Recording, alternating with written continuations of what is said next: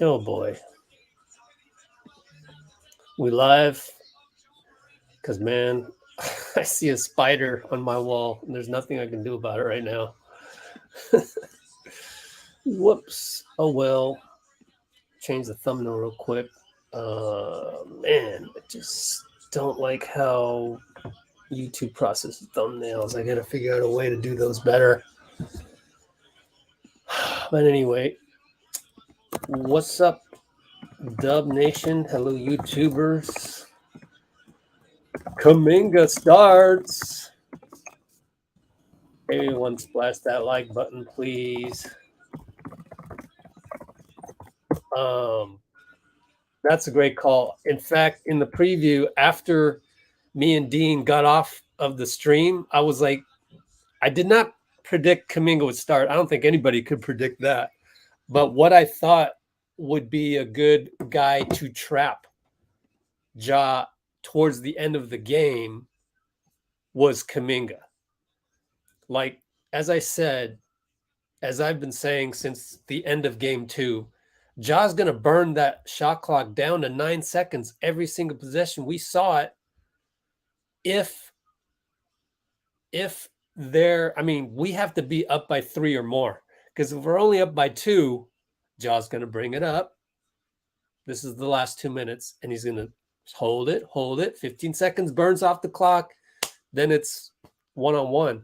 And if we want the ball back immediately, if we're down, we're going to have to trap them. I would think JK would be the guy to trap them, actually, come to think of it. I thought Wiggs has been doing a pretty good job on JK. Anyways, just the pretty cool development that JK is going to start tonight. And as I say that, I need to upload the behind the scenes. We had a funny, first of all, go check out my, what do you call it? Go check out my, oh man, I got to play the stream. It's not playing. The channel has a behind the scenes deep cuts. And in there, first of all, you'll see a close up of Steph Curry's kicks because Bazemore posted it. And then you're going to see a congratulations from Steph and Clay to Buster Posey because I guess they're retiring his jersey today. I know it's Buster Posey Day, which is why I had to wear the San Francisco Giants right here. Although last time I wore this jersey, we lost. So hopefully this breaks the jinx. Speaking of which, let's pull up some of our trusty scoreboards right here. CBS NBA scoreboard. Milwaukee won. I could not believe that. I didn't watch it. So I asked my dad, how the hell did Milwaukee win that game without Chris Middleton? How are they up 2-1? And he said, they're lucky. That's all the information I got for the Boston-Milwaukee game.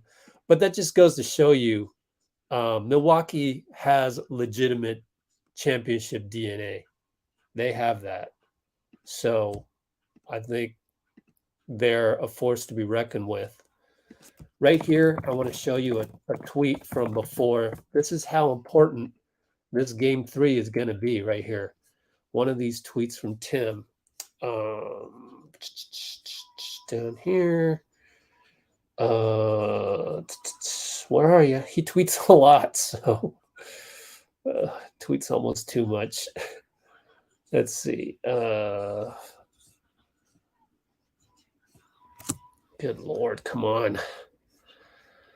There we go. Right here. This is the third time in the Kerr era GSW started playoff series on the road. Both previous times went 1-1 to start.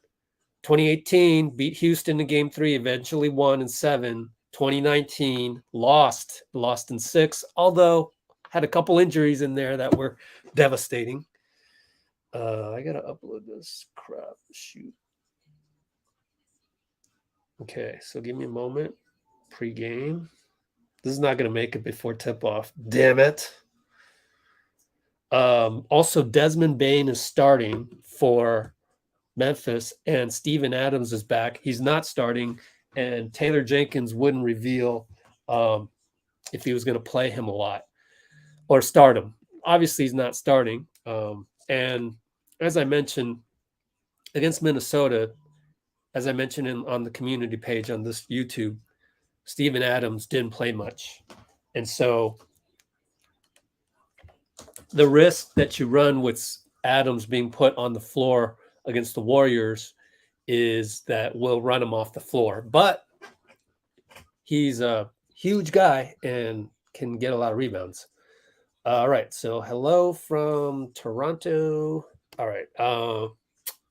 I put the pregame stuff up on the channel. Maybe we should run some of it. Let's see. I gotta post this link right here. Post the link on our Discord real quick. Just some housekeeping here. I even forgot to post it on our preview yesterday with Dean, or 2 days ago. It was 2 days ago? 2 days ago, man. Time flies for me. Time flies. I mean, I'm sorry for the delays on my part. YouTube.com. Let's go Warriors. Oh, I used to be able to do a lot more during the pregame, but it's just not possible these days when I'm trying to get these videos of Steph Curry shooting logo shots up on the channel, as I'm trying to do right now. That's not even ready. It hasn't even processed completely, so nothing I can do there. Bill Walton crashed the pregame interview, and we should run that one. I don't quite know where to find it, but that was funny. And he was he's in the building. Also in the building, Kyle Shanahan and John Lynch. I'm gonna get started pretty soon here. I think you guys want me to be on the delayed stream, right? Let me know. I'll go either way. Whatever way you want me to go on that.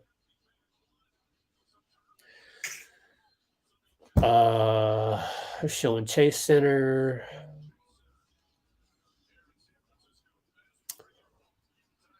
We just did the lineups. So Memphis is going to start Zaire Williams instead of Desmond Bain is starting.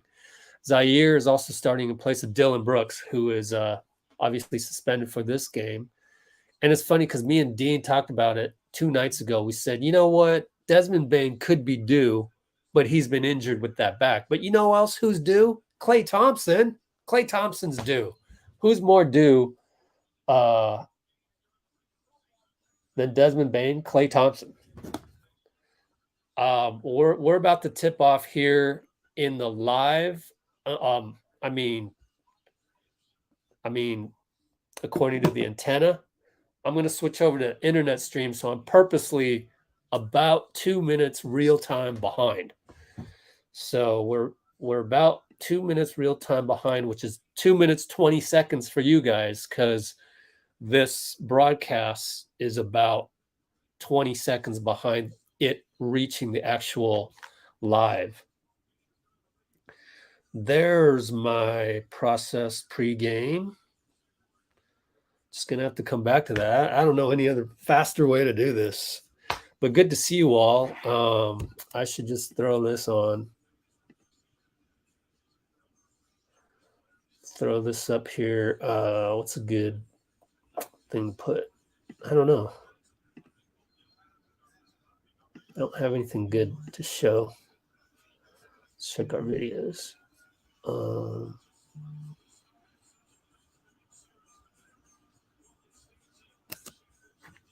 right, I'm sure it's actually tipped off in real time, but I haven't on my stream, so you're just gonna have to wait with me, and I'll just work on this. At the next timeout, I'll work on the pregame video. But here we go. Yeah, John Morant. Steph runs to the stanchion in his purple Curry. What was Curry threes? I can't remember which ones, but those are the new ones. They put the UA Flow, the non-squeaky sole on there.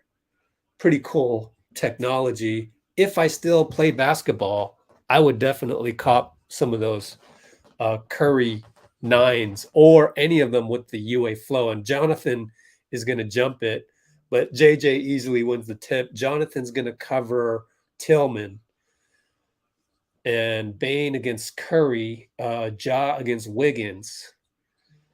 Tillman back to Ja, over to JJ. He wants to shoot. Dre's on him. Good defense. Ja, late shot clock. Wiggins backs up. He's in the paint, spins. Wiggins all over him. He has to dish it to Zaire. Clay all over him, and Zaire hits it. Frickin' Zaire, man. He stepped up. I remember when Zaire did the interview with the Warriors, the pre-draft interview. He sounded like a cool kid. And Draymond throws it away. That alley-oop was already sniffed out by Memphis. I'm telling you, Dre cannot make those mistakes tonight.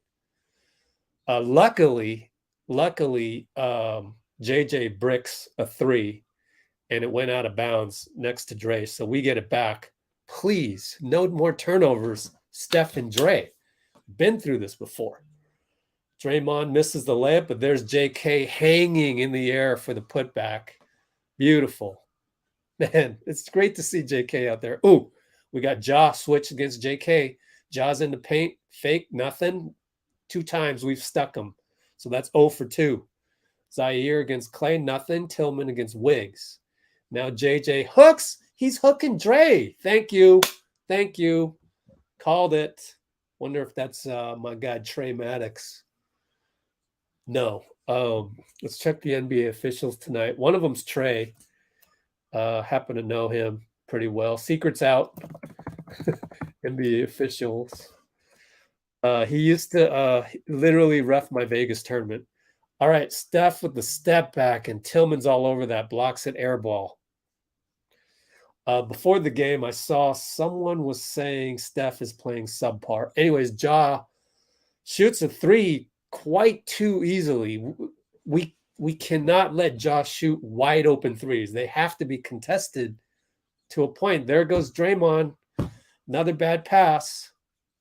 Wiggins does a good job. He's going to get called for a foul.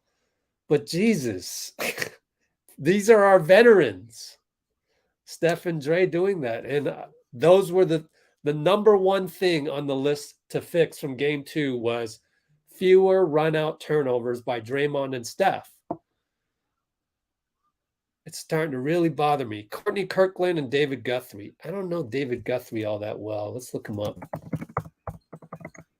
David Guthrie.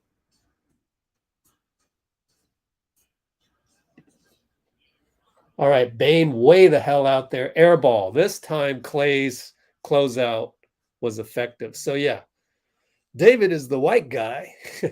Courtney Kirkland is the other African-American, and Trey Maddox, my boy on the left side. He's my boy, but I would say I'm 85, 90% happy with his calls. He's thrown out Draymond. Anyways, JK, not a good shot there. That one was a shot turnover. This time we got Ja again in the paint. JK gets the block. Now he attacks Tillman and he loses it. Oh, we've had 3 lame turnovers. Bain in the transition 3. 9-2, just like that. This is disappointing. But we shall stay positive, just like Steve is like, come on. And really, Clay hasn't even touched the ball yet.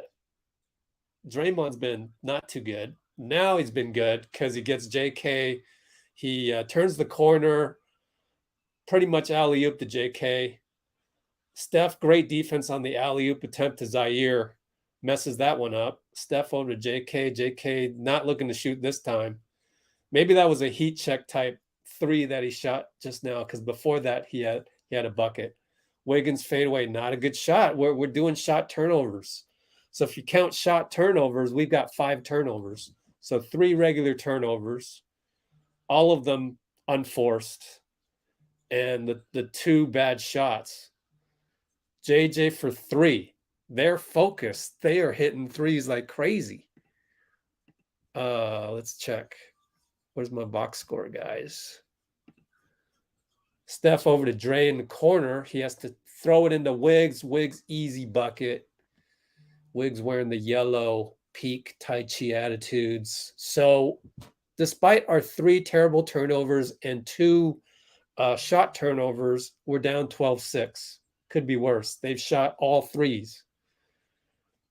Desmond goes by Wiggins but slips. Maybe his back affected him there. JJ, you know he's going to shoot it. And he gets it. Come on, Dre. You know that's late in the shot clock. What else is Jaren going to do? 15-6, just like that. Yeah. Steph finds Clay on the back door on Bane, and he lays it up on the alley-oop. Very, very skilled play by our Splash Brothers right there. I'll get to your comments at the next timeout, because this is too engaging right here. Ja from top, he gives it up. Dre's all over JJ, and he fouls him.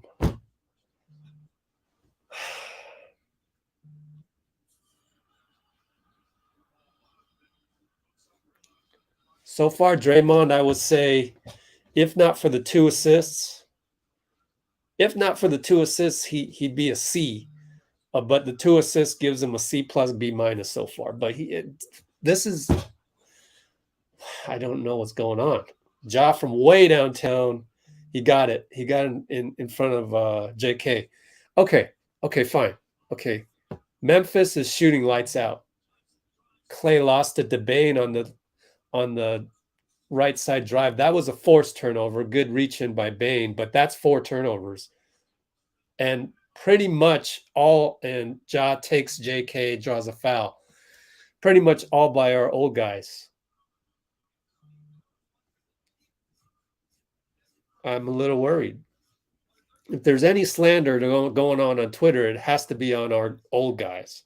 Anyways, they're 6 of 8 from 3. They're not going to keep shooting 6 of 8. They're focused. Give them credit. But we got too many turnovers, shot turnovers, and it's disappointing to come out with your top 2 priority to-do list things they're not executing on.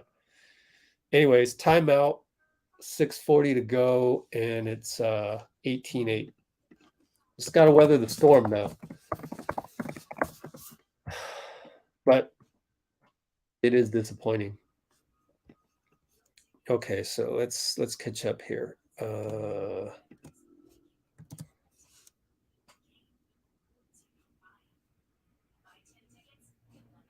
Okay, I'm glad some of you have helped out in the chat with any questions. Time to update the comments list. You can see right here. We will do a giveaway later. I'm so behind on the giveaways. I know I said I was going to go to the post office, so that's my fault. Vitor, Alex, I got your email. Don't know if I got Rebel's email. I haven't even checked. But Rebel won 2 nights ago on the preview, and a whole bunch of other people won. In fact, I have the list on my Gmail. But anyway, where are we at with the comments? Yeah, I don't know what it is. Do we chalk this up to being old? Because really, this is Steph, Clay, and Dre's fault. We got the 1 turnover on JK. But if I had to make a list, so far, the worst player on the court so far has been Draymond. Second worst, probably Steph. He has 1 turnover, right? Let's check it. third is Clay for that turnover. I mean, but I'm not here to make lists, grade people, and I don't do comparisons. I don't do awards. I don't do predictions, and I certainly don't want to throw people under the bus while doing grades. Don't really want to do those because that's what everybody else does, and it's a little too negative. But anyway, 8:40. Is it 6:40 or 8:40? I can't read that. 6:40 to go. I think you make a sub right here. It's time to bring in your second unit. First unit stunk it up, so they don't deserve to keep playing. So you go with the rest of your rotation that's going on right now. Steph, as I said, 1 turnover. No turnovers. Steph hasn't even done anything really. So I guess he can't. That's why you don't do lists. So screw that. Draymond 2 turnovers and the 1 foul that I didn't think he needed to foul. He didn't need to foul JJ on that one. So what do you attribute this to? I think I might attribute it to the fact that they're both over 30 years old. That might be it. I don't know what else to say. 4 turnovers in 6 minutes. That's very disappointing. But we still got a lot of game to play. Let's see who they brought in. They didn't bring in anybody, so I'm wrong. The other thing you could be thinking, oh my gosh, Gary Payton. No, that's Aaron Miles. I thought that was Gary Payton Sr. for a second, which, by the way, someone has done that already in Denver. I told Aaron Miles the story of when we were in some other city. I can't remember. Oh, Indianapolis. And Dennis Scott's people thought that Aaron Miles was Gary Payton Sr. There goes JK, and he jumps in the lane, but everybody's standing around. Leads to a Zaire slam dunk. We're just playing like trash. Everybody's standing around. JK attacks, and he gets blocked, and that's it. Wiggins has to make that 3. He does. Clay assist. I'm telling you, I'm getting a little upset at our guys. And here comes JP and Otto. Someone said before the game, some, Skip Bayless type. Maybe it was Skip Bayless. Melton gets a floater. We're playing uninspired, 0 energy. These old guys. I don't know. I don't know what you do, man. That's on the starters. But we got a bucket there, so. And Memphis has been shooting lights out. Steph playing mind games with Ja. No, we're in the 3-2. Melton's going to shoot a easy 3, but it bricks, and told you eventually they were going to miss. JK is out of control. And that's what you get, right? With the rookie. Oh, he's super mad at himself, but he's coming out anyways. That's why he's taking his time on that turnover.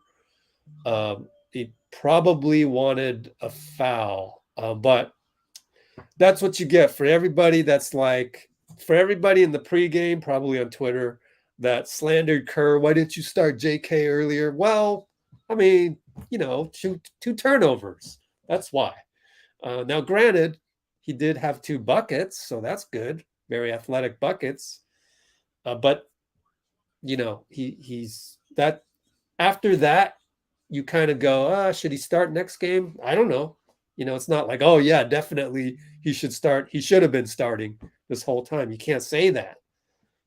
So anyway, Zaire finally misses against the zone, which is, again, credit the coaching staff. Draymond to Wiggins. Wiggins hits the runner. Where are the props for Wiggins? Best player so far. You got to hand it to him. 7 points already. 3-2 zone. Wiggs up top. Gets back on Ja. Ja's not going to shoot that. He's going to look around and see what they've got. Of course, he almost shot that from up top. Shot clock burns. Get back on Ja, Wiggs. Too late. Yeah, that one I'm very happy that Slow-Mo decided to keep it and not dish it to Ja at the last second because Ja was wide open, and I thought Wiggs should have just cheated on the zone. Anyway, here we come. Steph against Ja.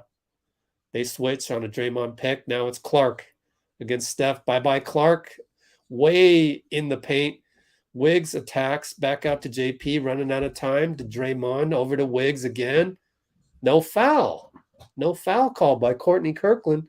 Ja gets the block, flies in there, throws it back out to Melton. Short. But JP didn't blocks out. And Melton loses it, though, to Wiggs. Gotta box out, guys. But JP gets the shoulder past Melton, and Taylor calls timeout, and we're 23-17. So we've weathered the storm. 342 Q1. Let me do a copy and paste on that comments. So I got that copy and paste going. Okay, we're caught up on the giveaway to-dos. Let's see. Eddie Chong needs to calm down. Okay. How can Wiggs not see Steph locating the corner? You know what? You're going to come on here. Your first comment is to throw Wiggs under the bus, who's been our best player. That comment gets removed. That ain't going to win you a giveaway either. But I can't stand it when specifically Aaron comes in and first comment on brand says something that throws somebody off under the bus. Why? Why do you have to resort to that? Do you like have any? Can you please say something positive when you join the chat next time?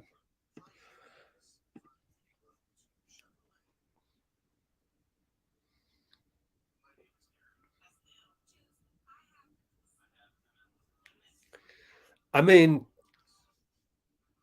I think we're doing okay considering they're shooting what from three? We're down 6 and they're shooting 6 for 10 from 3. They were 6 of 8.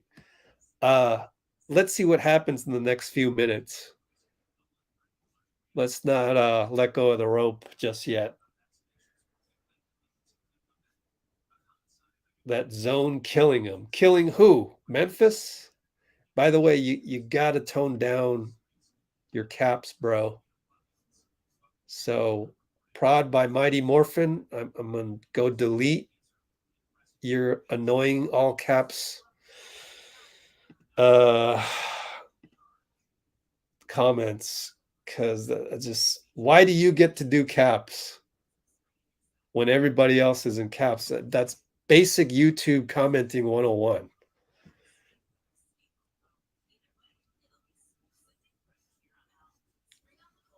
Now, as for the content of the comments themselves, let's see. Yeah, so I mean, Anthony said it, like, if we can just cut down those run out turnovers, those mindless turnovers, JK going into the paint, jumping, and then throwing the ball out of bounds, Draymond and Steph not on a string, and Steph probably deserved that that turnover where he didn't cut, because I saw him kind of say my fault after that. Those are surprising Golden State Warrior turnovers to come out and do that against a quality team. Now, against Denver probably makes mistakes like that. I remember when we played the Lakers, I was saying, watch, we're going to come out, play like crap, but they're going to play like crap as well, because that's what they do. So sure enough, we come out, turnovers, Lakers turn over the ball as well. You can't do that against Memphis. Come on, be more focused. Anyways, we're still in a 3-2. Ja gets in the paint against Steph. Now we switch up into some kind of a man. Slow-Mo makes a bucket obviously calls, wants the foul again. Oh, come on, and won that.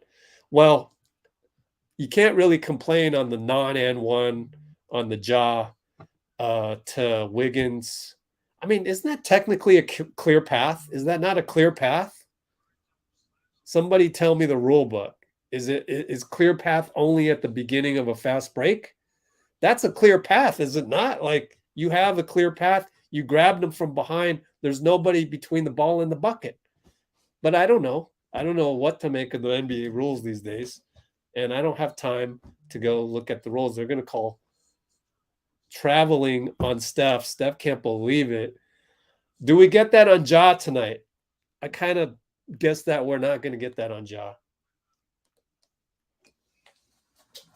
Courtney Kirkland, I better see a carry on Ja at some point. But Ja goes to the bench. He hasn't even broken a sweat, barely. 3 minutes to go. 3:02, 3:01, 3 minutes if you want to sync up. Tyus in there. Got to be careful of Tyus. He's either hot or cold. Brandon Clark, no good against Dre. They're going to call it on slow-mo. Good. Made up that call, Courtney.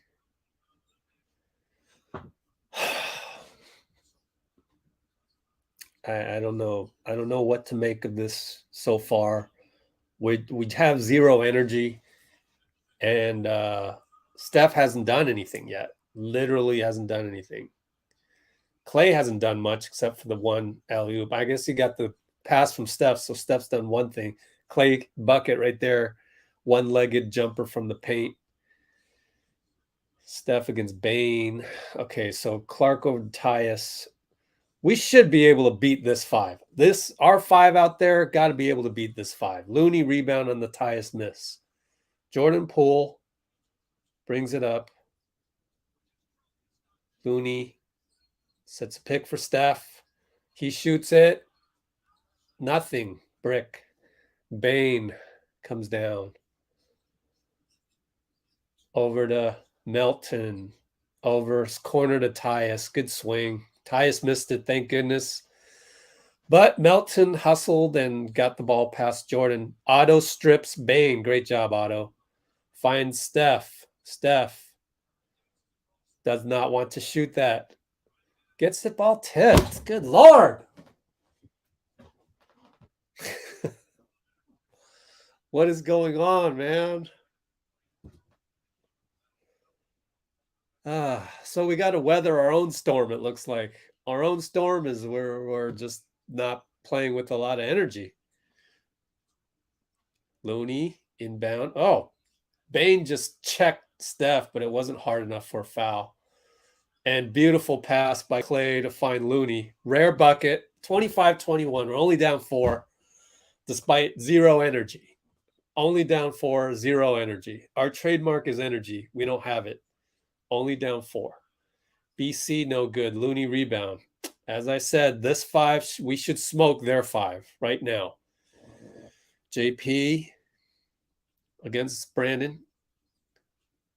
Now Otto. Got the lane. Faked you solo. Oh, man, he traveled. I think he traveled. It looked like a travel to me, but I'm old school. Yep. I think he traveled, but I'm old school.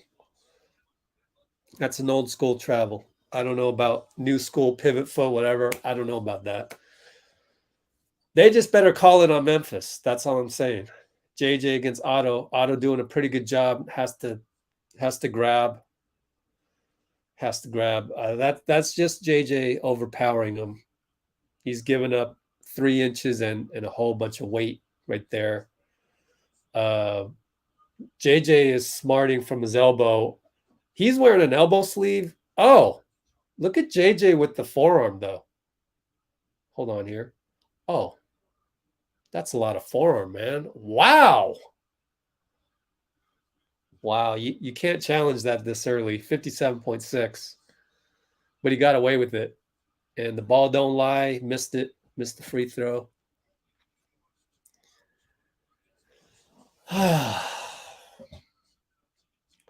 Sorry, I missed a million comments earlier, so I don't even know if you guys commented on Milwaukee, Boston. I have no idea how Milwaukee's up 2-1 without Middleton. I haven't watched any of those games yet because I'm doing behind the scenes videos every day and doing family stuff. Anyway, Steph finally gets in the paint, does something. Oh man, that pass got deflected again. Otto has it drop. I don't know what's going on with the Steph passivity. Whatever, 26-23. Maybe it'll all balance out later. Jones push shot no good, and Konkar got the rebound. Come on, guys. Get a deflection. Something. Oh man. Bain just fouled JP. Is that legal? I mean, can you do that? He tackled him. He went after he tackled him. That's unsportsmanlike. That's a foul on Jordan Poole? Oh my God. I don't know what I'm watching here. That's unbelievable. That's so absurd. I had the volume down. I didn't even know they called it on Jordan Poole. So we're getting robbed here, and yet we're only down 5. Steph, do something. For God's sake, we have no energy. That's your job. Get the crowd going. For God's sake, you've got to do it this time. Gives it up. Now he gets it back. Looney, back to Steph. 3. Thank you. Swish at the buzzer. No, 0.9. Thank you. At last. And Zaire can't get it off in time. So 28-26, all things considered, we play like crap. We're down 28-26. That's not too bad, actually. And looking at it half glass full, we got a pretty damn good team. If we can play that poorly and be down 28-26, I'll take it. So Steph is clearly just getting started. I have updated the comments, so let me answer some comments. Finally. Could have been much worse. Yep. Yeah. Well, the Jordan Poole one, I don't know. They've been calling it tight, and the referees change every game. They just better call it tight on Memphis. But Steph hasn't really been doing a whole lot, and our offense hasn't been really doing a whole lot to warrant more, to make Memphis move more, which is, again, amazing that we're down 28-26, considering our offense hasn't been that great, aside from really impressive finishes by Wiggins, Clay, and Otto. The 0.5 basketball isn't really humming at the moment. But we're feeling them out. That's okay. So let's chalk it up as we're just feeling them out. Okay. Now that we've gotten the dumb turnovers out of the way, I'd be curious to see if JK starts second half. There was good and bad. From JK. So what we do here is we we keep positive. I don't think we're playing down to Memphis. We're not playing. Memphis is good. They came out and hit 6 of their first 8 threes. So I'm going to disagree with that one. So I think the number one thing we need is energy. And we've been doing a good job on Ja. As I recall, he is probably 1 for 4 hitting the paint. He had the N1 against JK, but each time against the zone or Wiggins, he's 0 for 3. in terms of scoring. I mean, dishing it back out, I count that as not scoring. So that's, you know, he gets in the paint, they didn't score. That's how I'm counting that. To my knowledge, 3 times. The 4th time he got in there and got an and one on JK. Let's see. I mean, that's where we should be doing some damage. We got to be doing some damage on their second unit. Their second unit is way worse than our second unit.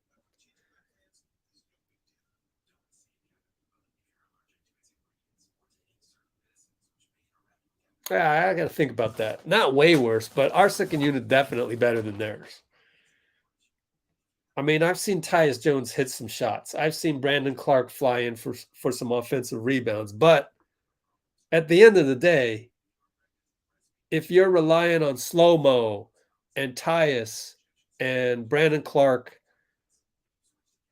to carry you through that period of rest for Ja and the rest of the guys, I'll take it. Like, please. I want that. But that's their second unit. They're usually pretty solid. Melton came in and did a good job. So I'd love to see our starters do a better job against their starter. JP comes out, almost loses the ball, but gets it to Clay, luckily. Clay pulls up on Bane. Good. Gotcha. So here we go. Tie ball game. 11:39, 11:38, 11:37. Tie ball game. And in my mind, we're playing like crap. Other than the second unit. Concar, no. Otto, man, somebody in the comments yesterday was like, Otto needs to make more shots and everything. You know what? Otto's playing just fine. Clay, hot hand, stepped on the line. Oh. What's up with Clay's number 11? Someone wrote inside of his number 11. Do you guys see that? What's up with that? That's hilarious. I should I've been meaning to put timestamps on this. Oh gosh. Clay fouls Brandon Clark. Well, Clark already had the step. Anyway, where are we at here? We're at the 41 mark. Clay has his number 11 reverse traced. It's so funny. Was that a practical joke somebody did on him? I don't get it. Let's see if this 41 gets translated in the comments as a timestamp. Oh, it doesn't. I have to do it in YouTube. That's weird. Let me delete that. Oh, come on. There we go.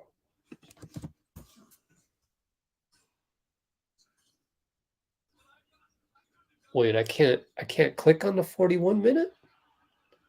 All right, Clay got an and one right back. We can't do timestamps in the live chat? That's crazy. I don't understand that. Fine, I'll put it in my own DMs, man.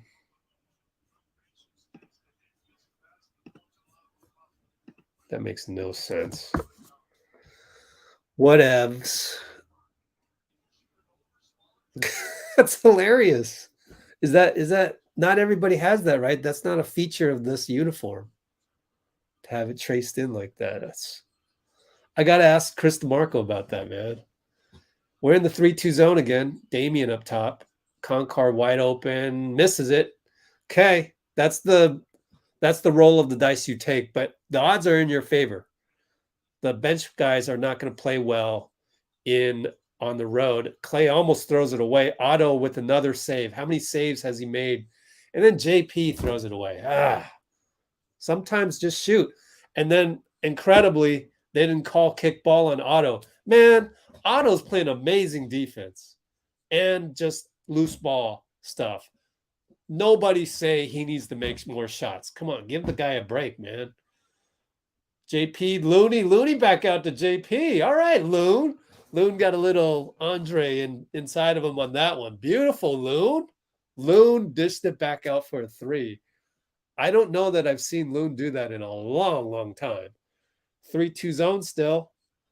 We are baffling Memphis with the 3-2 zone. We're up by 4, killing the second unit. Concar. No. I'm going to call that on Damien. I thought Concar may have stepped out of bounds, just like Courtney was calling that. But then it's just, you know what's funny? It's the one ref that decided to come out and ref by the book, be a robot ref. And we don't talk about that enough, how the referee dynamic. Anyways, Jaws back in there. Bane attacks and misses. Damien comes back for a rebound. 922, 921. JP, shake and bake JJ. Over to Clay, corner. Clay crosses Jaw. 3, that was a kind of a tough shot right there. And Otto gets the rebound. Taylor Jenkins says, I got to break the momentum. I can't believe it. 36-30. We have no business being up this game, but we're up. I'll take it, man. Damn it. How much time we got left? 9:10. Q2.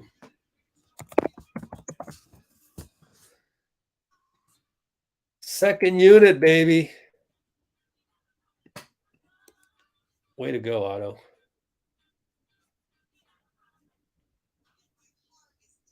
Man, I'm so behind on the comments. It's ridiculous.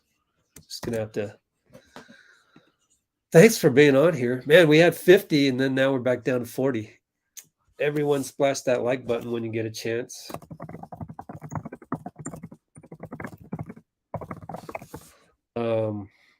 I will hit like. 18 likes? Come on. We got 45 people watching. Hit the like button. Jeez, man.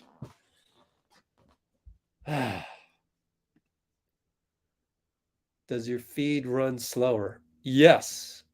I could turn on the TV right now and be ahead of you guys. But people like Vitor want me to slow down a little bit. So all you got to do is just put the live on pause and then we'll sync up. That's all you got to do. Oh, I mean, yeah. So I've changed some things.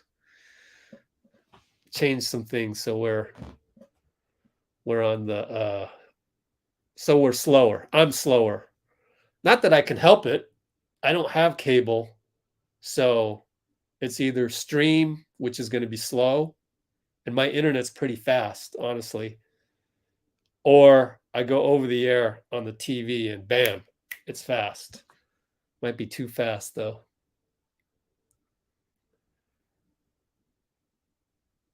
Let's see.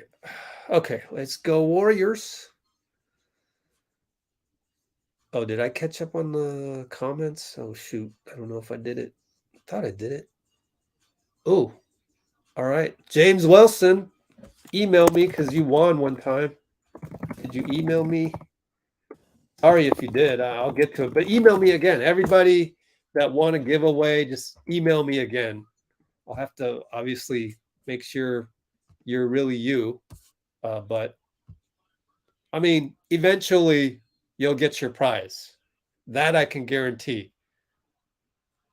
It's when the season ends for sure.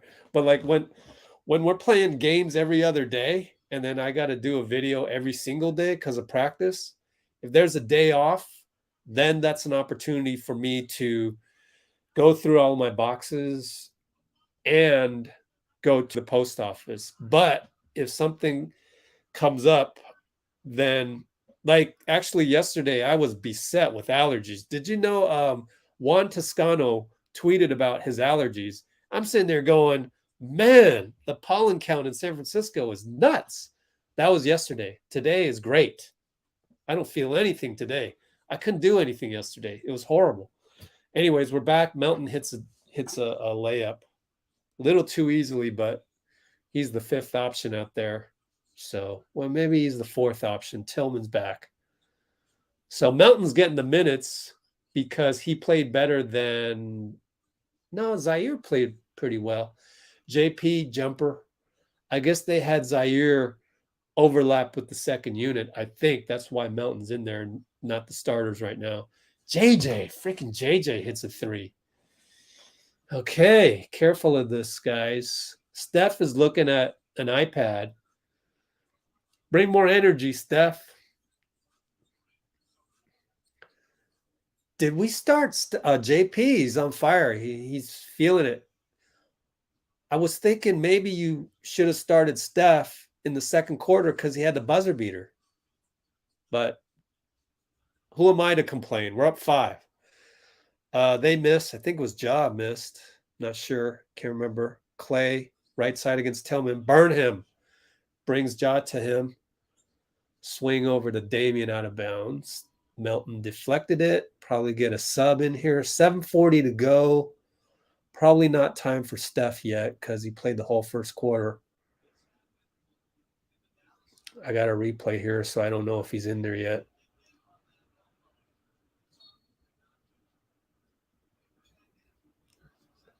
And no subs. Clay up top against Zaire. So Zaire came in. Clay, late shot clock. Tillman, good defense. That Michigan State defense. Melton, Ja wide open. Wide open. Nothing. Missed it. Thank goodness. He usually makes those wide open ones. I wonder if he makes the, semi wide open or the wide open ones. We'll see. Otto, 3, got it. Assist Poole. Oops, I kept the score up there. Sorry. It's a little bit more real time. And we're doing this without Draymond. He's been on the bench a while. Kind of deservedly so. Hasn't played great so far. Otto messes up JJ. Damian hustles against Tillman.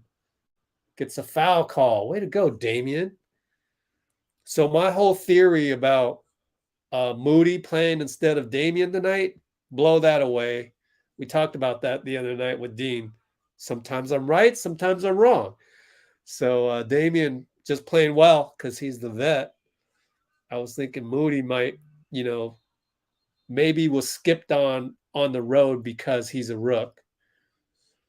Otto gets a hand. What was I looking up? Jordan Poole assists, 2 assists. JP against Tillman, throws it away. And he points at the ref as if he missed the call. JP pointed at the ref. I don't know. Ja, alley-oop, but Steph fouled him before the pass. Good foul, Steph. Damian back in for JP. JP's yelling at Courtney. Wrong ref to get mad at. He wasn't the one that didn't give you the call. So I don't know. JP could be right, but that didn't look good. It wasn't a good looking. Tillman hits a 3 and yells at, I think it was JTA on the bench. Might have been Draymond as their Michigan State guys. Steph over to Wiggs. So the first unit with Damian instead of Draymond. Damian misses. Oh, and Looney instead of JK. Alley-oop over to Zaire. I think you got to call timeout. Yep, timeout. So 43-40. 5:51 to go.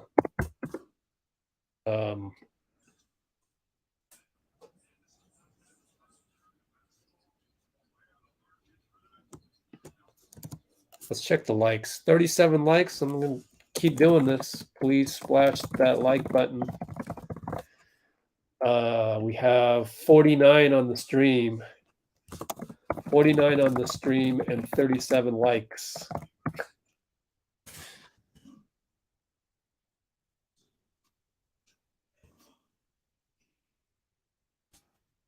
But anyway, okay, I've updated those. Let's go back to the comments. Let's see.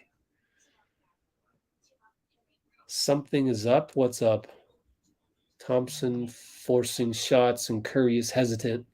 Yeah. But I mean, Clay forcing shots. Do we really need to go through this again? I mean, he's 4 for 6. I don't just like that's what he does. That's what he does. Steph's going to have another run out turnover at some point. I mean, chalk it up. It's just part of his character. What are you going to do? So I have full confidence that Steph will turn it up. So this is the third time I brought this up. Someone, Skip Bayless, I don't know who it was. Jalen Rose, I don't know. I'm just throwing names out there. Somebody on ESPN said Steph has been subpar so far this series. Well, he's been subpar until 2 or 3 minutes left. He was damn good both games with 2 or 3 minutes left, making those MVP type plays that you need to make. So I don't know if I agree with that. Like, as long as he eventually shows up and does MVP things. Now, thank goodness we have Steve running the show because of the Kerr system, we're not reliant on hero ball. So like Kyrie has a bad game for the Nets, no chance. KD has a bad game for the Nets, no chance. What we're doing here is that we're preserving Steph for those stretch run minutes, and it's paying dividends. He's not heaving, and he's not tired as a whatever. He's not tired as heck getting into that fourth quarter and into crunch time, right? So I got to write that down. We got to talk about this more. 55 mark. Steph subpar? I don't think so. I don't think he's been subpar, and it's really due to the Kerr system. So the ability for him to feel out a team so that he doesn't need to do hero ball unless, of course, it's the last shot of the first quarter, which he did. So I think that speaks to our whole team. I think Steph knows that. So I have full confidence that Steph will come through.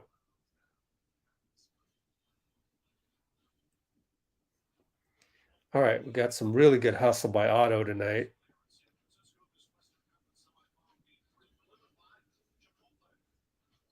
Robbie, what's up?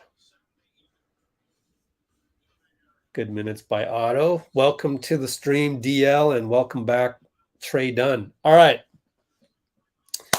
Here we go. Steph brings it up. I can only get to like 2 comments every time out. My bad. Draymond's back. So it's Otto and Damian. Otto getting some minutes. Wiggins decides to shoot a 3. Swish. Wow. That was either going to be bad shot, Wiggs, or swish. Give him credit. That's what he gets paid $30 million for. We're in the zone. Damian up top. Melton this time not hitting. Steph on the baseline. Man, crazy. The point guard's playing baseline. Steph gets a call. Hallelujah. Hallelujah. You called the call, David Guthrie. You know what, Slow-Mo? You're getting the calls on the other end, man. Let's check the foul count. We have 11? No, we have 11 turnovers. Good Lord.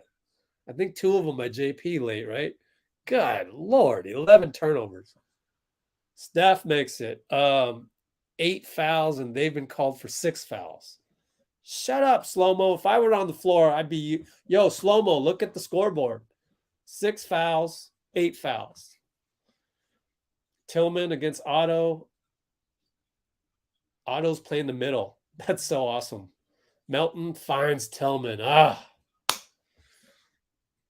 Have to look at the tape for that one. Steph bringing it up on Zaire. Switch over to Tillman with the Dre pick. Leave him alone, JP. Oh, wow. Good thing Dre didn't got called for the offensive on that post up. Over to Otto. Otto's on point tonight, man. Yesterday, when somebody commented that Otto needs to make shots and stuff, I was like, yo, Otto's playing great defense, 6 rebounds in 20 minutes each. Air ball by Zaire. It's so weird how these young Memphis guys, they can just get out of the zone so quickly and airball stuff. Anyways, Steph's going to shoot it. Got the call on Zaire for 3. Great pass by Draymond. Here we go. Here we go. We're up by 9, 4:07. I wasn't even looking at the scoreboard for the longest time because sometimes I feel like that messes me up. I like to enjoy the game. Like a lot of you foreigners get it, you know? I'm sure you understand. Like you watch the game of soccer, football, really. You watch the game of football and, you know, there's no real other scores or stats to keep track of. And it's just the beauty of the game. You just sit back and watch the beauty of the game, the passing, the moving, especially with a team like ours running the curve system. That's the same for me. That's why I don't blurt out the score every now and then because I'm just trying to enjoy the flow. But I know some of you guys like Robbie don't have the benefit of what the score is, but we will be up by 12 by the time Steph hits his 3rd free throw, 4:07 to go.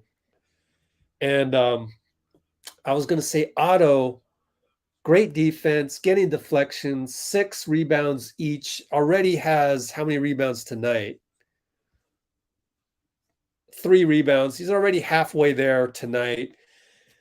If he were to hit those shots, he'd be like 6th man of the playoffs. So him being a veteran's minimum, be happy with what you got. Same thing with Wiggins. Ja does what MVPs do, or MVP caliber guys. Hits a 3 up top when they most need it. Draymond brings it up. Looks like they're in zone. They're in a 3-2 zone where Zaire's in the middle. Are they crazy? Travel on Otto? Wait a minute. I don't know about that. Otto's not complaining. I guess I just missed it. Isn't this crazy? We're in the NBA playoffs. Both teams are playing zone. We'll see if we're still in zone here. And that was actually something I missed when we talked 2 nights ago with Dean. The number one thing you can do against Ja is play zone. They're not in zone anymore. You can see Steph. Wiggs on Ja. Steph is on Desmond. Draymond now switched. Ja up top against Draymond. Gets the left-handed foot head of steam. Wow. And then switches to the right hand.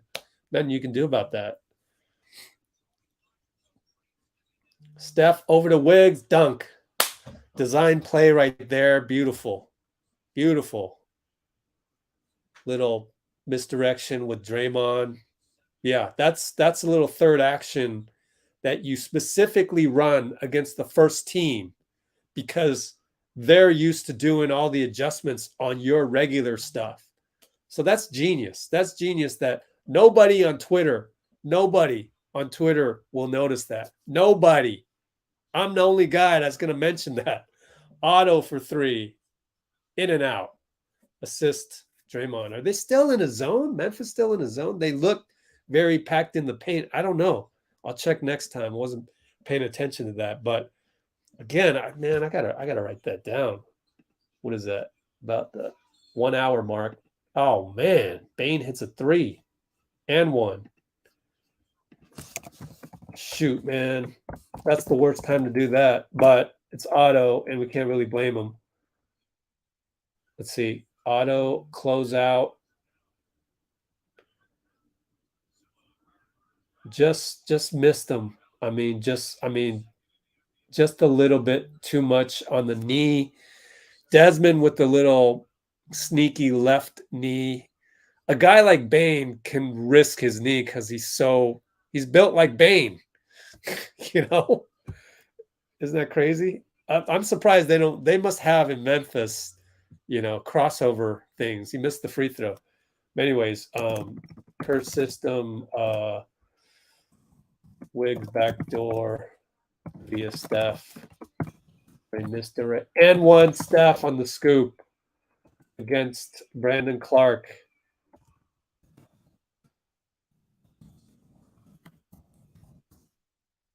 I want to see the replay on this one. Okay. He got by JJ. And then it was a screen by Draymond and a bad help by Brandon. Brandon was late, and Brandon's a pogo stick, so he's going to be jumping every single time. So, and one, Steph. We're up by 9, 2-12 now, 2-11, 2-10. So I'd love to see one more play where they kind of do another misdirect. JJ for 3. Good tip by Jordan away from Brandon. Steph against Ja. Post up Dre, back to Steph. He can shoot it. JJ, bye-bye, J. Oh, what? They're going to call bad screen by Draymond. Courtney Kirkland again. At least Dre can talk to Kirkland. You see? It's not one of those Kogut types. Wow, that's a flop, man. The crowd doesn't like it. I had the volume down, and all I could hear was the crowd. I don't know about that one, man. Dang, Clark too strong right there, even though Draymond blocked the first one. All right, so we're only up 7. Jordan Poole gets the step, but misses the layup this time. He wanted the foul. He's yelling at Trey. Ja pulls up from 3 on the transition. Misses it, thank goodness. Jordan Poole, rebound, and we got 112, 111, 110. Steph, slice and dice. Got him. Bank shot. A lot of contact there. Steph's like, what the hell? Might pick up a delay of game. Nope, doesn't, luckily. All the guys, all the fans on the court side are like, what the hell? Where's the foul? We're in a 3-2 zone. 53 seconds left. Here's the job. Burn 15 seconds off the clock. Offense, which I don't mind right now, up 9. Zaire against Clay. Jackson, no. Wiggins rebound against good box out of Brandon. Here comes Wiggs. 32 seconds, so he's going to go 2 for 1. Dunks it and 1. Wow, Wiggs. Cut the Wiggs slander now. Wow.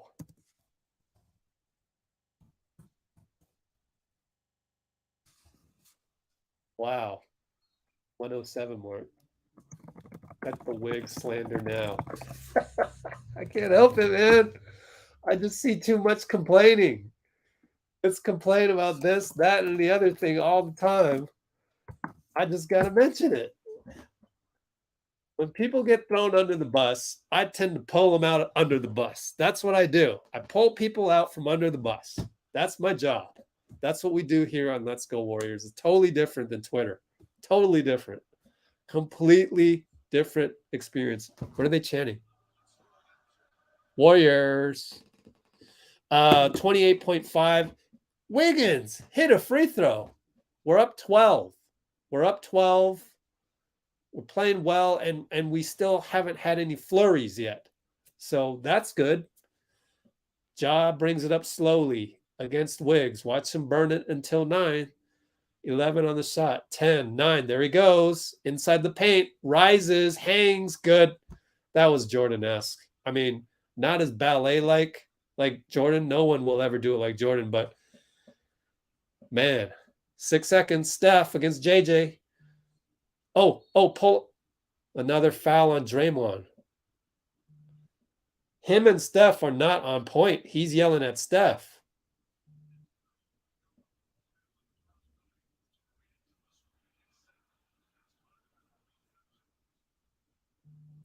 I don't know, Dre. Can you just not foul? I don't know, man. It could be either one of these guys at fault. Just don't foul him. Stand there. Set a pick. For God's sake. I think it's one of the... anyways, Ja from half court. He hits it, of course. That's what MVP types do, man. And I want to say, I mean, that's what you get, Dre, for not setting the pick right. We need a replay on that pick. I'm a little pissed off. right now because, I know Dre. I feel like he's expressing frustration at himself towards other people. There's something not right with Draymond today. He's got to figure that out at halftime. Because it just cost us 3 points. Actually, it cost us potentially 6 points. Because Steph was about to hit a 3. Ja sucks. Don't be saying Ja sucks. He just hit a 3, man. What? Don't come on here throwing people under the bus. I don't care what team they are. You know, I mean, he just hit a 3 and you said Ja sucks? Oh, man, you suck. Man, that made you look bad. You're lucky I deleted that because that made you look bad. Person from China. I'm Chinese, so I can yell at you. Me and you, same DNA, bro. Don't be doing that. That messes. That's a shame on my DNA, bro. Don't be doing that.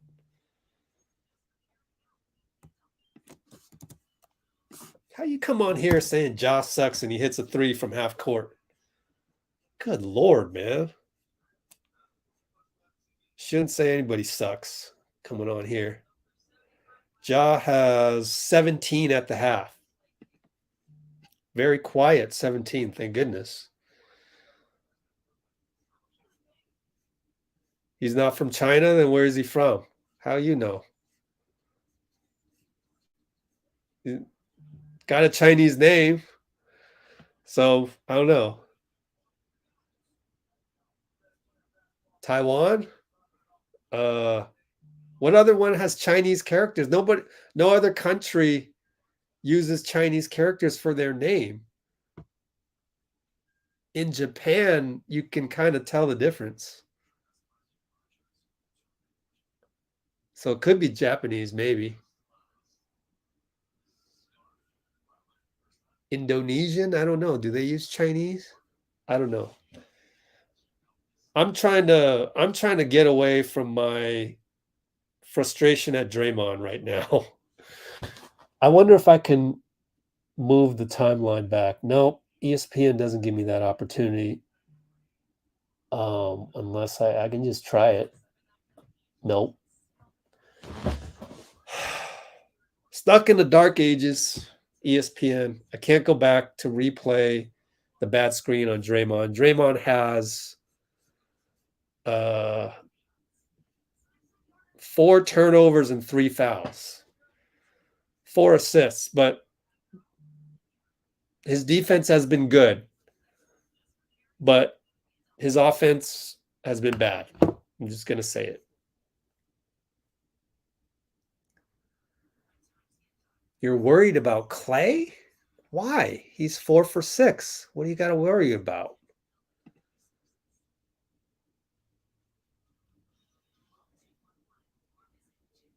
Don't like the shot selection. Well, the good news is that he's only taken 3 shots. 2 of them were bad. The other one was an alley-oop, right? No, he made 2 out of 3. So he got blocked. They must have counted the other one as a turnover, 3 turnovers. That's what you get with rookies. He shot that first shot too soon, but that was early in the game, kind of seeing if he had it or not. The second one was a bad decision once he was inside the paint. We have 11 turnovers. I mentioned that just a minute ago. Possibly 12. Actually, that might be 12 now that Draymond picked that up. No, we have 14 turnovers. 14. I don't know how we got 3 more after we had 11. Because we had 11 after Jordan Poole's couple turnovers that he was mad about. And then we had 3 more turnovers after that.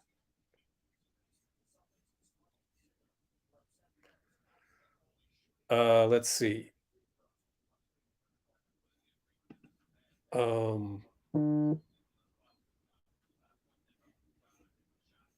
Oh, let me do a demarcation point. Let me just do a giveaway demarcation point. Copy some of these comments. What's this? Yeah, not good to swear in our chat. They got you. Deezy. They got Deezy already. YouTube got him for saying the F word in the chat. We don't do that on here. You can do that all you want on Twitter. What else we got here? Oh, are you guys saying Ja didn't get off the half court shot in time? I don't know. I honestly don't know. Okay. Caught up on the giveaway comments. Gonna choose a winner from the comments. Okay, let's see. GP2 would have been useful for sure. We'll never know. But we can't really worry about that, right? I mean, I understand that we want to show our empathy for GP for sure. But just like Steve was saying in the press conference 2 days ago, took a day off on Wednesday. 2 days ago, press conference. It's on our channel. It's like, it doesn't matter anymore, you know, what GP could have done in the series, what GP could have done next series if we even get there. Doesn't matter anymore. We got to move on and just focus. But yeah, we can definitely lament the broken elbow.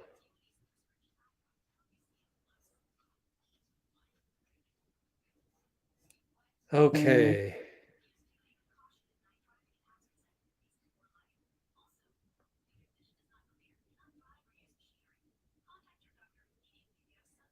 Yeah, you know, I wasn't all that convinced that GP was, you know, stopping Ja, but GP definitely provided the energy both on offense and defense.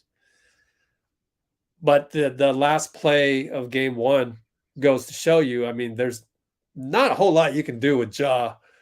I mean, he's so fast. He's so explosive. The explosion reminds me of Michael Jordan, although, and the ability to finish in the air. But I want to say that just, it reminds me of Jordan, but it makes me appreciate Jordan because Jordan, granted, he had a 6'6" frame, Ja's at 6'2". Jordan was just so like, he was like ballet up in the air. Ja doesn't have that. Not a whole lot of people do. I mean, Kobe didn't really even have that. You know, Kobe had 68% of that ballet style. A lot of you have no idea what I'm talking about because you weren't around to watch Jordan. And then when people make the reference with Anthony Edwards, I mean, I get it, but then Edwards pulls up from 3 so much, he reminds me of Dominique Wilkins. And that's a compliment. Like Dominique, in this era, Dominique would be unbelievable. Unbelievable. Wow. Like Dominique is like a taller Anthony Edwards, possibly more athletic, believe it or not. For those of you who know. For those of you who know, tell the kids in the comments. Dominique in this era would be unbelievable. So that's why I say Anthony Edwards reminds me of Dominique because of his ability to just pull up from 3. Like, I mean, Jordan could do that, but he didn't do that all that much. It was always more of a set shot for Jordan out of the triangle, and it's different. But once Jordan got in the air, he has the most hang time of all time out of anybody. That's the difference. And the hand size. But Ja, man, the explosion off the dribble, the first step, this is the best compliment I can give the kid. He reminds me of the first step explosion of Michael Jordan. GP is not stopping that. I wonder, they should, you know what? if I ever get a chance to interview Gary Payton, I will ask him that. That would be an awesome thing to ask Gary Payton. Would be VP Senior, explosion of Ja like MJ. I mean, golly, man, he would know. Wow. It just, I am amazed by Ja. So for him to hit that half court shot, no surprise to me. That's what he does. Let's see. I'll give him D Rose with a better stroke. Okay. All right. I kind of was, when the Warriors sucked, they still kind of sucked when D Rose won the MVP. When did he win MVP? Derrick Rose MVP.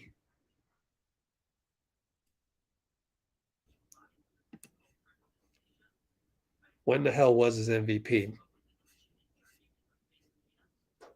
2011.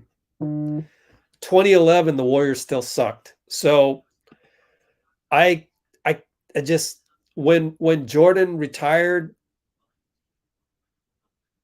I mean, there was I didn't really watch except during the playoffs. I liked the Kings when they lost in 7 to the Lakers. I wanted the Kings to win, Weber. But around that time, up until 2011, yeah, literally up until 2011, because then LeBron went to Miami in 2012, right? Something like that. I was watching Miami Heat a lot when LeBron went over there. Derrick Rose, though, I kind of wasn't paying too much attention during those days. So I couldn't tell you. I couldn't make too many comparisons of Derrick Rose to Ja, I guess is what you're doing.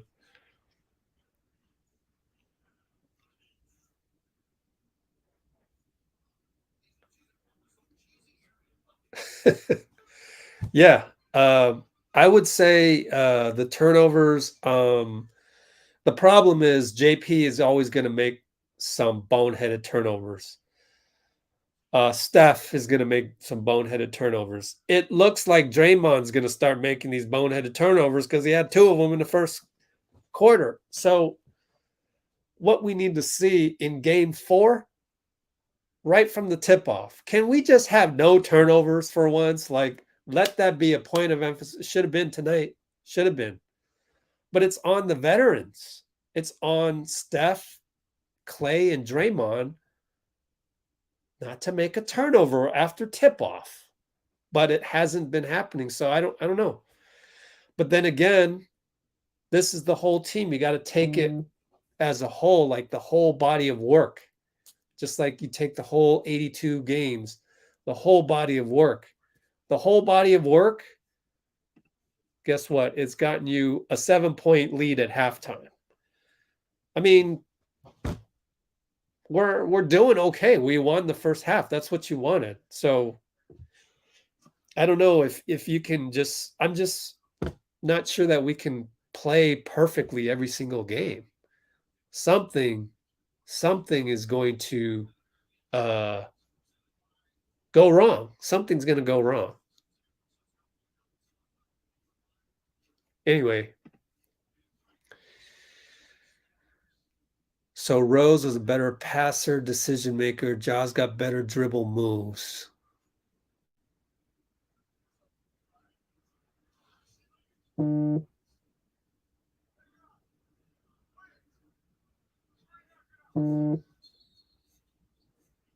Aquaman is on the bench. What does that mean? Jason Momoa is here? I'm so bad at the comments today. Let me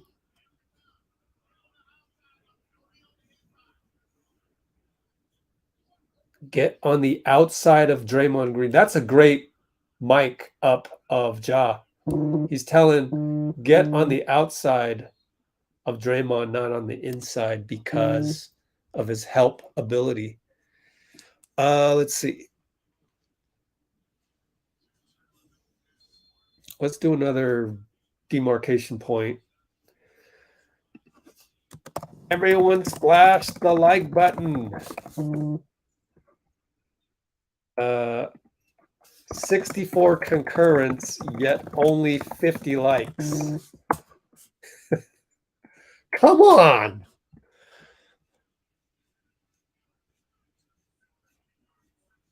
It's so easy to hit the like button. Amy's here. What's up, Amy? And I'm doing a giveaway. Does this deserve a giveaway when the likes are less than the concurrence? Do you deserve a giveaway? I've got so many giveaways. You can see in the Google Drive that I will do a giveaway. Steph, fake. He's just like, he's not taking those shots. Clay, fake. Got the 3.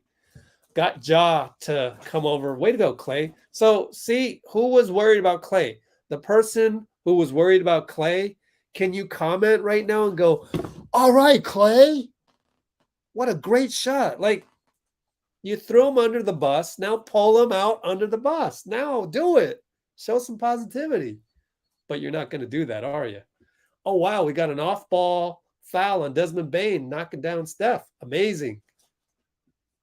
Amazing. Desmond is saying that Steph grabbed him or he grabbed him, so it wasn't a foul. Or that'd be funny if Desmond Bane is like, no, I grabbed him. That'd be funny.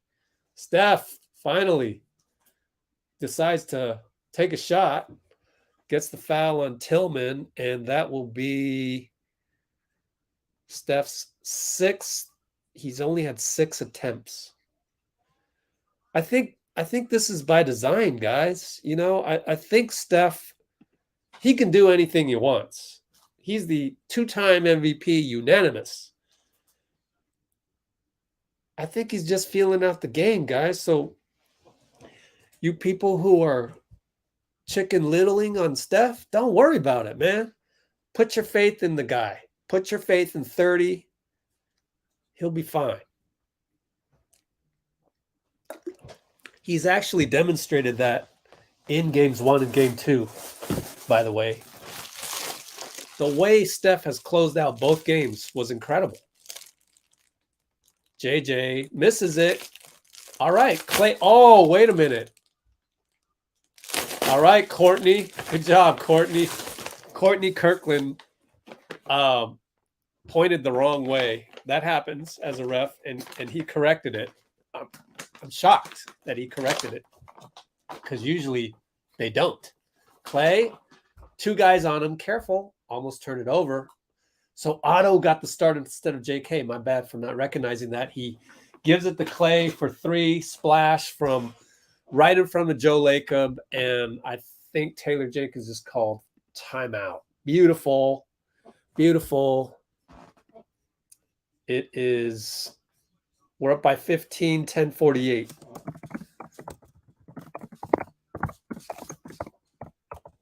Q3, 10:48.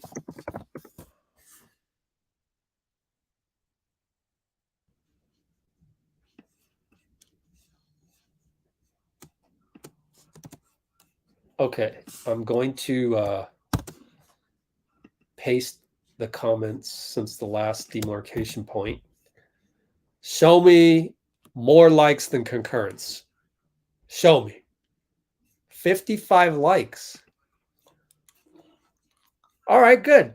51 concurrents. So when the concurrents, the 70 of them, heard me say, what's up with the likes, they got the hell out of there, I guess. All right, maybe it's time to show a highlight. Should I do a highlight or is that jinx? I'm worried. I'm not going to show a highlight. You guys can go find highlights somewhere. I feel like it's a jinx. Clay going berserk. Yeah. OP. It's hilarious. Someone cursed in the comments. Let me check it. See who that was. Oh, Vitor. No cursing, Vitor. Oh, let's see. It was the ones hating on Clay, I know, right?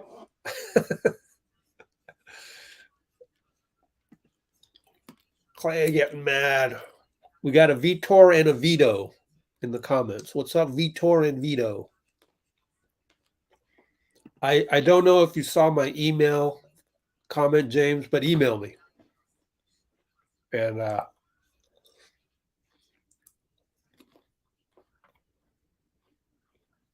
don't worry if I missed the comment. Let's see.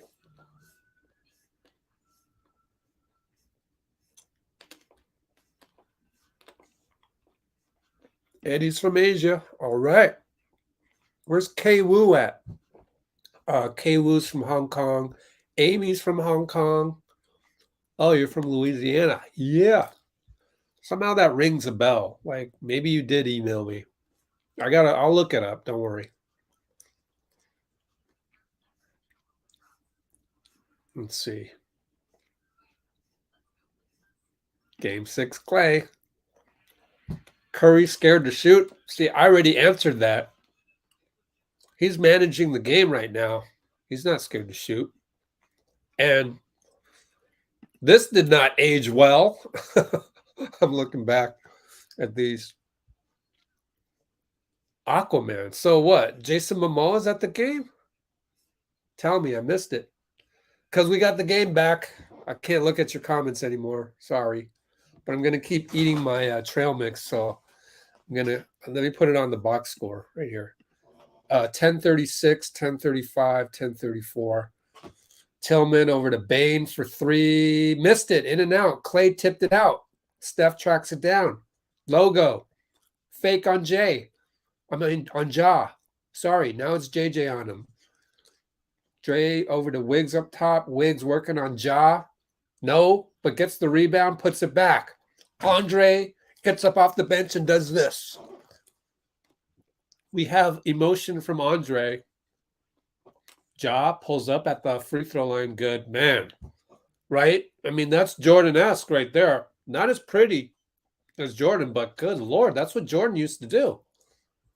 See, that's where I feel like Derrick Rose didn't have that. Am I right? I could be wrong. You Derrick Rose fans, let me know. Steph, layup, lefty. That comment didn't age well. I'm sure there's a lot of tweets that didn't age well tonight. Ja doing, you know what? Jordan didn't play in an era of floaters. So Ja has that going for him. But, I mean, sheesh, he gets in the paint at will. Otto left side, Clay up top, bye-bye to Bain. Dre has to shoot it from the free throw line, and good. So we're maintaining our lead.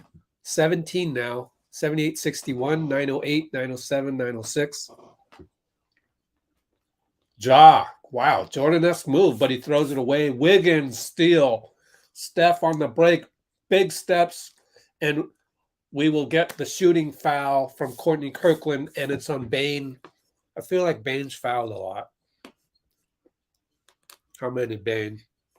3 fouls. Check the comments real quick. Ooh, Steve Francis. That's a good one. But Ja's better, obviously. I feel like, right? I don't know. Maybe Steve kind of just had all those moves in the wrong era. The Livingston shot. Wiggs. Oh, Steven Adams. Gotcha. I got it now. Yeah, that's right. He hella looks like Momoa. And vice versa. My bad, Eddie. My fault. Okay, we're back. Probably hit both free throws. Yep. We're up 19. Ja over to JJ against Draymond. No good. Tip Wiggins over to Draymond. Great defense, Wiggs. Clay finds Steph left side. This is the break that I always tell you about. Oh, and he misses the 3. Damn it. Tillman downhill against Dre, and he says, nah. Over to Ja. Ja against Dre. Great matchup. He backs up. Great footwork, Dre. Messes up the Ja runner, and Wiggs fights. And it's going to be out on Tillman. Tillman argues. He's arguing to the wrong ref.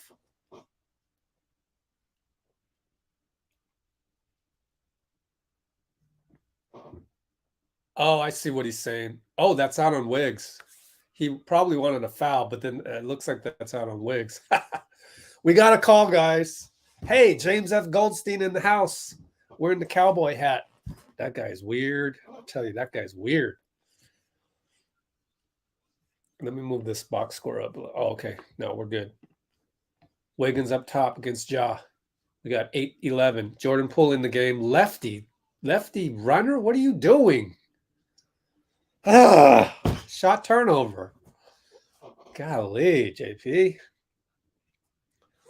So our little run of perfection ends right there. We're still up 19 with 7:58, 7:57, 7:56.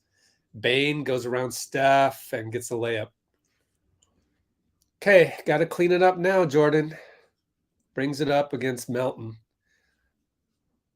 Draymond posts JJ. There you go. Jordan gets the lefty layup on the cut. Beautiful cut, beautiful execution. Draymond assists. Ja downhill. Wiggins raked him. And he still finished it. We're probably just never going to get another Jordan because of the floater. Like there's so much more repertoire now that that kind of move by Ja, Jordan never did. Well, he didn't need to do because he had the hang time, but not even Kobe did that. And that's credit to Ja, and that's credit to this era of basketball. It's wow, that was Ja is single-handedly keeping this game from a 30-point blowout. 82-65. No, that's not right. I had that score already. Is that right? Refresh. Okay. 7:35 to go. I could have sworn we had that already. 82-65. 7:35 to go. Q3 7:35. And we are going to copy these comments for the drawing later. Copy over here. Congratulations to everyone throwing up a positive comment. We will take advantage of that after the game. At some point, I think after the game, after Steve Kerr's Q&A, post-game interview is usually when we do it. Okay. Excuse me. Let's see.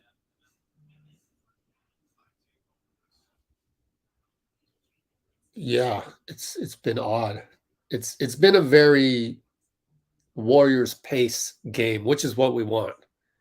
It's interesting how the contrast between our style and everybody else's style, like this is our style, like finesse type game, just a clean game, and we should be proud of that because other teams they get to root for, and Twitter, the evil app, is not doing any justice to Memphis fans in general, because I'm sure there are Memphis fans out there where I can talk, have a normal conversation and be like, yeah, that play by Dylan Brooks, that was dirty. No question.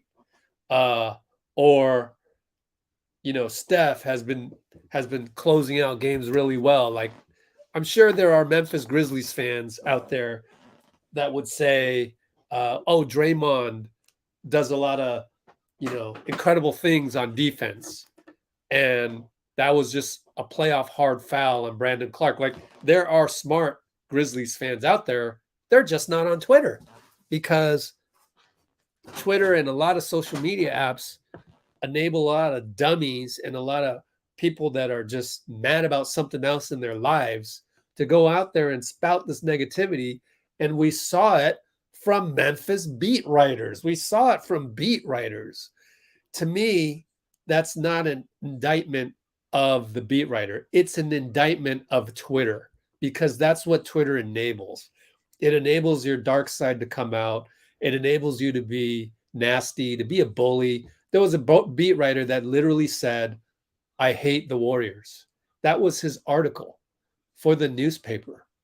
And I don't think that happens without this app called Twitter. Now, Twitter has some good things about it. It brought journalists all in one place. It brought people all in one place, but it also enabled the evil to come out. And so, where was I going with this? I just wanted to say that the way we play basketball, like other fan bases, they have to root for like Boston, like a very physical type play. We get to root for finesse, very rare. Steph forces a shot. Draymond gets a call on Melton, luckily, and that's Courtney Kirkland. So, he's reffing like a robot tonight, but it evens out. Anyway, I go back to that. When you come to Let's Go Warriors, you have got to have that appreciation of rooting for a team. It's so hard to find. I mean, the Chicago Bulls were like this. It's just hard to find a team that's based on skill. Oh my gosh, Clay just shot a one-footed three over after the curl on the dribble. Amazing, Clay. So I think the Clay was due, right? Clay was due. Melton misses again, and here we go. A role player not hitting his threes on the road. Oh, the handoff by Draymond. So looks like Draymond's getting in the rhythm. Jordan Poole dancing with JJ in the paint, out of the paint, back to Draymond. Now back to Jordan against JJ. Does the little hezzy over to Clay. Bye-bye, fly-by, short. Oh, man. We are up by 19. We would have been up 22. Bane tries to do a hero three. Clay almost travels. I'm surprised Courtney Kirkland didn't call travel on that. My Twitter is going crazy, so somebody did something. Jordan Poole with the Euro. That's what happened. Euro, righty finish, timeout, Taylor. Oh, yeah. This is some beautiful basketball, people. I hope you guys appreciate this because 87-66, and we're only in Q3, 6-11 Q3. You don't get to see this type of basketball all the time. I mean, whether it's New Jersey Nets hero ball, even let's say last year, I don't know, maybe Milwaukee. I don't know. I don't watch them enough. But for us to be able to root for a team like this, man, we're so blessed. I mean, this is beautiful basketball, and it's clean. Nobody's getting hurt. Nobody's taking hard fouls. I mean, it's clean. It's clean basketball. This is beautiful. This is the type of basketball I preferred when I used to play, because then sometimes you would go in our Northern California Japanese League. Man, sometimes we had to go to Sacramento. We knew we were playing the Barons and their physical team. I hated that shit, or you're playing in my league, the Dream League that I used to run. There would be some physical teams, and you'd be like, oh, boy, we got to play them guys today. They're going to be grabbing and stuff like that. I mean, it doesn't happen as much in rec league, but it certainly happens a lot in the NBA playoffs. And I just feel so blessed to be able to watch this. Klay Thompson, who does that? Who does that? Like dribble, handoff dribble, 1 foot 3-pointer. Come on, guys. We're lucky. We're lucky to enjoy this with Klay. That's why I'm different. Let's Go Warriors is different. We're appreciating greatness right now, and you have to go through the adversity to get to this point. I want to remind you that all the adversity we went through, you have to go through it. That's the process, and you have to enjoy those moments. And we're trapping Ja right there. Draymond trapped with Wiggs. We're back in it. Pretty good call of Steve. And Wiggins gets a block on a Zaire three. Ja has to launch. Thank goodness he missed it. Look at Draymond.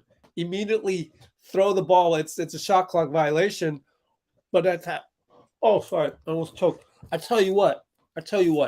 Steve Kerr coming out of the timeout to say, yo, Draymond, go trap Ja. Oh my God. Is he going to get credit for that? Anywhere on Twitter, is he going to get credit for that? No. But on Let's Go Warriors, we give Steve Kerr credit for that. Jordan Poole 3. Missed it. Wiggins somehow got a piece of it, but no, Desmond gets the rebound. Ja gonna attack Clay, dunk. I don't know what Clay's complaining about. That was on you. I mean, it's okay. Ja's fantastic, and you're not 100%. That's okay.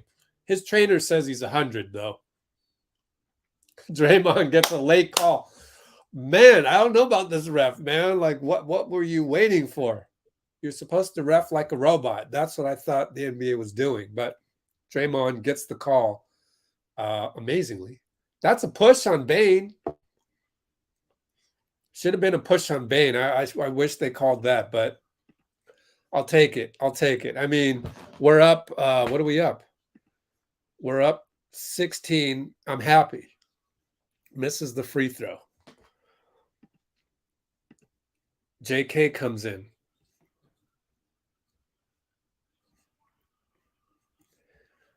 Wins with the block. I'm glad we have Trey Dunn here. We need more people that comment when good things happen. Andre gets the close-up, gets to show off the gold ring, and the gold watch. Sheesh. That's some bling right there. Anyways, glad to have you guys cheering on the team here. Where are all the people that were crying Chicken Little earlier? Oh, Wiggs. I thought Wiggs blocked Ja, but he's going to get the call right there. I guess that's a fan sitting right next to Andre because he doesn't look like anybody I know on the squad. Yeah, he has a normal seat. Andre has the NBA cover on his seat. Zaire on the inbound. JK had to cover 2 people. Are we in zone? Looks like we're in zone. Melton gets a 3. Steph was like, yo, we weren't in zone. He was yelling at Steve on the way back. We screwed that up. Steve will say, my bad. Jordan Poole attacks. No. Ja with the good help. Melton brings it up against Kuminga. Travels. So Melton having a tough night. I'm sure Memphis fans are throwing him under the bus as we speak. Poor guy. Right? Where were the fans that were doubting on Clay? Where are the comments now? But we're good. We have enough of you blue wrenches out here to make up for that. Steph splits them over to JP, attacks over to Wiggs. Ja got a piece of that. Good deflection. Back to JP. 3 rattles in. We're still in good shape. Still up 20. 410, 409, 408, up 20. Nice, easy numbers for me to calculate the 20. Ja hangs, gets over to Tyus. Zaire for 3 over Steph. No good. Draymond, we have their number, guys. We have their number. Kuminga. Yes. Draymond assist. We have their number. Oh, my God. Oh, my. And it happened before game 4. It's happening inside of game 3. It's like we figured them out, you know, in a playoff series when you figure somebody out. Like, what can they do? They've got to bring in Steven Adams next game or something. They got to dice it. Oh, foul on the rebound. Courtney Kirkland again, acting like the robot he's been charged to do. But don't you guys feel that? It feels like we figured them out. Like, okay, suddenly your physicality means nothing to us. Suddenly we can collapse on Ja. And we know what he's going to do. Even if he scores a bucket, we know what he's going to do. I feel like we figured it out. And that's one of my, the 148. Oh, man, this feels good. Every series.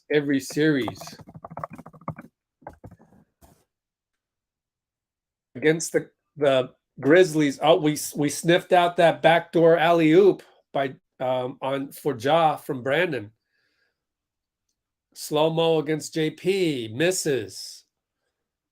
Clay rebounds. So 2015 game 4 Memphis, we figured them out after we switched Bogut onto Tony Allen. Clay with the careless pass, turnover. Might want to take a timeout. But he missed the layup. Luckily, Steph fouled him. So there's no need to take a timeout. They have to go to the line. But it feels, if we can keep this up for another 15 minutes, which is a long time. It's a long time. So it's a long game. We'll see. We'll see. But this reminds me of 2015 Cavs, game 4. We go small. Feels like we figured them out.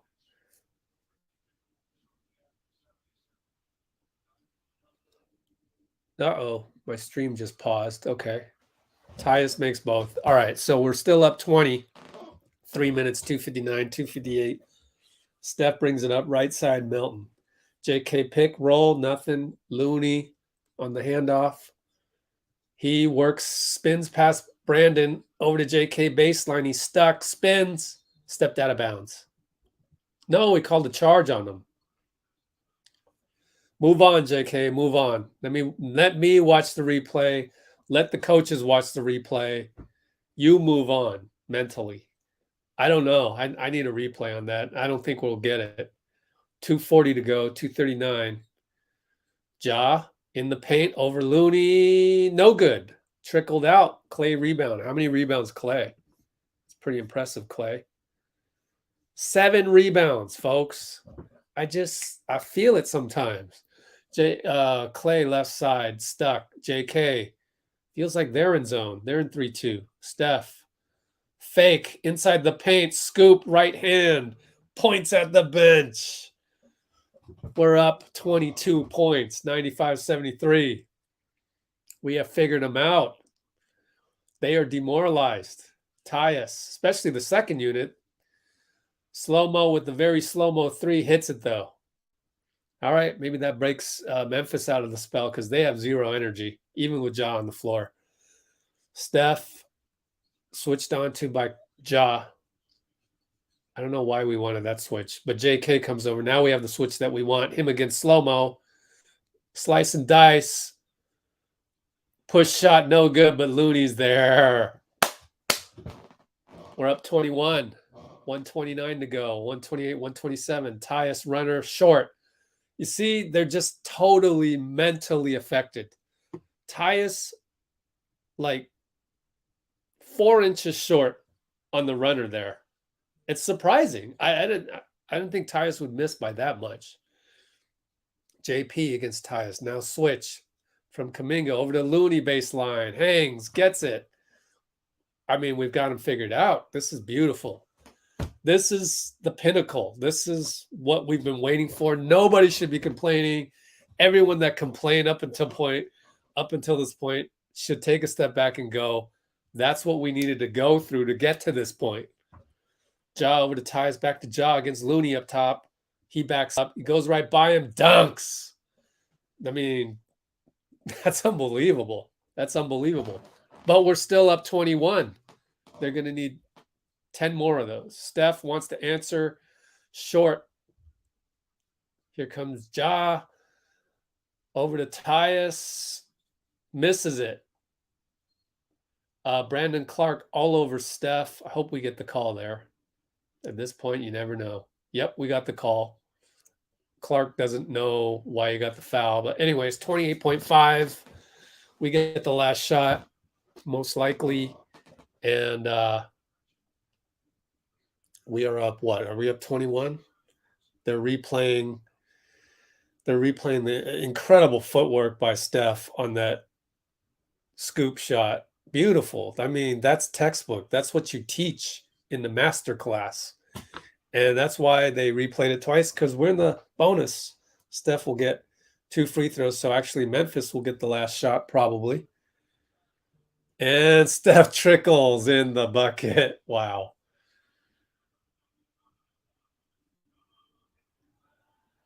Man, that's just beautiful footwork. Beautiful. Inside the paint footwork. Steph up to the line. We're up by 22 right now. Make it 23. Swish, 28.5 to go. Here comes Ja. He'll let the ball roll. Let the ball roll against Juan Toscano Anderson. Pretty cool. Time to bring him in. Up 23. Directly against Ja. Here comes the screen. They switch. So JK's on Ja, but the ball gets back to Ja. Here comes Brandon Clark. Goes by him. Scoop. Good. Too easy. 7 seconds left. Steph against Ja. 4, 3, 2. Throws it over to Juan. Gets blocked. Blocked by Slow-Mo. So, 101.80. End of Q3. Copy the comments real quick. Got 12 more minutes of this. We can live with that. I mean, I feel like we can live with Ja doing that the rest of the night. Go ahead and score 50 as long as nobody else scores. And we keep scoring the way we're scoring. I'll take it. Wear him out a little bit. You know, you just got to wonder what can Memphis do right now? What can they do? And this is great to pull the heart out of. I would love to go read some tweets of the Memphis beat writers right now. I would love to see what the sentiment is.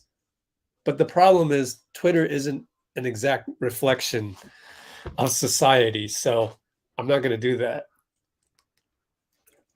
I'm sure there are some level-headed Grizzlies fans out there, not on Twitter, that are saying, you know what? This is some surgical stuff from the Warriors. And none of their young guys are hitting any shots except Ja. And this is what you got to do. This is what you got to do against a young squad. I feel like against a veteran squad, like we have taken the energy away from these guys. And when they have energy, the dangerous thing about Memphis is when they have energy, they use their athleticism. So not only is JJ hitting threes, but now everybody else is feeling more physical. Brandon Clark's got a couple more inches on his vertical, things of that nature. And we have taken that away. We've completely taken away their emotion, and they're feeling down, and you're seeing it a little extra because they're a little bit younger. If you've ever looked at the salary cap table for Memphis, let's take a look. Hoops Hype, Memphis salaries.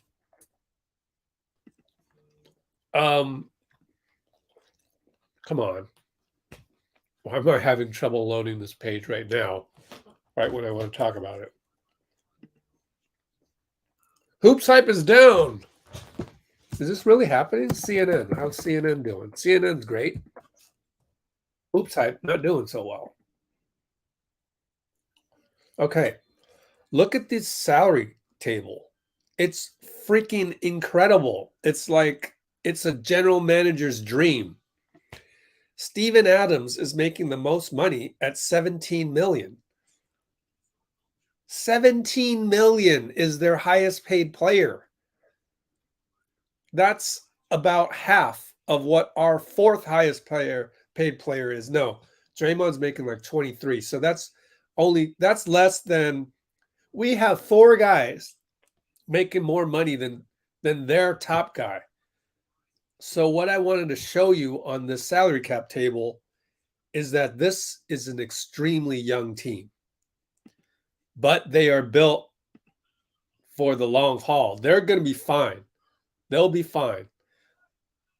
But we're doing what we're supposed to be doing, which is tearing the heart out of these young bucks. And it's a good feeling to finally do that to these guys.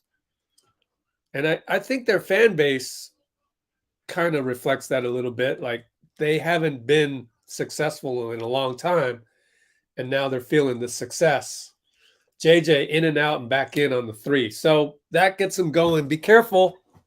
18-point lead. Be careful here, second unit, which is JP Clay, Damian Lee, Otto, and Looney. And they've got a couple starters in there. JP launches Banker. Good. JJ's like, I can't believe that. We'll take it. We'll take it. Sheesh. We need that. Foul on Looney off the ball against JJ. All right. Yeah, let's get it. Oh, Dre, did you email me? You won as well. Giveaway winner. Be sure to have emailed me.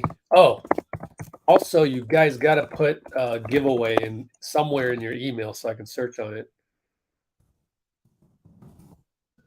Put giveaway somewhere in the email. Uh-oh. Now we got JJ to the line. Another foul on Looney, which gives Looney 2 fouls. Yeah, we just need to play okay, maybe not too bad coming up. But let's try to burn some clock, guys. Oh, cool. So I'll catch up to you sooner or later, Trey. Sooner, I mean. As long as I don't get hit with allergies tomorrow, which is, man, couldn't breathe yesterday. JJ hits it. All right. Down, they're down. We're up by 19, 11, 11, 11, 10, 11, 09, 11, 08. Jordan, pass, Tyus, gotcha. Oh, yes. So good to have this version of Jordan Poole running the second unit. It's amazing. What a privilege. Slow-mo goes by Otto, dunks it. What? Okay. All right. JP goes by Tyus yet again, draws the foul on JJ. JJ wanted a forearm. Not going to get that one. Let's see. JJ has 3 fouls. Replay time. They're not going to show it in reverse chronological, as I have highly recommended a million times. Nope. I want to see the foul, just to see if it was a foul. I mean, I'm pretty sure it was, but the guy was complaining.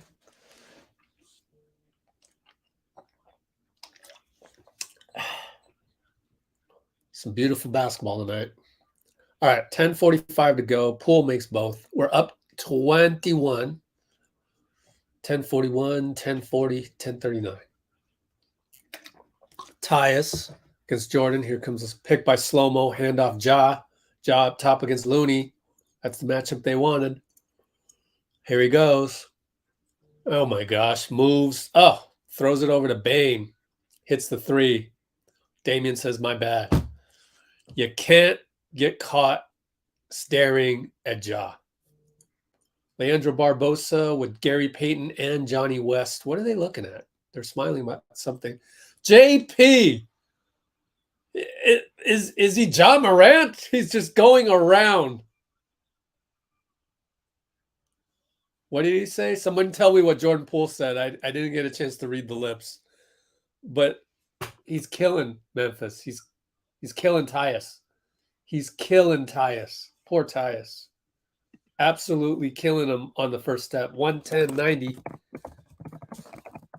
Wow. What did he say, guys? I missed it. Q4 10:06. Let's do another copy and paste. Wow. I feel like we're going to have 0 people on this chat later because there's nothing to chat about. This is such beautiful basketball. Like, we don't need to watch anything later. Like, we're just satisfied. We're just happy, basically. We've reached the pinnacle of the mountain. There's nothing else to do. No, there are still there will still be 2 more games to be won. So the series is far from over. But it sure would be nice if this is the figure them out moment. Sure would be nice. Could be wrong. I could be wrong. Right now, right now. I'm really him. Beautiful. Beautiful.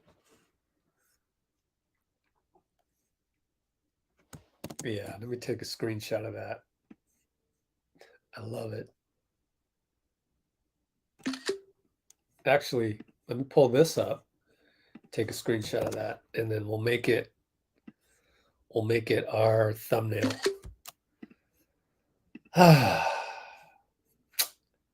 Very satisfied. Finally reached the moment. And what's crazy is I don't feel a need to go post this stuff on Twitter or I mean, I'm happy with everything right now that I don't feel like doing any extra work. I mean, I will later. I definitely will later for the post game. But right now, man, I'm a happy camper. What I will do is I will post to Instagram. I don't like Twitter, so I'm not going to post to Twitter. But I'll post to Instagram. That is really the only way to connect with actual NBA people. Believe it or not. It is how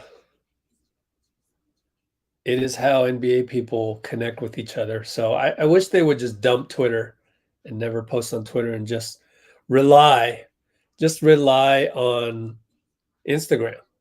Post everything on Instagram. Shams, you got to post your stuff on Instagram.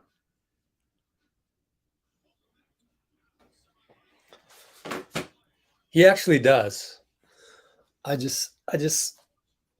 can't stand how I can't stand how journalists are addicted to Twitter.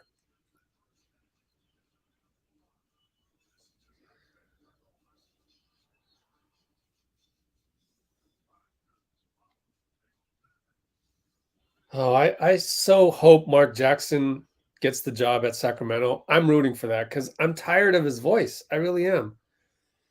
Which I'm sure I'm gonna get,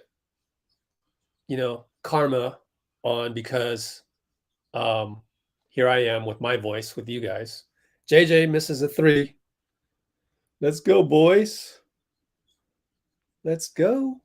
JP goes by people yet again. Man, he's getting the first step like Ja has the first step on us, and Otto scores a three, and we are up 23 with 9:24 to go.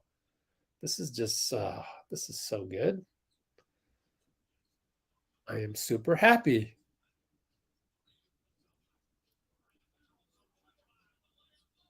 Ja gets in there. Ball is life is live right now. Interesting. Maybe I should go live from nah. I don't think I can live up to it. I used to go live from practices. Looney with the rebound. Looney with the rebound between Desmond and Zaire. Slow-mo has to calm down Desmond Bain. That was interesting. That was weird. Was it on Bain? Who's the foul on? Bain has 4 fouls. I guess it was on Bain, whereas Zaire has 2 fouls. All right, we'll take it. Clay inside the paint. Jumper, no good. Short. Claps his hands in disgust. JP is guarding. Who's he guarding? Ja, I guess. Desmond. Zaire wide open. What are we doing? Anyways, he missed the open three. I don't know what was going on there. Clay gives the ball to Jordan. That must be 8 rebounds for Clay. Clay shoots it. Back rimmed it. Cue the angst on Twitter right now about Clay. Oh my God. Slow-mo. With the slow-mo double behind the back move. What? What the hell? Steve's going to call timeout. That'd be funny if he didn't call timeout yet and if all the Grizzlies went to the bench already. But it's a timeout. We're only up 19 now, only. 113.94. Q4, 8:14 to go. Let's do another copy paste.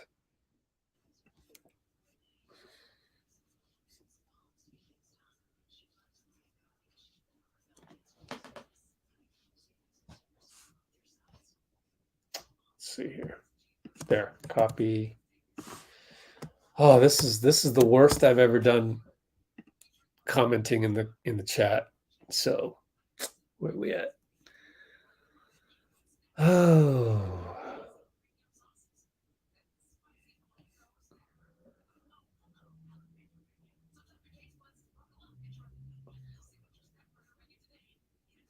Yeah, Clay's is just I have no explanation for that except that he's Clay. Yeah, going back to Mark Jackson, yeah, I'm tired of his voice. I'm tired of his voice on TV. That's it. I mean, it's a couple decades. I can complain about that after a couple decades, can I? I mean, they got tired of Brad Stevens' voice in Boston, so they had to move him out of the coaching. It happens. It's basketball. I hope it doesn't happen here. I hope the information that I bring to you, though, that's the new media that Draymond's talking about, right? Everybody, maybe in the offseason, I'm going to ask you guys, can you guys hit up Draymond for me and tell him that I'm also new media? Because what I bring to you is mostly information. I'm trying to bring you first and foremost information. Those guys are trying to entertain you. Jeff Van Gundy, yeah, there's information going on, but it's not really that profound. I mean, you would think after a couple decades, JVG would bring in some X's and O's. If I was a color analyst for that long, I would have been, oh, they're running horns right now. Oh, here comes, Boston Strong, yada, yada, yada, all these terminologies. But no, they don't do that. And it sucks, actually. And the reason why they don't do that is because they've been and they're being rewarded for their entertainment value. So it's JVG coming up with the next funny thing to say on the air, the next joke to have with Mark Jackson, and then Mark Jackson's going to respond with some kind of, some other thing that's meant to entertain. And I want the information. I want as much information as possible. And when I'm done with the information, then I want entertainment. But the way things are going for me these days, I have so much information about the team that I don't even have time for the entertainment. So that's why I never have time for Stephen A. Smith, because Skip Bayless, anybody, Chris Russo, who the hell is that? I don't even care. I don't care what he said about Draymond because I don't know who he is. Anyways, Steph back in the game, gets a foul call on Zaire. All right, we're getting calls today. That's what happens when you run 0.5 basketball to perfection. I think the one where they had, I think, Draymond to Wiggins, and then out of the timeout, there was another one. What was it? Yeah, that one out of the timeout was an indication of running the offense to perfection, not turning the ball over for live ball turnovers. Notice, we should probably check how many turnovers do we have? 18. So we've only had 4 since halftime. We've only had 4 since halftime, and we're a third of the way through on the fourth quarter. There's Looney blitzing Ja. I wonder if we're in zone again. Let me see. JJ. Oh, they're going to call that on Wiggins? Whatever. We are up 21. So, yeah, I went on a tangent on Mark Jackson there, which got into the information versus entertainment debate that I always like to have.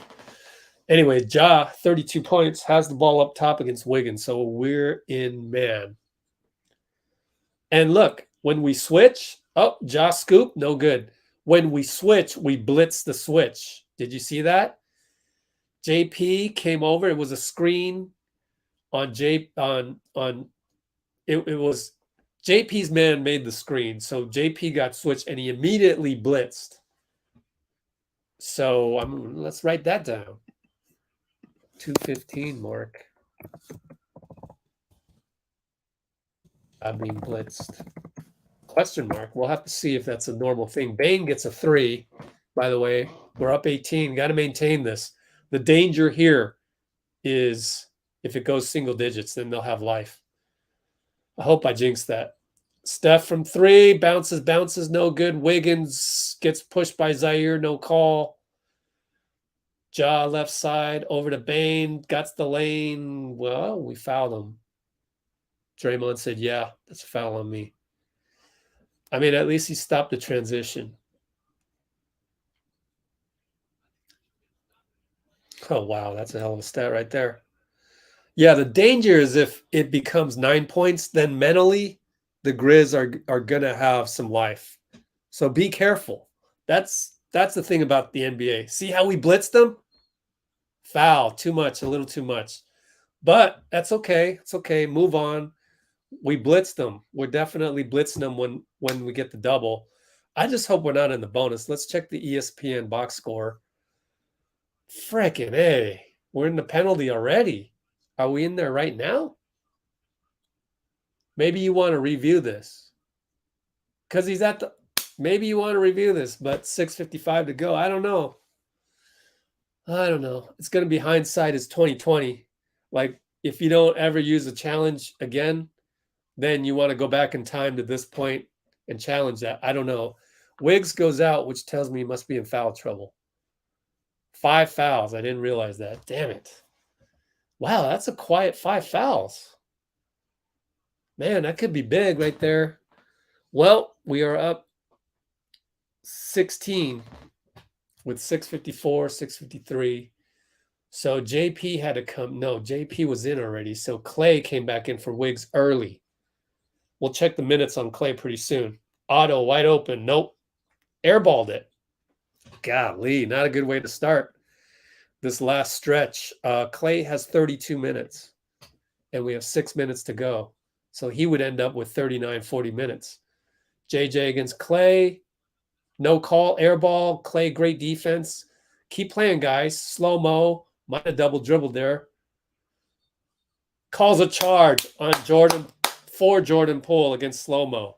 We're getting calls. Oh, man. We're getting calls. Wow. So slow-mo has a tattoo of a cardinal on his left tricep. That's interesting. They're thinking about challenging it. They're not. I don't think they will. Ooh, Ja is pinching his knee. Ooh, yikes. Warriors chant. 6:19 dead balls. Slow-mo got a T, and Desmond Bane's holding him back.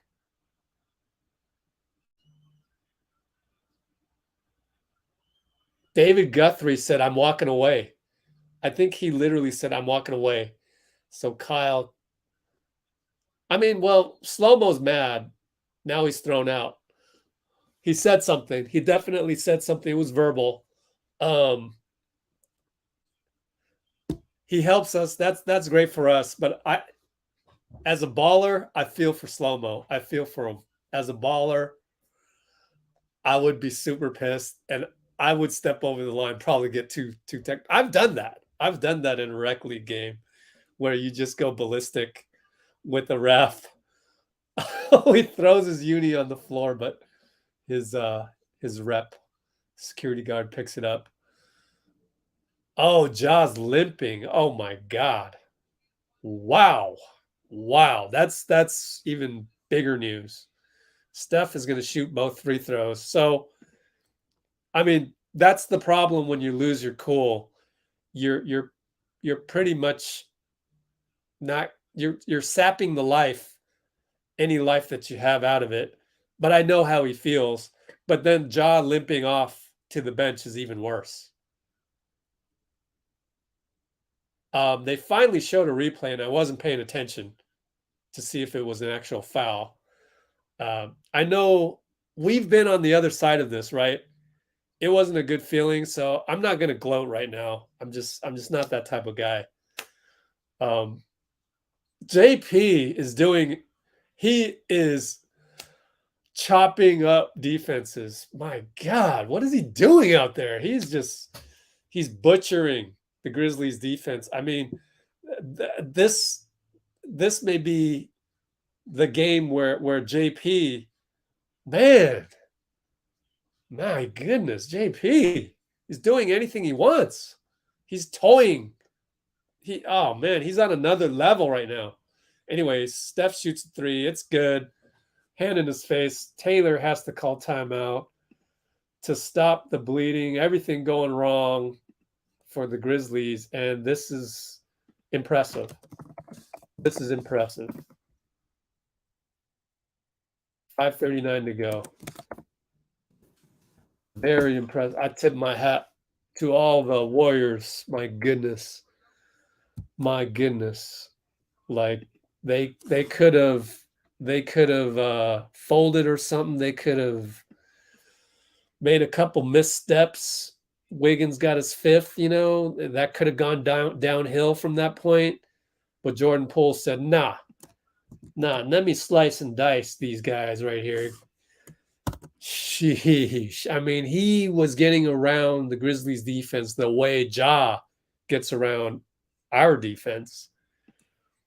So what do you guys say? You say meniscus? How do you know, though?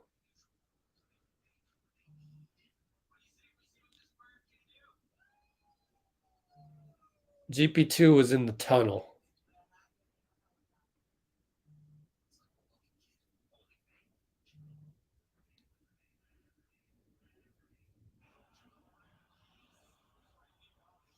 Oh, gosh. Oh, gosh.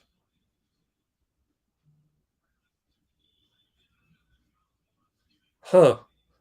It was Jordan Poole going in and reaching in, and his hand like clipped Ja's knee. You wouldn't think that would cause an injury, but I don't know. I don't know. We'll have to see. Probably tomorrow. Konkar in there, turns it over. They got Steven Adams in there. Ja's gonna go to the locker room, and he's limping. Oh no, that was before. Ja's frustrated. Man, he's super frustrated. Golly. JP continues to do whatever he wants on offense, but he misses the layup. Melton for three.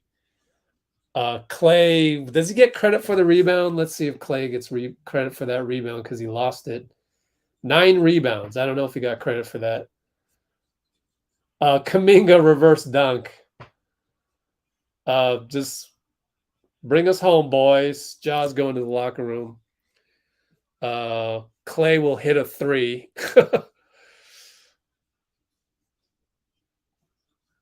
Kuminga got that last rebound.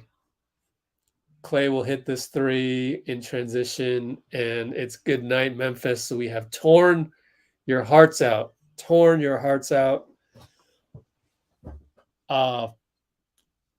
This is wow. I feel bad about Ja.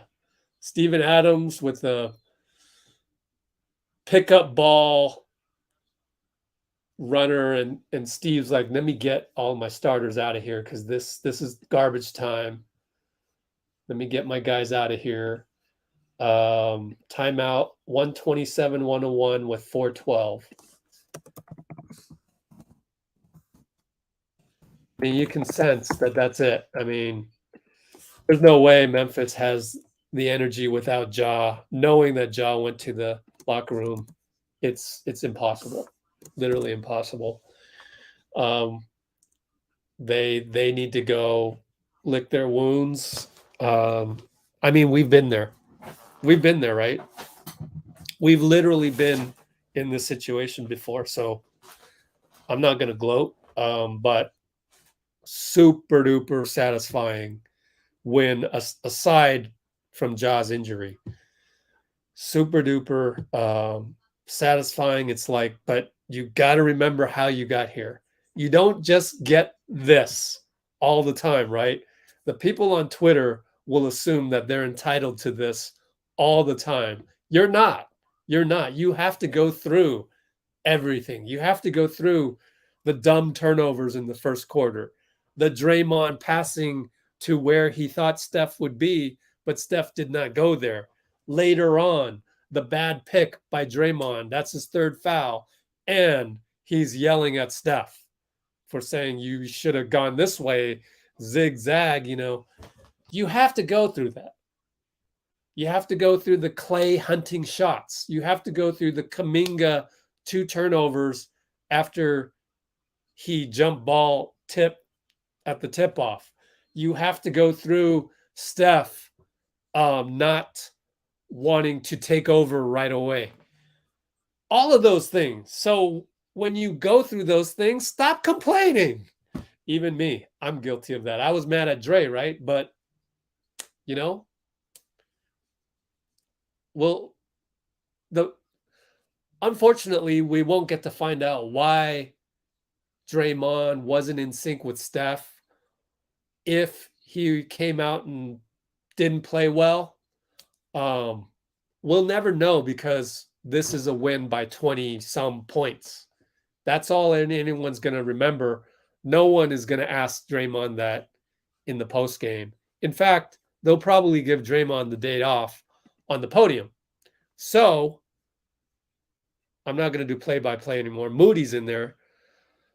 If I look at Draymond's stats, very quiet 4, 5, and 8.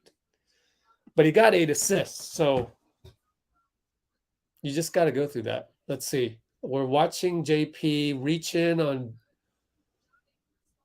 Oh, you know what? That's he pulled JP's knee out. I'm sure Grizzlies Twitter is probably going, "Oh, JP's a dirty player." I mean, no. I mean, that's not no. That usually does not cause injury. So don't be going on Twitter to be mad at any Grizzlies fans right now. That's not worth your time. But we got Warriors chant. And while we're at it, why don't we do giveaway demarcation point? Another one so that I can get that all set up. I've done a terrible job of being in the chat with you guys today, but that's why we have like 10 blue wrenches. Oh, Moody had a dunk. He changed it to a layup and he missed it. But we'll get the ball back as it bounced off of a Grizzly. Let's see. Get well soon, Ja. Yeah.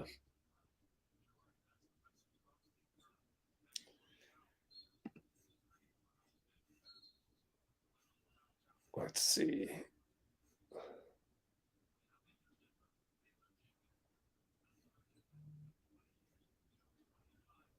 Good to see Moody get any kind of burn. That's great. Yeah, hyperextension, right. On the JP reach-in, right? It was very slight, but I don't know. That's a tough one. I wonder if it was the same sore knee from before. I guess they had illegal defense or something. Damian misses a free throw and hits himself on the head for missing it. Damian doesn't usually miss those. He's a pretty solid free throw shooter considering he hardly ever shoots free throws. Belly's in there. Damian 3.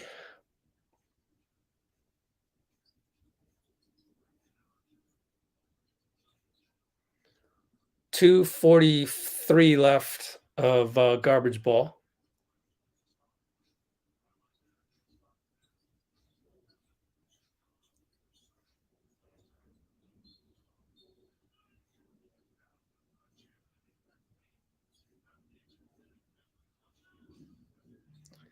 No, I'm not gonna say karma. I'm not gonna say that. Nah. I wouldn't go there. Ja doesn't need to be humbled by an injury, though. Good to have you, Rebel. Previous giveaway winner. Well, really Thursday. I mean, that's a point to be made. A lot of 40 minutes, but I mean, don't get too entitled again. I mean, the reason why JK3, the reason why we can do it is because of Steve Kerr. The reason why 29 other teams, maybe 28 considering San Antonio, the reason why 29 other teams need to have their stars play 36 minutes and more is because that's how it's been done throughout the history of the NBA. The Nets are doing that with Kyrie and KD. I mean, so you can't really put any blame on the Grizzlies for playing Ja that much because we, the Warriors, are the exception. We are not the rule. And that's where we get back into the people on Twitter that have said before that they wanted to fire Kerr at some point. Completely ludicrous. Like, I mean, if Ja's injury is an accumulation of minutes, I mean, there you go. I mean, that's why we do what we do here at Golden State. And nobody else does this. Maybe the Spurs, but maybe not. And the reason why I know that is because opposing coaches, God, don't injure JK, man. Get up, JK. He just did an alley-oop. I wouldn't be throwing alley-oops to JK right now.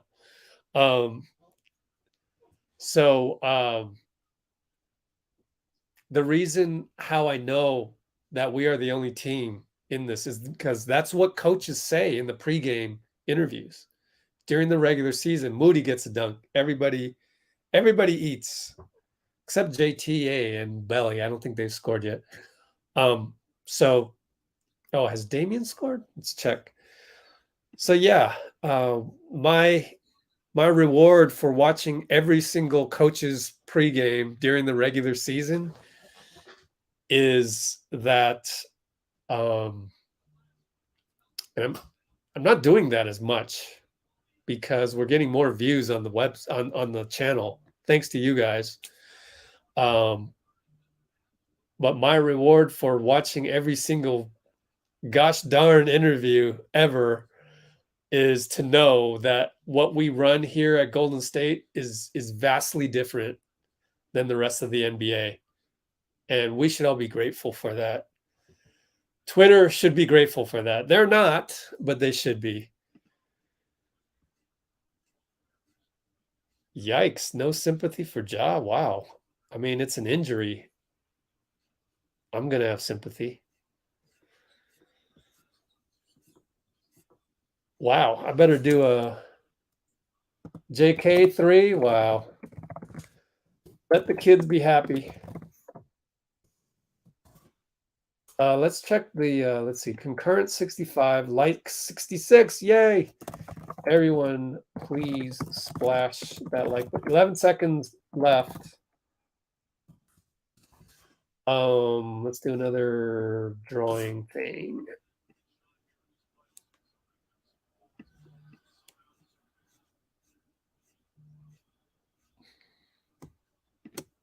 So we got another one here.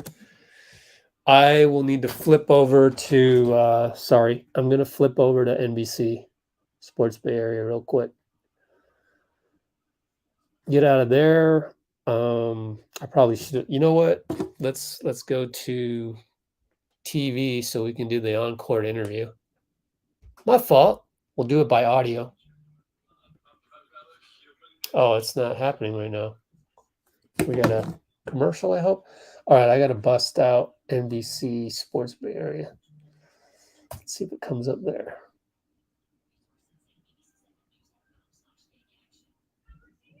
They just never show it on the homepage. Why do they do that? Twitter.com. I can't even see what I'm writing. NBCS Warriors. There we go. Show me a link. Come on, NBC. I can't believe we used to, Rebecca and I also used to put highlights on our Twitter. So outdated now. Cool.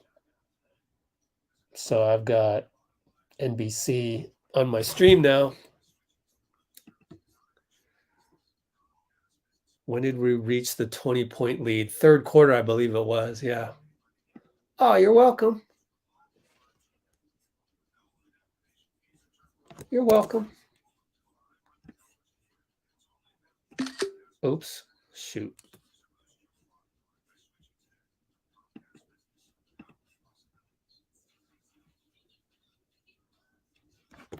Try that again. Okay.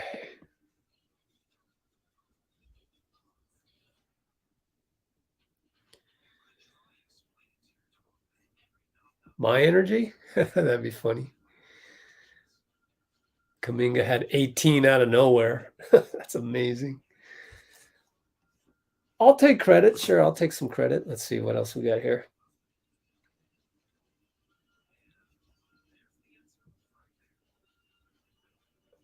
Okay.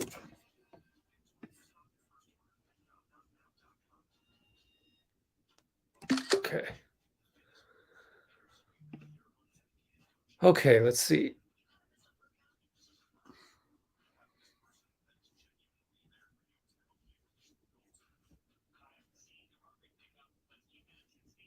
I know, I would too. I would rather beat them full strength as well.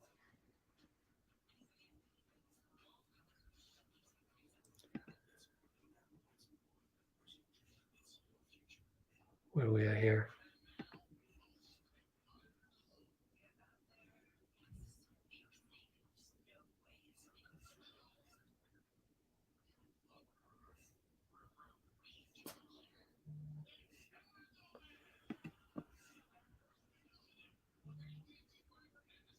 Oh, did they count that? Well, we can look that up. Let's see.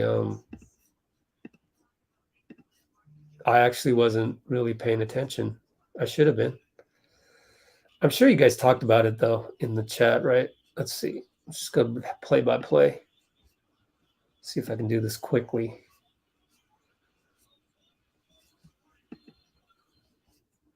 So, quarter two.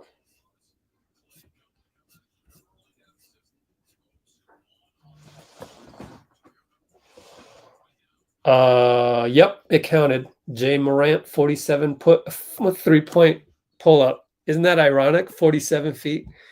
Yeah. Dubs Nation. Wow, we got 98 on the stream. Okay. We will have some interviews coming up. I have both streams going. Local ABC, they'll have some cameras in the arena, I believe. And they maybe had somebody on ESPN and I missed it, which sucks. Pretty sure they probably had Steph. Let's see. Yep. I think we figured him out. Rolling.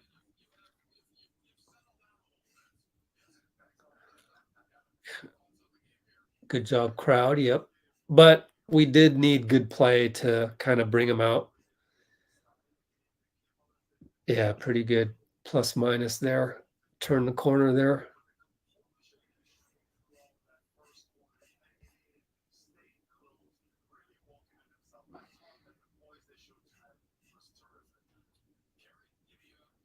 I mean, yeah, that's a given. Just the configuration of Oracle, which no one in their right mind would ever want to duplicate because that building was trash. But I wouldn't say trash, but that building definitely had its flaws, especially getting there and the damn parking lot. Ugh, I hated taking BART after. It was scary.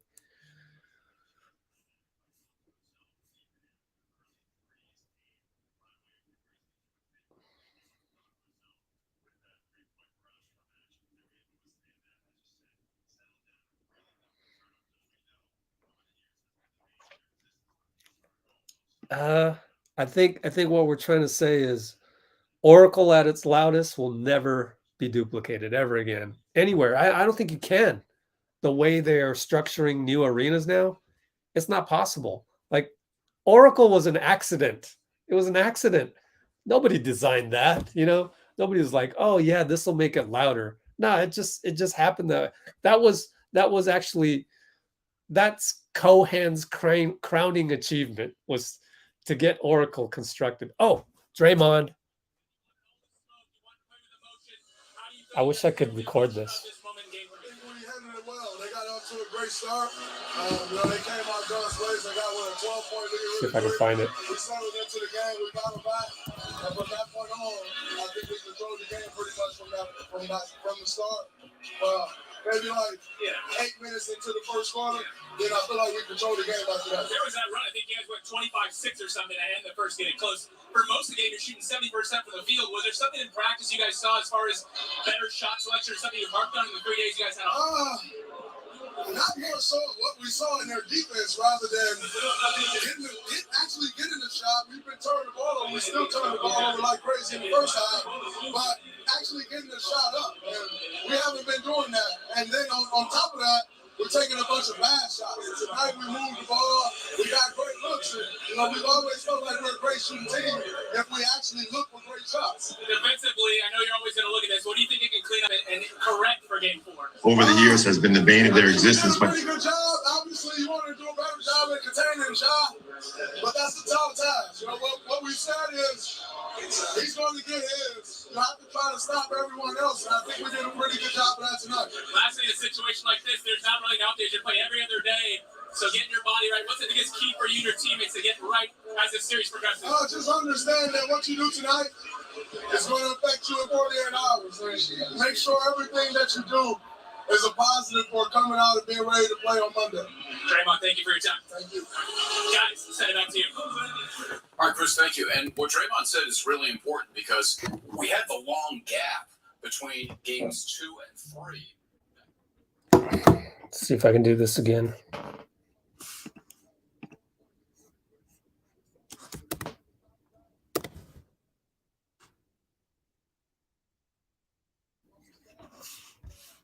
Like 8 minutes into the first quarter, then I feel like we controlled the game after that. There was that run. I think you guys went 25-6 or something to end the first getting close. For most of the game, you're shooting 70% from the field. Was there something in practice you guys saw as far as better shot selection or something you harped on in the 3 days you guys had off? Not more so what we saw in their defense rather than actually getting the shot. We've been turning the ball over. We still turn the ball over like crazy in the first half, but actually getting the shot up. And we haven't been doing that. And then on top of that, we're taking a bunch of bad shots. Tonight we moved the ball. We got great looks. And, we've always felt like we're a great shooting team if we actually look for great shots. Defensively, I know you're always going to look at this. What do you think it can clean up and correct for Game 4? I think we did a pretty good job. Obviously, you want to do a better job at containing Ja, but that's the tall task. What we said is he's going to get his. You have to try to stop everyone else, and I think we did a pretty good job of that tonight. Lastly, in a situation like this, there's not really an off days. You're playing every other day, so getting your body right. What's the biggest key for you and your teammates to get right as this series progresses? Just understand that what you do tonight is going to affect you in 48 hours, and make sure everything that you do is a positive for coming out and being ready to play on Monday. Draymond, thank you for your time. Thank you. Guys, let's send it back to you. All right, Chris, thank you. And what Draymond said is really important because we had the long gap between games 2 and 3. That goes away now. Oh man, the controls on this live stream are awful. So I can't go back, and it's just you got to jump on it when you can. Unless, can I do this? No. Settings. Autoplay. No autoplay. I literally just have to have my TV on, watching it closely, and then since my stream is 2 minutes on delay, then I can bring it up. But I don't see a way of pausing it. sucks.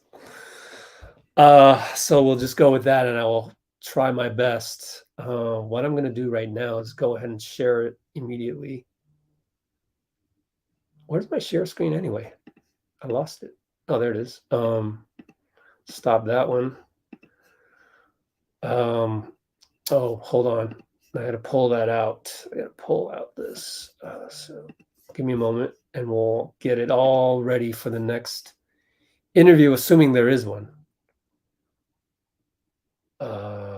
Streamer. Oh, jeez. Now I lost it completely. Shit. I don't need that one. Oh, here it is. So I bring that out, and then I can share that with you guys. Pretty sure this will work without any problems from me in terms of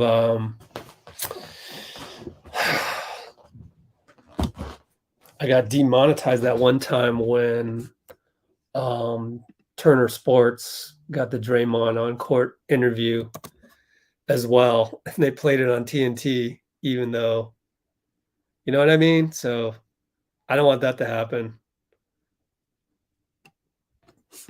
So here we go. It was only a minute 27.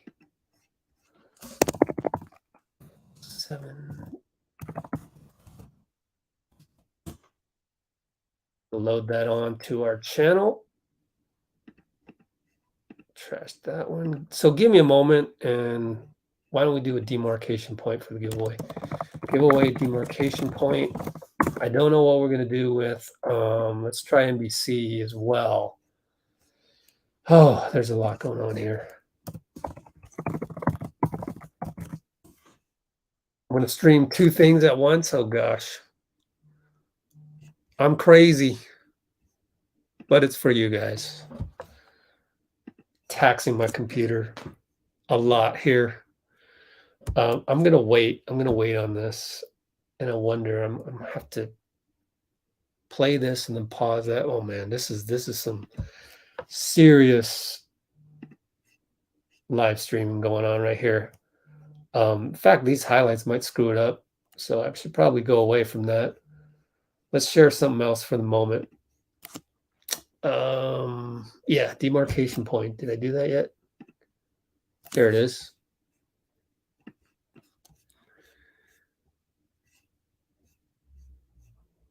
And we might as well just do the giveaway right now. Let's do that right now. I don't see Steve anywhere. And we have, by the way, we have 73 people concurrent, 77 likes. Please splash that like button. Let's get the 100. Why not? And I got to load up YouTube Studio. Let's get this going. Draymond. Wow, I know I'm going to mess up the share screen. I just know it because I have so many screens up right now, but doing my best. Doing my best, folks. Okay, what we're going to do next. Oh, the giveaway. So I go here, paste those comments. Let's do the giveaway. Share that screen so you can see it. Okay. So now we go to a random dice roller. 4 times, yes. I only need to do that 4 times. List randomizer, go over here, copy all, paste it. We should have a ton. We should have a ton of comments here. Go. How many? 3,200 items. So divide by 4. We had 800 comments. 800 comments. So on the 4th one, I need to select. Let's just go all the way down. Command down arrow. And 2. Command down arrow. Let's do this. This is the third one. And now the winning comment. I need to see it immediately. So let's take a look.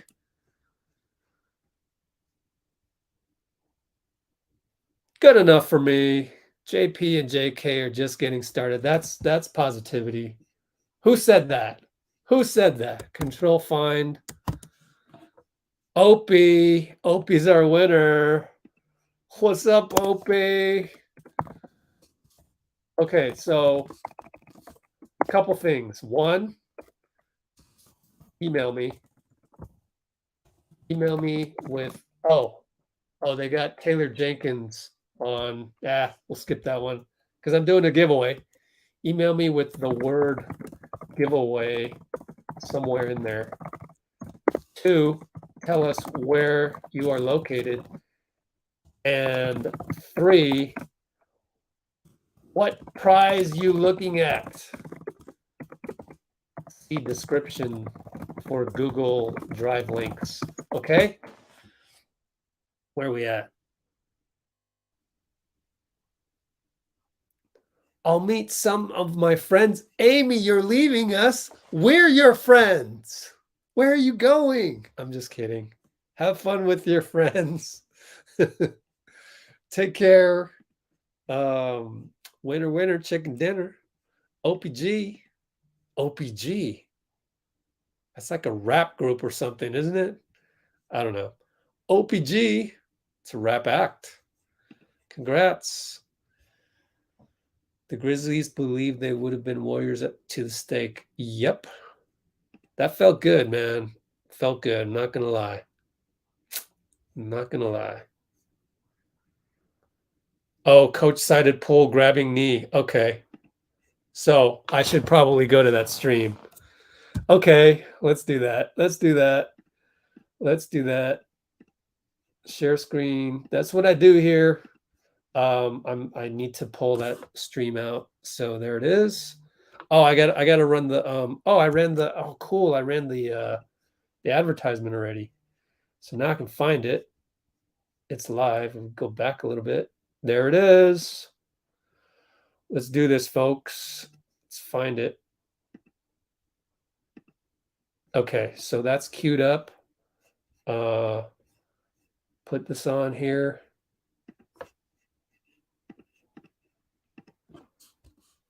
The Stevensons told me they save money bundling their boat insurance with Progressive. No one knows who those people are. Sorry. Got to do something else. Damn it. I screwed that up. My fault.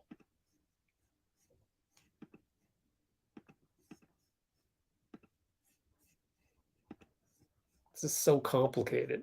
I'm streaming multiple things.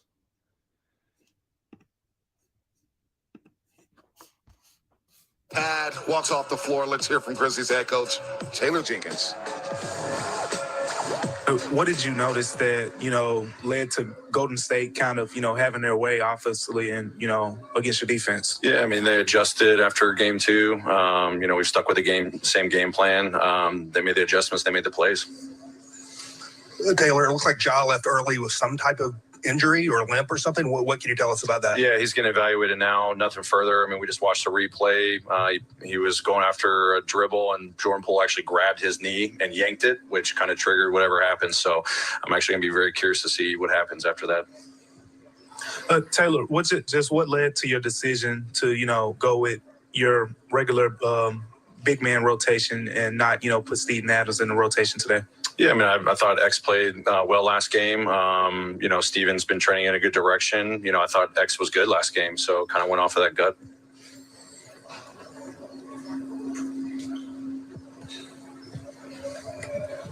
Taylor, defensively, what was the main problem for you guys tonight, and what do you have to look at before game 4? Yeah, I thought they did a good job adjusting. I mean, they've been scoring points in the paint, but we had better crowds there. Our rotations weren't great tonight. They had too many points in the paint. Obviously they shot it really well from the 3-point line. They just got loose everywhere. So, they just broke us down too much. We'll watch the film get better. Taylor.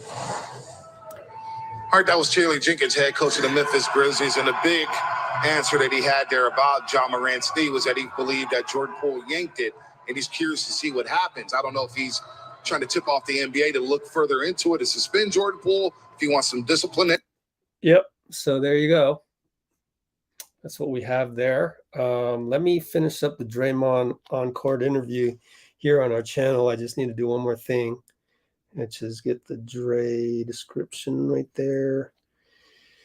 And we'll talk about that. I don't know that you can call that dirty. I mean, I'm trying not to sound biased. I don't think that you can. I don't think you can. And I'm seeing tweets now with Steve Kerr on the podium, which we will get in a minute. We're getting right now. So let me go live there as well. But let me first queue up the Taylor Jenkins one.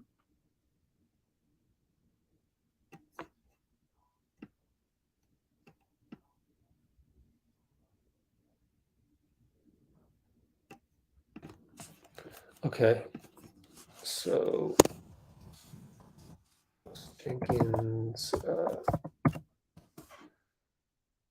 Okay, just give me a moment while I, pay the bills here by uploading video to the channel.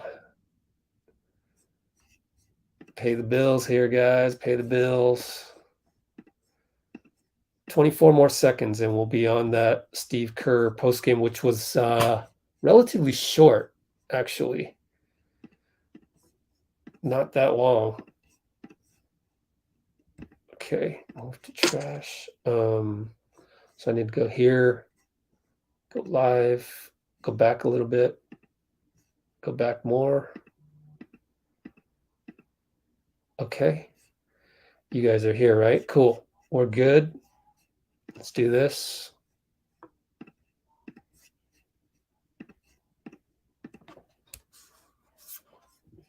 Presented by BMW. Steve, you said it was mostly about your offense last game, and the shots were going to be there, and if you make it, you'll be fine. Was this game, I mean, obviously it's both sides, but was this game mostly your offense just really finding a groove? Yeah, the shot selection was much improved. We worked harder to get great shots instead of shooting into shot challenges, and moved the ball beautifully. And, after that first half of sort of frenetic turnovers, we settled down. We only had 3 turnovers in the second half. So great night offensively, competed defensively as well. We tied the game together really well, and it's a good night.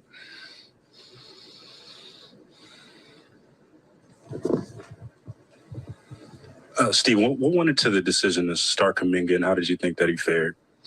We wanted to replace Gary's athleticism around the rim. Memphis is a really athletic team, and it's tough to finish at the rim. You saw Gary do it, first game several times, and we knew JK could do the same. So, just wanted him to get the first crack. I thought he played well.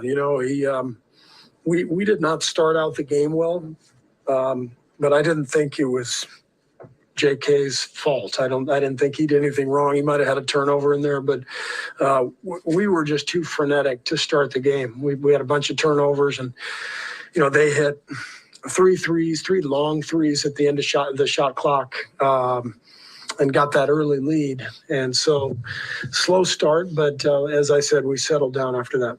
Steve, is this the most mixing and matching and shuffling of guys that you've done in a playoff series in a while, in terms of starting lineup? And yeah, I mean, I don't remember, frankly. We've had a lot of playoff games. We've probably had some times like this with injuries where Steph was out or someone was out, and we had to do some of that. But yeah, I mean, we've got good players. We've got a lot of depth, so we feel like we have a lot of options, a lot of good options. They hit him.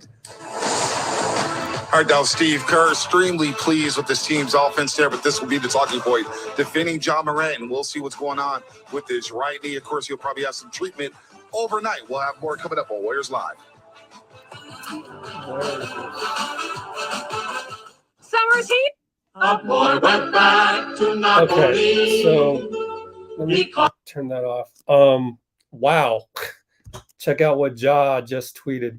I'm sure some of you are on this already. Holy smokes. The drama. Don't you love the NBA? That's what the NBA is about, folks. Best league in the world, man. Bar none. Best league in the world. And this is what he did. What's his handle? John Morant? Yeah. Broke the code. He said broke the code right there. You see that? Wow. Wow. Oh, wow. That's insane. That's insane. Ooh, that one looks worse right there. I don't know. I don't know what you do with that. I wouldn't have thought that that was dirty going into it, but just as I've never seen that. I've never seen that. I'm trying to think back all my years of running basketball leagues, 13 hours every Sunday, and then I would run another league on Tuesdays and Thursday nights. Can't do 13 hours on Tuesdays and Thursday nights, though. I don't think I've ever seen something like that. So I don't know. I don't know what to do with that. Meanwhile, I've got to upload this to YouTube. So give me a moment while you guys discuss in the comments all of that stuff.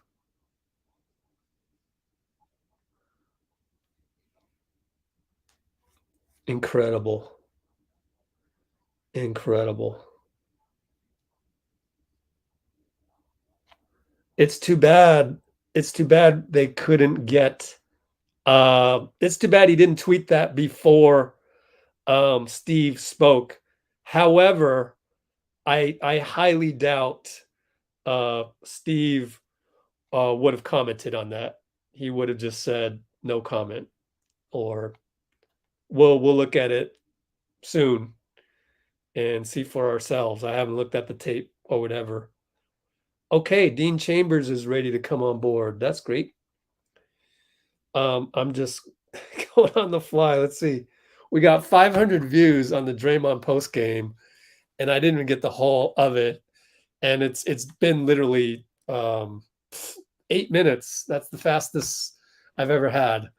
And we got to go to Steve Kerr real quick, and then we'll come back and talk about Ja. So what do you guys think? Was it dirty or not? I mean, as objectively as you can comment, which is very difficult.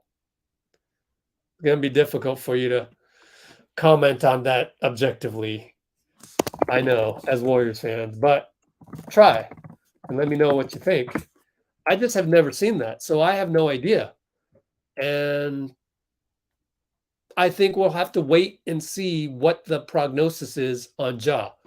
If he tears something in that knee, a la Grayson Allen fouled Alex Caruso. Later on, Caruso showed a break in his wrist, right? Was it? Therefore, Grayson Allen gets suspended a game. If it comes to that where Ja tore something and it was because of Jordan, his grab, all right, then I guess you got to suspend him. But I don't know. I've never been down this road. This is one that is a new one for sure. So I don't know. Let's try and share something else over here. I gotta throw this onto the channel real quick. I'm looking at 2 streams here. You're getting the best of both worlds. I wonder what Chris Mullen has to say about it. Let's see.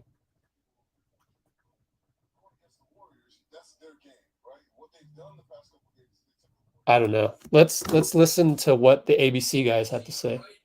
There, where he pulled Morant's knee and Ja Morant tweeted, broke the code. Memphis is upset, feeling that Poole caused this injury and suggesting the NBA should look into this and maybe some disciplinary action should be forthcoming. We'll put that aside for the second. Doc, what did you Put that aside. All right, they're talking to the doc. Fine. Ja holding his knee and rubbing it. What does that tell you? This is good. So when you see that play right there and you see him kind of holding the inside part of his knee, you think of 3 things. Is this an MCL? Is it a patella, or is it a meniscus? The fact that he basically squatted at that free throw line makes you think a little bit more of an MCL. And this Holy is a little bit of shit. speculation, but I have a hard time believing that Jordan Poole's hand caused that injury. If you look a little bit before that, Ja kind of lands a little bit awkwardly, and maybe Jordan then kind of hit an area that was a little bit sore. It would be a lot of force from a hand to be able to cause that injury, but we'll never know for sure. All right, Doc, hang on a second because we've got Jordan Poole standing by with Chris Alvarez.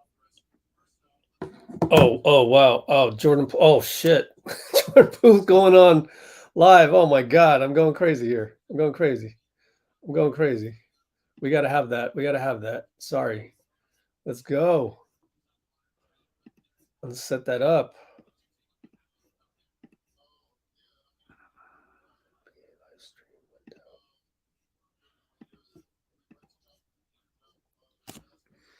Okay, this is what I have so far. So I'm thankfully 2 minutes behind. So let's hang tight.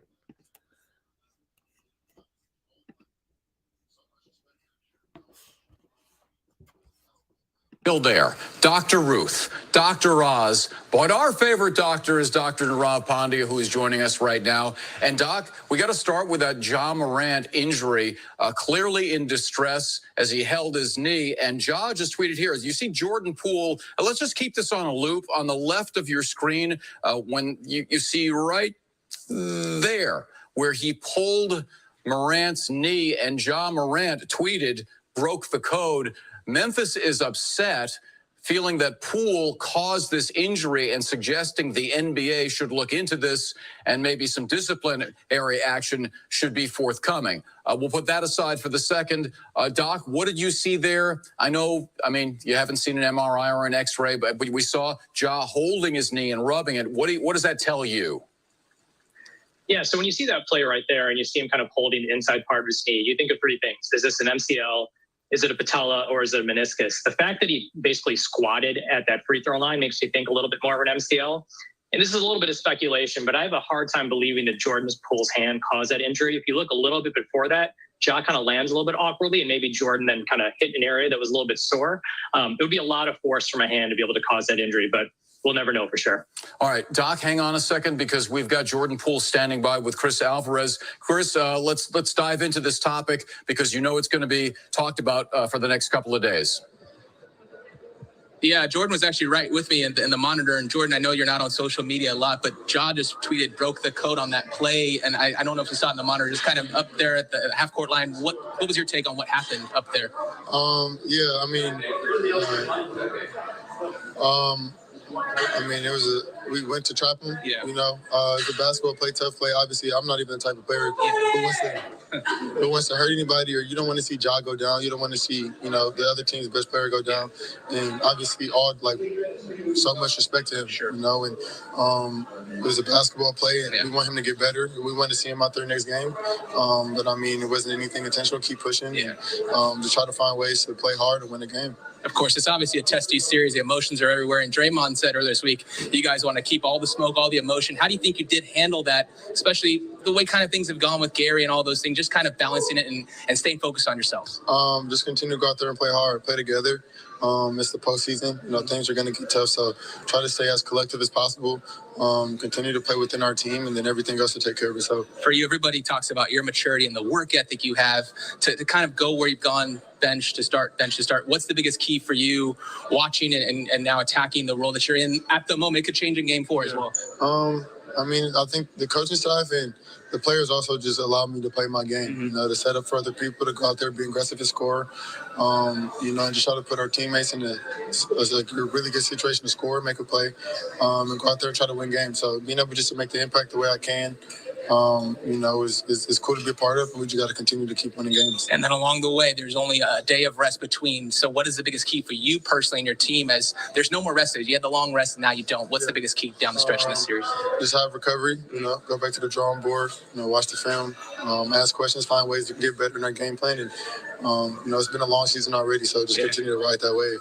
Another pool party, Larry, and we got Jordan on the show again. He's like becoming a regular. So, Jordan, we appreciate your time. Appreciate it. Thank you for having me. Thanks, JP. Yes. All right, send it back to you, Larry. All right, we'll invite him to our pool and have a pool party.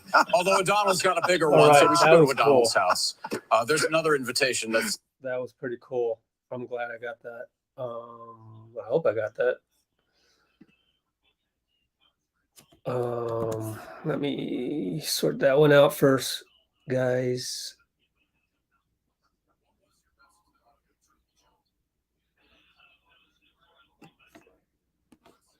Hold on one second. Doc, hang on a second because we've shit. I wanted Doc on there, but now I'm gonna have to. Hold on. We'll put that aside for the second. Doc, what did you? Okay.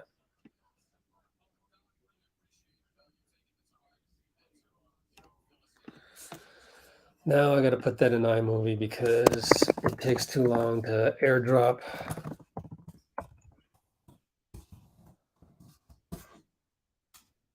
So give me a few seconds on that one. And now we are going to go live with NBC because that's where Jordan Poole is at the podium.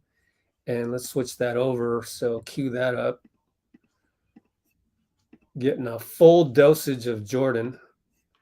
And I still need to go to iMovie. I have to do that. Wow, we got 108 people on the. And everybody splashed that like button. 92 likes, 108 concurrent. Something's not right with that. Please splash that like button. Come on, guys. I'm working hard right here for you. I'm working hard. I'm getting every single Jordan Poole interview on there for you. Least you could do is do a like for me. Hit that like button, people. While I do this, post. Okay, so that's gonna take how long? That was a 3-minute interview only, 4 minutes. So let's go to here. Let's go back a little bit. Yeah, I love that. I love that eye look of Jordan. It's hilarious. Okay, go here.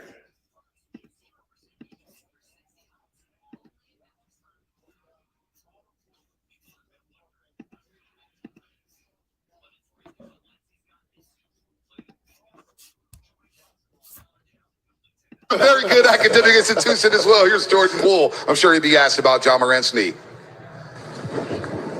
Jordan, can you just kind of take us through what you saw on that play with Ja, or your hand looks like to get caught on his knee? I didn't even really see it yet, for real. So I mean, I don't know what to like say about it. I mean, y'all can show me, I'll give y'all an answer, but I can see it. Yeah, y'all can pull it up.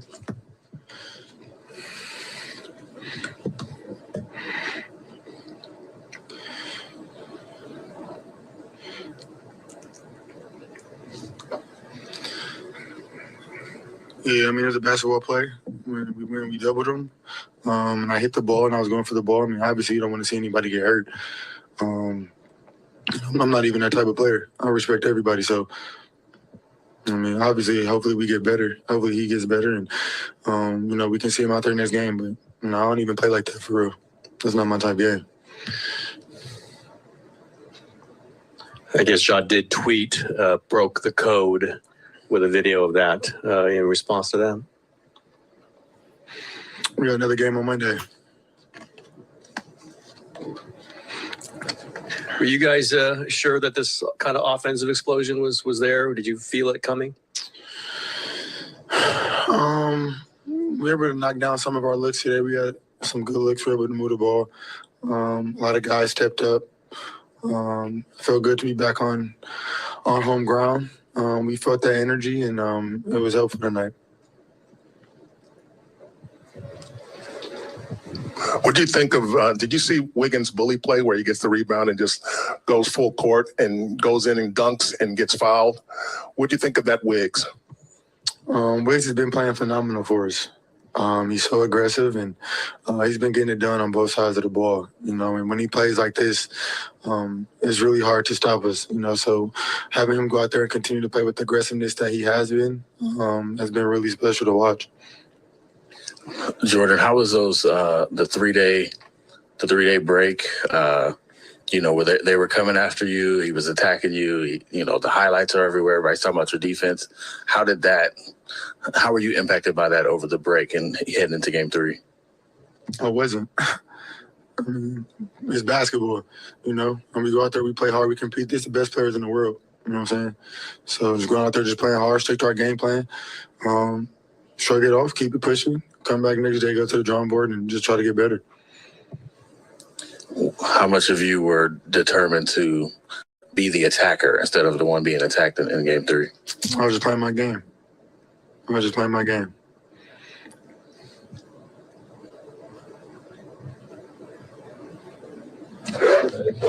you. You with us? All right, that was Jordan Poole there, and I want to know which journalist gave Jordan Poole the phone to look back at the play.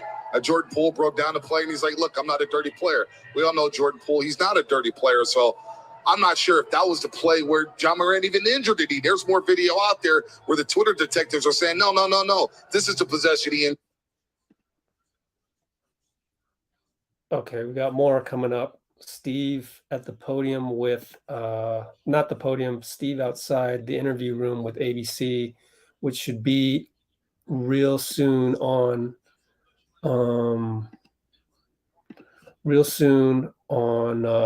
my stream. Meanwhile, I gotta go here. Let's see if I can do this in time or not. Okay, let's go to the ABC. Let's go here. Let's go here.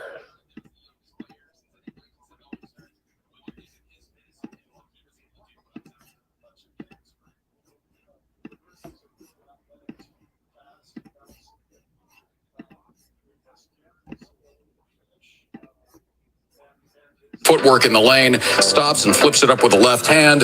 Jordan Poole. Oh, mercy, O'Donnell. Unbelievable. That was amazing. Steph, as I said, had 30. Warriors shot 63% in the game. The only thing that kept it close early was all the turnovers, and they got that under control. And we just talked about this a moment ago. You tell me what Jordan Poole is doing here. The ball is loose. His right hand is going to reach it. He's going for the ball. He catches Ja's knee. It's unfortunate, but you can see the pain as Ja goes down after shooting the free throw in obvious distress in a 142-112 Warriors victory.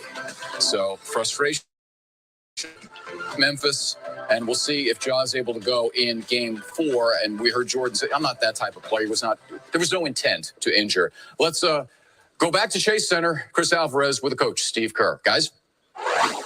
All right, we're here with the head coach, Steve Kerr, after a 30-point win. And, Coach, a little bit of an odd first half. You shoot 70% from the floor, but then you also turn the ball over 14 times. Can you remember a time where it was any half of basketball coaching like that ever? We have an interesting team. We're very talented, and we can be erratic a little bit. I thought we were erratic in the first half, but it was coming from a good place. We were just playing so hard, but trying too hard. And the second half, we really settled down. We only had 3 turnovers, moved the ball beautifully, got a lot of great shots. Everyone's always looking at the lineup. That's the new favorite thing to do in the media. You start Jonathan. He's the youngest player since, I think, 1971 to start. What'd you think of his minutes and what he was able to do when he was out there? I thought JK was great. The Grizzlies are a really athletic team, fast and bouncy, and we miss Gary's ability to finish. and his athleticism defensively. So felt like playing JK would replace some of that, and I thought JK did a great job. This entire year, you've talked about guys being ready, staying ready. Otto Porter has done just that. His plus minus is just an insane number. How does Otto kind of shift the floor when he's on it, both offensively and defensively? Well, he just knows how to play. He sets screens at the right time. He boxes out. He's a great rebounder, moves the ball. He just understands what's happening at both ends, and he makes us better every time he's on the court. What do you like about Jordan Poole's maturity? I heard you talking about him attacking offensively, then also defensively. He's got challenges on that side of the floor. What do you like about the way JP's playing? Well, he gives us another shot creator, another guy who we can run high screen and roll with. When Steph goes out, it's a huge luxury to have Jordan out there creating shots for himself, for his teammates. And Jordan's just come into his own this year. He's been fantastic, and we need him. We need him to continue to do what he's doing. Last one, the rest of the way, it's going to be every other day. So is there a little bit of an advantage, them not knowing who you guys are going to start, the ability to kind of, you can go Kuminga, Porter, Poole, you can kind of mix a lot of different things. Is that an advantage for you as a coach? I don't think so. Not really. I mean, they have the same situation. They could change their starting lineup, and you don't find out until half an hour before the game, and you adjust from there. But at this point in the series, both teams know each other pretty well, and you just got to go out and play. I saw Coach Shanahan and John Lynch, and I think Kyle maybe said he's going to shoot some baskets. I don't know if we'll see if there's any video of that later. All right. I'll rebound for him. Bay Area Unite. Guys, Steve's going to rebound for Kyle. That's going to be a good video. Send it back to you.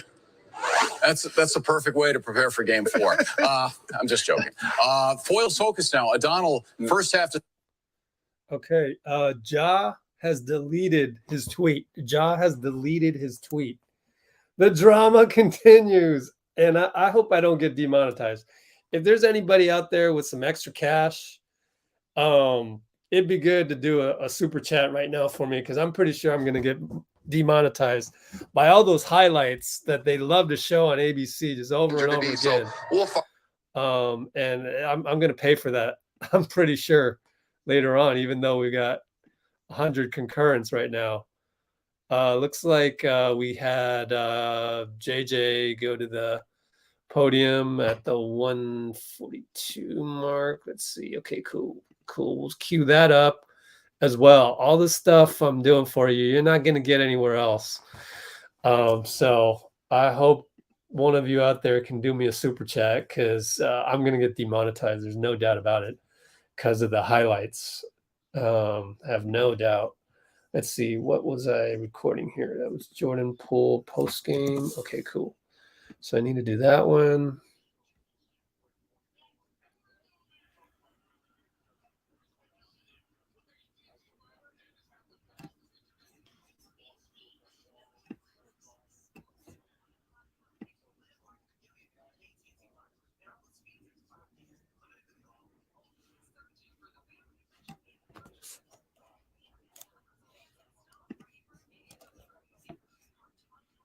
Whoops. Oh, well.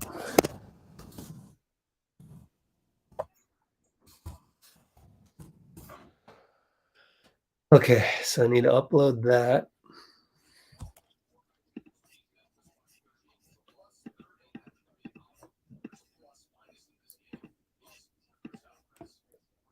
Oh, Otto Porter. Yikes. There's too much to cover. Oh, my goodness. Oh, my goodness. Yikes. Otto Porter is being interviewed. So we got to get to that one as well. And what is this? Oh, yeah. Oh, Steve.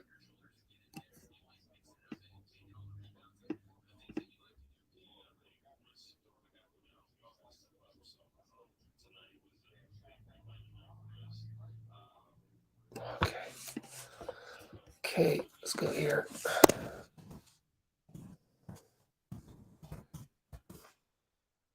That, and then I'll try and get Otto. We'll see if we get there. Gotta get Kerr up there.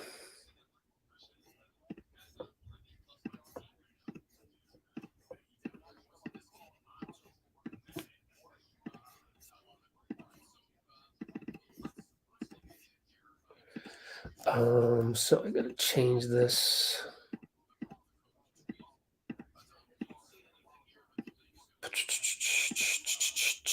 Which one? Which one? Which one? That one. Go here. Nope.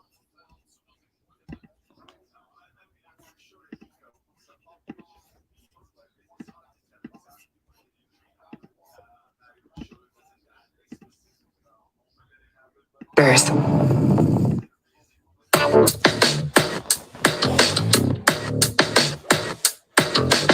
Warriors beat Memphis by 30. Plus 30 happened to be Otto Porter's plus minus in this game. He's with Chris Alvarez. Otto Porter Jr. in there, you mentioned that plus minus. We all love that plus minus. But Otto, when you're on the floor, what is your biggest focus when you get your minutes and get in there? Biggest focus for me is defense, believe it or not. Just making sure I got the guys' back, Draymond. Making sure I'm rotating off of him and offensively just space the floor. With Gary out, I mean, I'm assuming you felt more of a load to put on your shoulders and get in there. Do you like mixing it up and taking all the rebounds and the things that you like to do? Yeah, I think once, a guy go down, we all got to step up. So tonight was a big rebounding night for us. And trying to contain Ja. When you come here and you decide to come here, was this all the things you envisioned, these moments that you're having right now? Yeah, absolutely. Playoff basketball, that's where, everybody's giving 110% and, try to make another run at the championship. Otto, we appreciate your time. Thanks for it, and we'll see you down the line. Appreciate it. Thank you. Guys, Otto Porter, the plus-minus king right now. He definitely was in this game. Automatic. I love it. All right, so let's look ahead. So they didn't know that Ja deleted the tweet. Otherwise, they would have been talking about it. And now they're saying goodbye. So that could be it on that one. And meanwhile, I gotta, let's see, stop this one.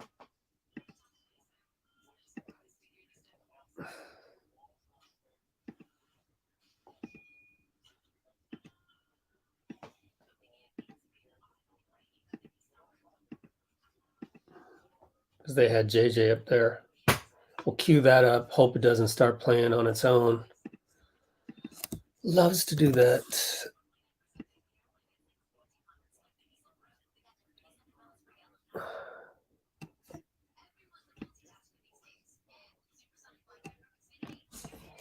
Okay.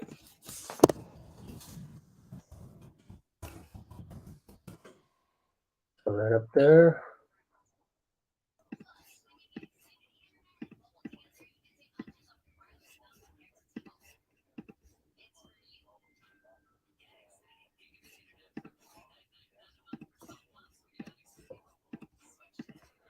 Give me a minute and we'll throw JJ up there on the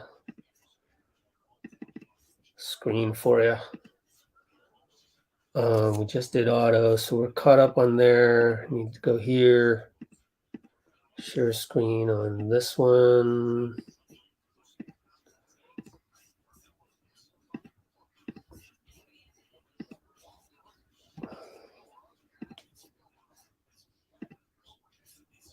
Draymond Green holding court at the podium. Oh, we'll come back to Next Level Sports. Jaron, just one more for you. Your coach was just up here. He mentioned Jordan Poole. He said it looked like Jordan Poole grabbed Ja's knee on that play. Ja just tweeted, broke the code with the replay of it. And I'm just curious, just kind of what the team reaction was to that play. I mean, we didn't know. We obviously didn't know during. There was a lot going on, K, and there's a bunch of stuff going on. But I mean, you just gotta. We gonna ride for our own. So our mentality, and you just. There's gonna be a lot of plays during the game.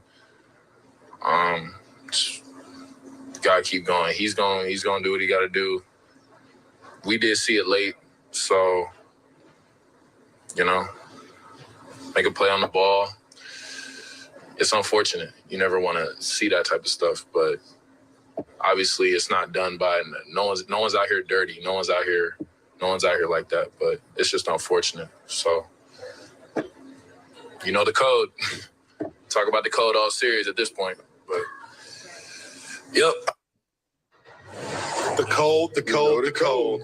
We all know the code at this point, but Jared Jackson Jr. saying nobody's dirty. We don't believe anybody's dirty. We don't believe that Jordan Poole. Well, Dylan Brooks, on the other hand, I got questions about that. The intent that he had against. Go here real quick. Let's see.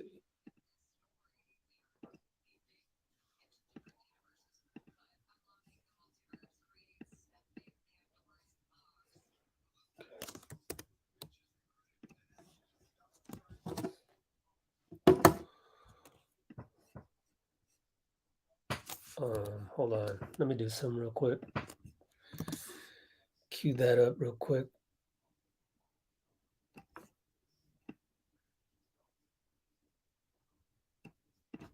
Okay.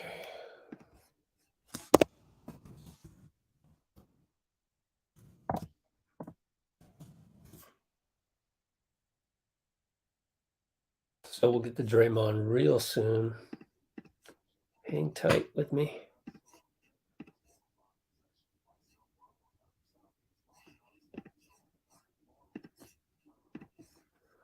"24 more seconds and we'll be there or less."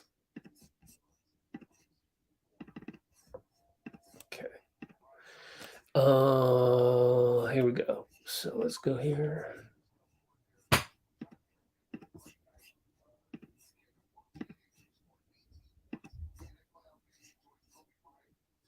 The Warriors had the second best record at home during the regular season in the NBA. For more info like that, go to NBCSportsEdge.com. Now let's hear from Day-Day. Draymond Green holding court at the podium. Draymond, was just the matter of you guys getting in an offensive rhythm tonight? Was that, do you think, the difference in this game? I think it was a matter of stop turning the ball over. We turned the ball over a lot. The first half, 14 turnovers, 3 turnovers in the second half. So we've always, believed that we're a very good shooting team, but if you're not getting looks at the rim, it doesn't matter. And then getting good looks. I think tonight we found great shots. We didn't just settle for good shots. We found great shots and they went in. Draymond, how much is Clay a barometer for your offense when he's going? It seems like the team's going, maybe kind of because of the way he plays, right? I mean, if he's getting those catch and shoot shots as opposed to dribbling and hunting for them, isn't that a great sign? And isn't that what happened tonight? Yeah, I mean, we all know what Clay is capable of. He's one of the greatest shooters that ever played this game. I think a lot of people tend to forget that. One of the guys who revolutionized the game of basketball. So that's what we expect from him. And, our words to Clay is always, let's find you great shots. And you find Clay great shots, he can knock them down, as we know. Draymond, what did you think of Wiggins playing bully ball, going coast to coast, ripping the rebound? That's what we've been asking Wiggins to do all year, for 2 years or however long he's been here. Put your head down and get to the hole. It's very hard to stop him from getting to the basket. And, that was an incredible play right before the half. But that's who he's been all playoffs long. It's bigger than just dunks. The way he's been rebounding and the physicality that he's been playing with and boxing out. I think, sometimes we get caught up in rebound numbers. But when you're a guy that boxes out, you don't always get the rebound. And he's been doing an incredible job no matter who he gets matched up on of boxing out. I mean, I saw 4 or 5 possessions myself where I'm on the other side and he's boxing out Tim Tillman and knocking the ball away. And so we need him with that mindset. It's huge for us. Draymond, you see Porter with a puck. All right, Jonathan Kuminga here, started tonight, and we're going to get into him after Draymond Green just held court there. But Jonathan Kuminga with a great night, became the 4th teenager to score 18 points in a playoff game. He joins Kobe Bryant, Tony Parker, and Carmelo Anthony. And look, he got off to a rocky start, but then you look at the box score, you're like, wait a minute, this guy finished with 18 points? Yeah, that's nuts, isn't it? Just like that. Like JK, man. Human Torch.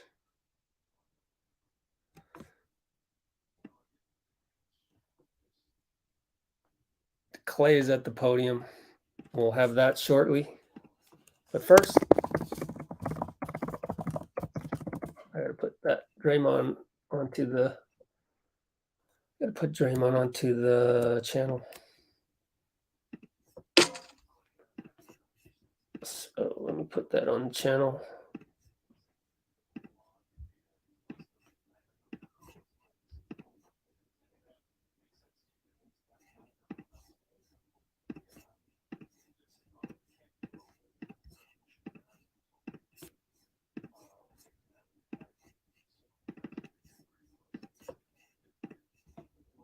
Now we can go to Clay. You guys have that on there? Yep, you do. So you're good. Let's see. Let's go here.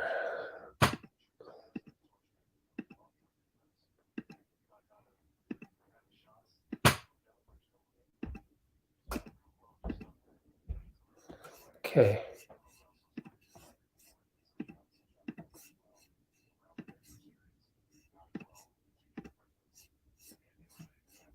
At his best game in this series against the Grizzlies. Let's hear from Clay after he dropped 21 tonight against the Grizz. I'll start off with the John Moran stuff. Whether there was a tweet and then he deleted it. Wow. Some feelings of that Jordan broke the code.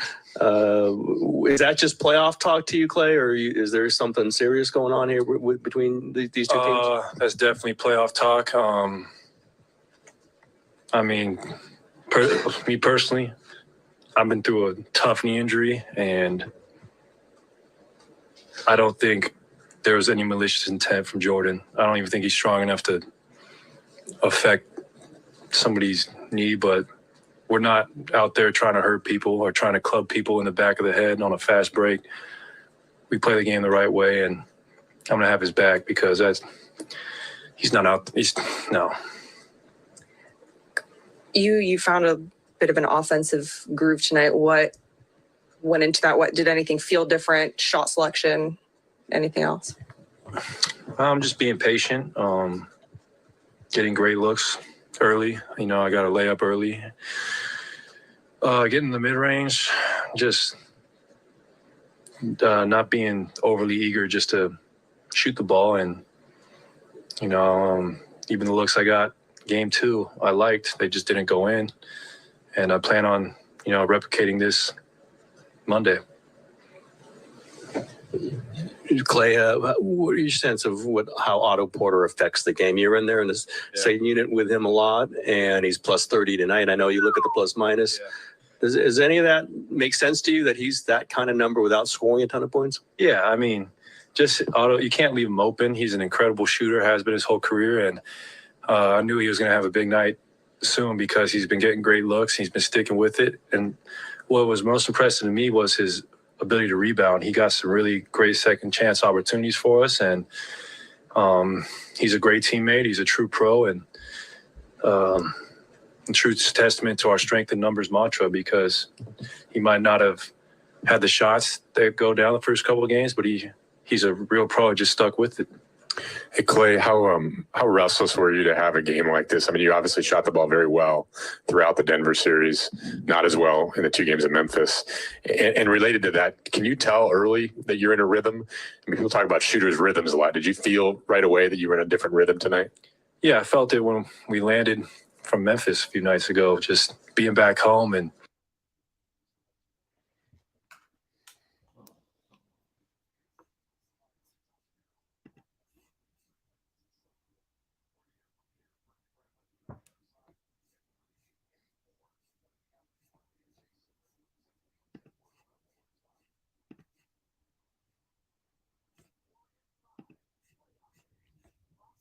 We're gonna redo that, so just hang on. When you drive a Honda, the adventures go on and on.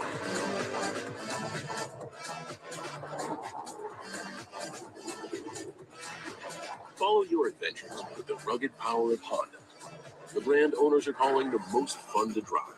Hurry into a local Honda dealer where new vehicles are arriving daily.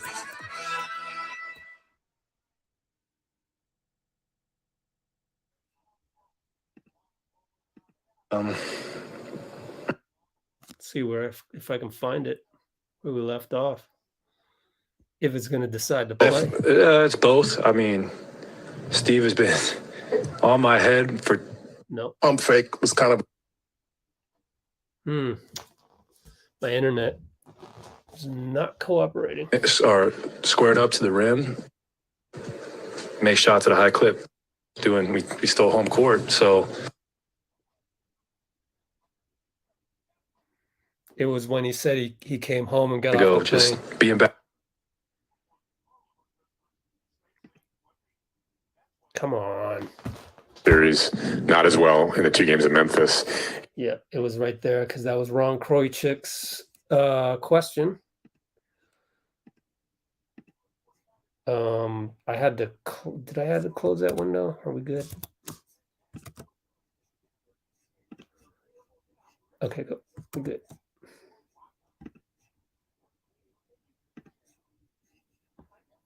And related to that, can you tell early that you're in a rhythm? I mean, people talk about shooters' rhythms a lot. Did you feel right away that you were in a different rhythm tonight? Yeah, I felt it when we landed from Memphis a few nights ago. Just being back home and being in your normal routine of getting outside, enjoying life is really good for the mental. And although I didn't shoot the ball well in the first 2 games, we did what we were supposed to do, and we stole home court. So I could choose to dwell on missing shots, or I could be a real pro and see the positive in things and know that I had more opportunities ahead of me to make shots at a high clip. Are you curling around that screen thinking, you're going to take a one leg leaner, or how's that shot? No, that's just off feel. And as long as my shoulders are squared up to the rim, I could take a 1-footer or 2-footer. I think it's a good look, and I've done it before, but that was just in the flow of things, and I'm happy it went in. Like Steve mentioned that your pump fake was kind of an indicative of your patience tonight. Does that allow you just to reset and kind of rebalance yourself if you want to do that, or is this just to get the defender off balance, or both? It's both. I mean, Steve has been on my head for 8 years now to pump fake, and he sees the game. So I took his comments to heart, and sometimes I forget how hard guys fly at me, and an easy pump fake side dribble or pump fake reset is a great shot for me. You guys have never scored 142 in a playoff game. Wow. Does that surprise you that you know? Not really, because I mean, with the emergence of Jordan and Andrew doing his thing tonight, and Steph and myself, we got so much firepower on this team that I think we are capable of nights like that. Shot selection was being pretty heavily emphasized yesterday after practice, and then today you guys were pretty close to breaking the postseason record for like field goal shooting percentage and then true shooting percentage. Yeah. Did you feel that you guys were taking better shots, or just kind of when you're collectively just in that crazy shooting zone? What's that like? Yeah, I think so. And myself included, I felt like I was getting some good looks, and the ball was really moving tonight. And when we trust each other and we just hit the open man, we got so much great shooting that we're capable of nights like this. So we got to build on it. None of the guys in our locker room are satisfied. We did our job, but we still got 2 more to get. All right, Klay Thompson there holding court. That one-legged three, that is just so filthy. We're to hear from Kareth Burke and Grant Lithman on the other side and preview Game 4. That'll be happening. Okay. Somewhat caught up on that. Except for the fact that the stream cut off on me. That sucked.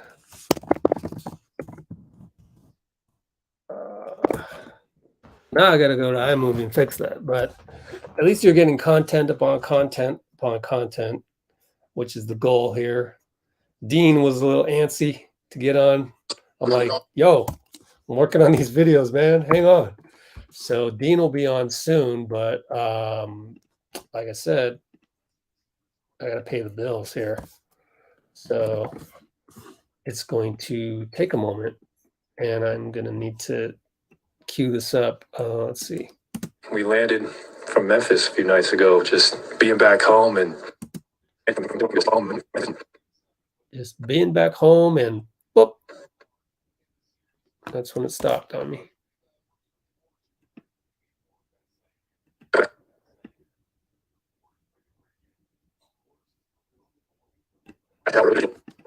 right away that you were in a different rhythm. Nights ago, just being back home and there. So now I can splice that. Boom, boom. Technology at its finest right here.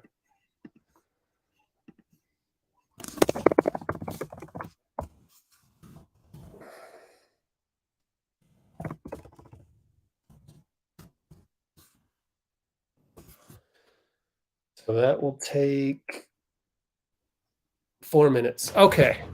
So we're about to get Dean on here. Let me email him the link real quick. Let's see here.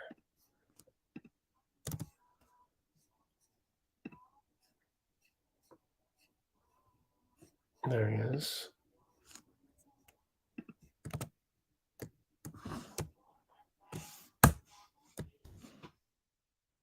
Okay, just sent you the link, Dean. Our winner tonight was Opie.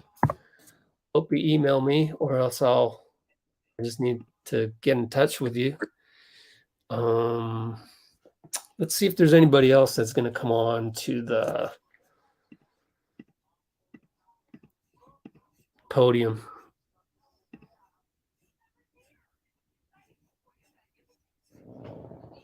There it is. So we left it on here. He deleted that. Tweet deck.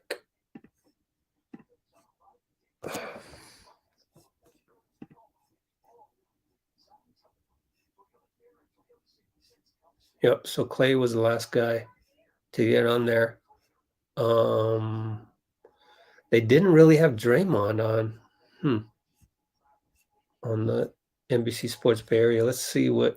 Oh, Steph is at the podium. So there you go. Steph should be next. And then we can go. Steph Curry. I need a Draymond quote. Talked about Wiggins and Kuminga, Clay. Wiggins, Kuminga, and Clay is what I remember. Where's Dean? I need Dean now. Come on board, Dean. Log in now, Dean.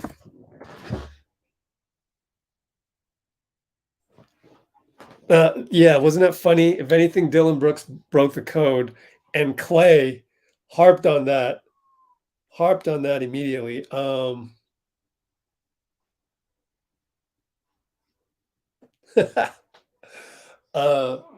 of Memphis, all of these guys who have not been to the playoffs all that much, they're going crazy. They're going crazy. I saw something on Twitter. I'm not gonna throw kerosene on the outrage fuel, on the outrage fire. I'm not gonna do that. So, post game on Wiggins. What do you say about Wiggins? Let's go back here.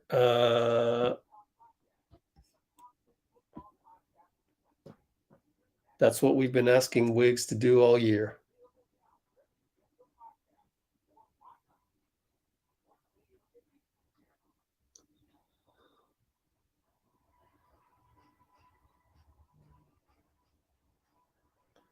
That's good enough. Ah.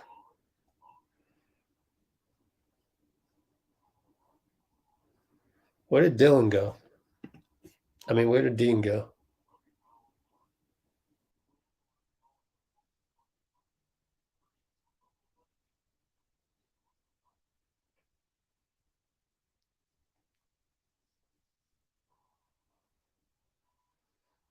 check you guys' comments in a second. I got to put this up here. Draymond post-game. Draymond Wiggins analysis. Good. And one last thing.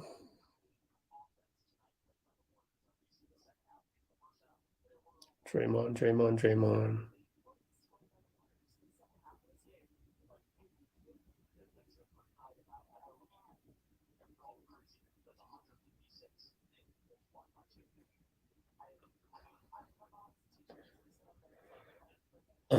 Okay.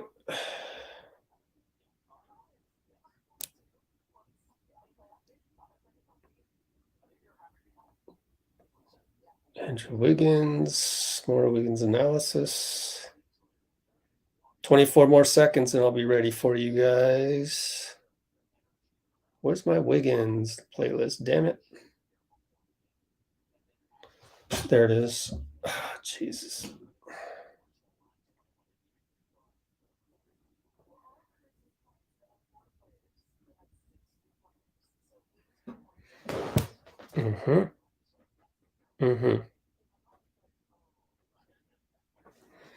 There's Dean. All right. Hey, how's it going? What's up? Oh man, Get out of here in a second. Yeah, I got to use the restroom real quick. So glad you showed up. But yeah, why don't you let's do a timestamp of where you joined at the 3:51 mark. So I had to put that down. Hold on a sec. 3:51 mark, Dean. Oops.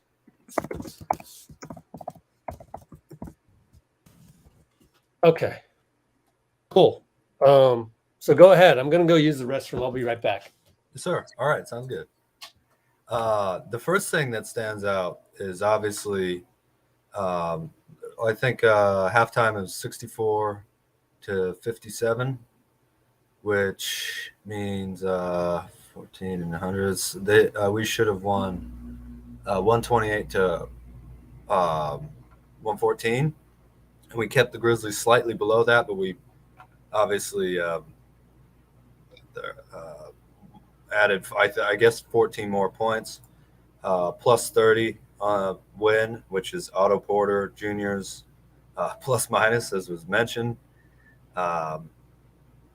Great rebounding game by the Warriors here. We out-rebounded them 38-29, and then though they got 3 more offensive rebounds, we had with 7-4, we had 34-22 defensive rebounds. Ended the game with 34 assists, and they had 21.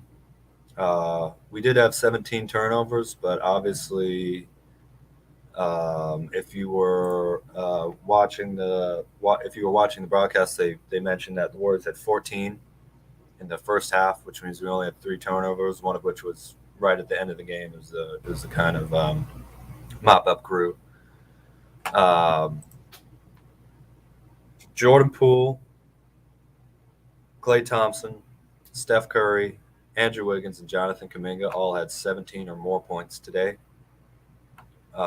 which is unbelievable. High volume, high efficiency, excellent distribution. Steph had 30 points on 14 shots, including only 2 of 8 from 3, which is, not obviously his most efficient from outside. He went 14-14 from the line. I think he purposely is trying to raise his free throw percentage back to where it should be in the playoffs. Hey, what's up, Jeff? This game, hard to believe, but it was yet another comeback win at one point for the Warriors. We were down. Do you remember what we were down by with a couple minutes to go in the first quarter, Rich? 5 minutes left in the first. We can go to the share screen. Oh, yeah. Look that up. Play-by-play. Yeah, play-by-play. Yeah, it was 21-8 with about 6 minutes left to go. Oh, thank you. Yeah. 6:19 left to go when Zaire Williams makes a dunk.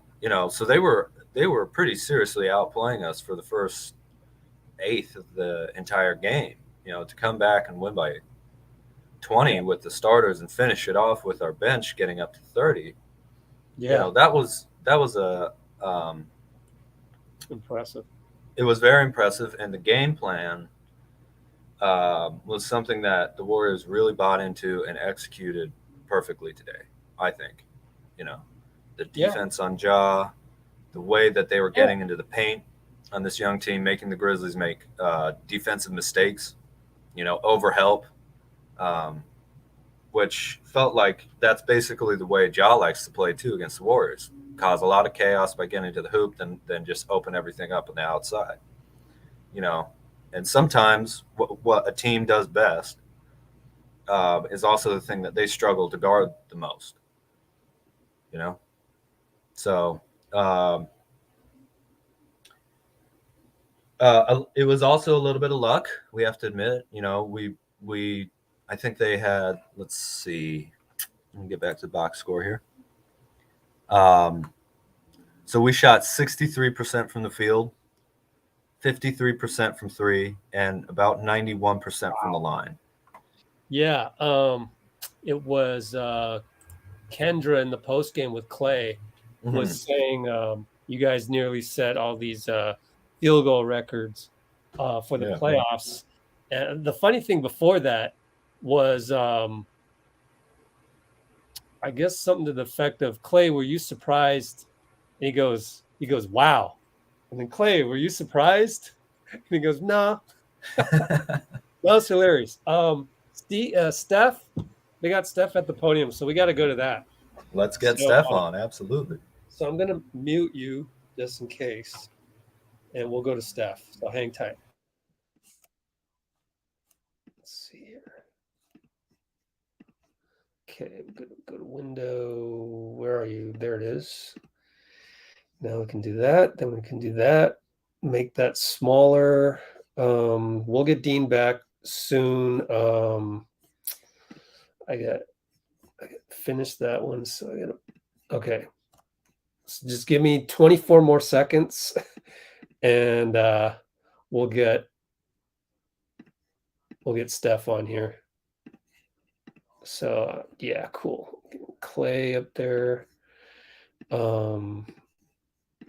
How's my shot clock? 12 seconds left, I bet.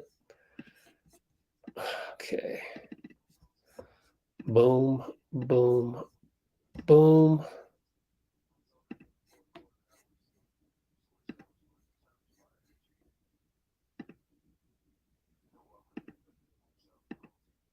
Cue this up.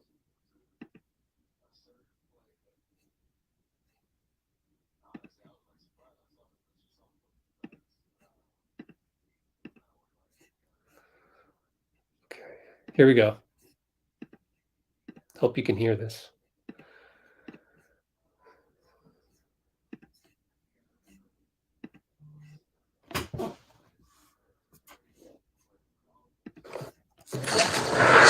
Steph, we can, I guess, just kind of start with the Morant pool play, which I'm sure you've seen. It's the what? The play with Morant and Poole near half court that the Grizzlies seem to have indicated that's where Ja got hurt. Have you seen it? Yeah, I saw it. I figured. What you just kind of your view of it? It's unfortunate that was a conversation right now because obviously nobody wants to see anybody get hurt. But there's nothing malicious about what Jordan did. There's no comparison to what Dylan did or Draymond, like nothing in that vein. So it's not a joking matter that Ja's hurt, but all the rest of it is just total BS in terms of the conversation right now. So I remember that term they came up with, hot stove contact. That's what it felt like. Keep it moving. Steph, what went right offensively for you guys? We've seen you guys get hot, but this was sustained, kept going. You shoot whatever 62% as a team. What was going so right to allow all that to happen? Just composure and intentions on the offensive end. Everything that we learned from what we didn't do well in game two. even a little bit of game one where the way that they defend, they're extremely athletic and, they make multiple efforts. You really have to just keep things simple, hit the open guy, make the right cut, and let the game come to you. And obviously the way that they started, it's even more impressive that we settled in knowing it was 20-8 at one point and they were hitting shots from all over to let the offense just work for us. We still have 14 turnovers in the first half, and we can get better with that, how we start the game, but 3 in the second half, which is why the game opened up. And we started to make shots and get to the rim, get the ball moving, and just have great offensive possessions that then let you get your defense set and give you more momentum where you're not, chasing them in transition. So just a great execution, a night of execution in terms of things that we know will help us, win games. Steph, you've been in the shoes where the defense is attacking you before. Game 2, that's what they did to Jordan. What did you think of how he responded and the way he went on the attack? It's going to keep happening, whether it's me, him, whoever. Like, that's the nature of the playoffs. But you just have to take that challenge seriously. You have to have some pride around it, knowing that they're trying to put you in the actions for a reason. Doesn't mean you don't get a stop every time. It just means you do your job. First point of attack, be physical. Don't have any breakdowns. Whether they score or not, you just try to make them earn it. And then obviously not foul. And I think he made the right adjustments and got to keep doing it because when playoff basketball, it slows down. Those matchups matter. And if you do your job on the ball, you have help behind you. More times than not, you'll be in a good position. Hey, Steph, how do you see Clay approach his game tonight compared to the first 2 games of the series? Just let it come to him, be patient. I don't think he took a 3 in the first half, and then came out in the second half. And besides the one-footed runner, everything else was pretty under control. So, and it shows in the numbers and efficiency. I was the only one that brought the 3-point percentage down. So just a matter of taking good shots, being confident that over the course of your minutes, you're going to get good looks.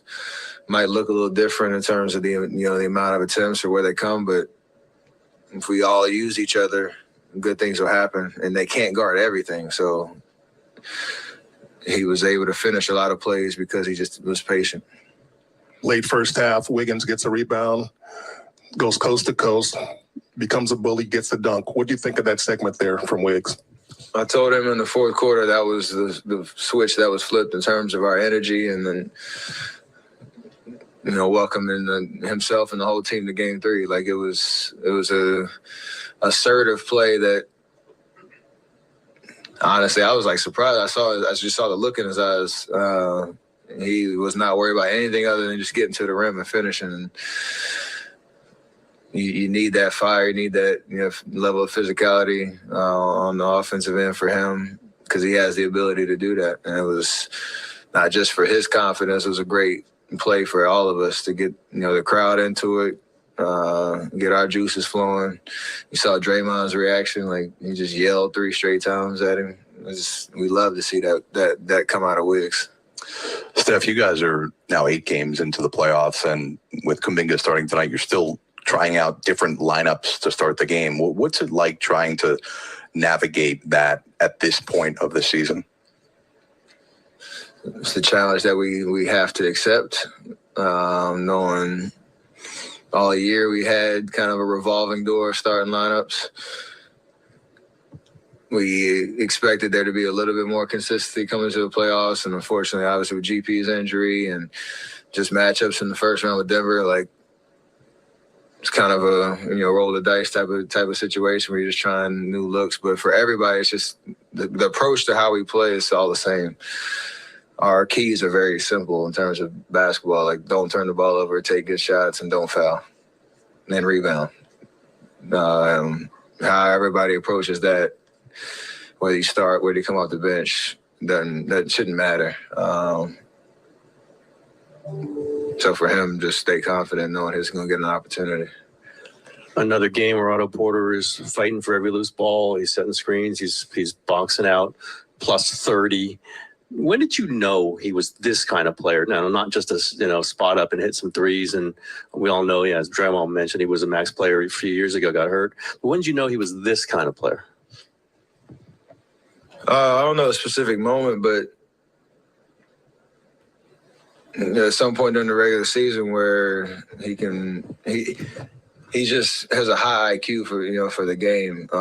There's a lot of times during the regular season, like the rebounding was one thing, but he would always just be in the right position to set a good, flare screen, or we do a swing and he pin in on his own guy, like plays that you really can't teach. It's just, do you have a feel and a read for how things flow?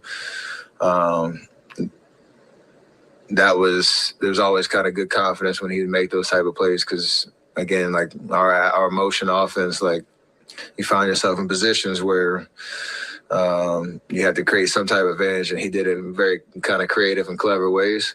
The rebounding is just an added bonus in terms of, especially if we're playing small and he's at the 4, getting us extra possessions and all that. So he just finds a way to make his presence felt. Obviously tonight he made shots and it was even better. So you can trust him out there no matter what he's asked to do. Stefan. Steph, really loved his answers. And all right, done with that one. Let's get Dean back. Gotta go to this window here. All right. Very good. Oh, he's not there. Okay.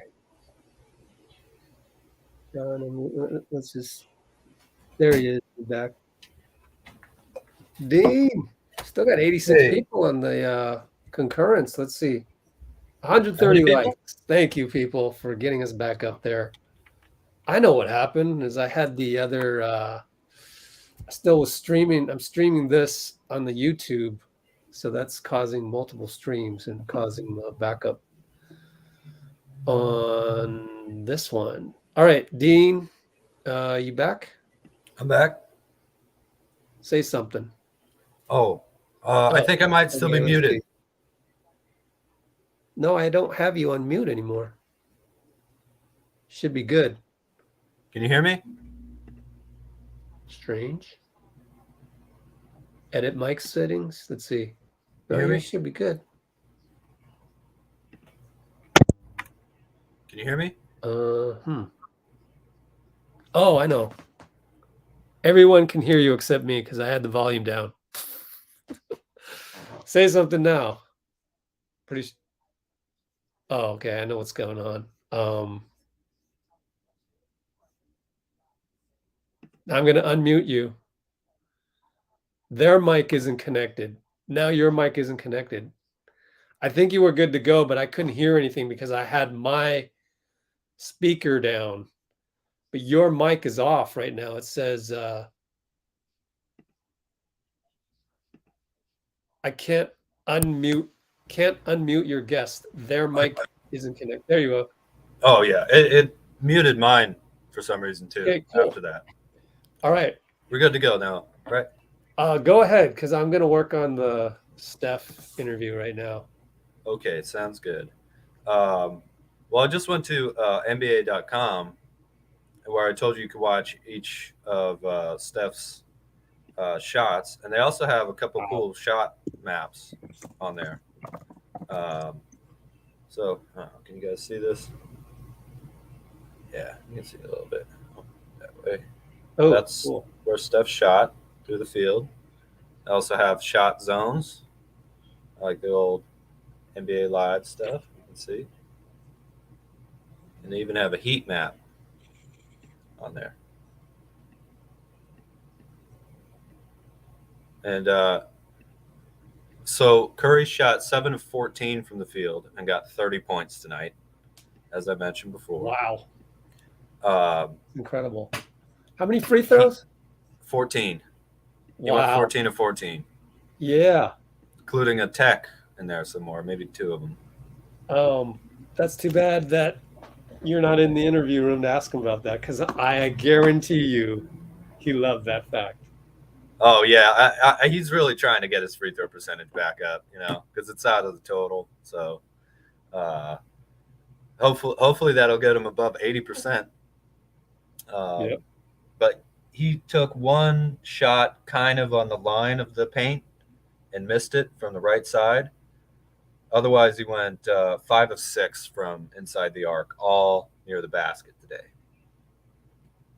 I almost wonder, based on the fact that we saw him get the ball open from 3 a little bit today, and he didn't just immediately put it up.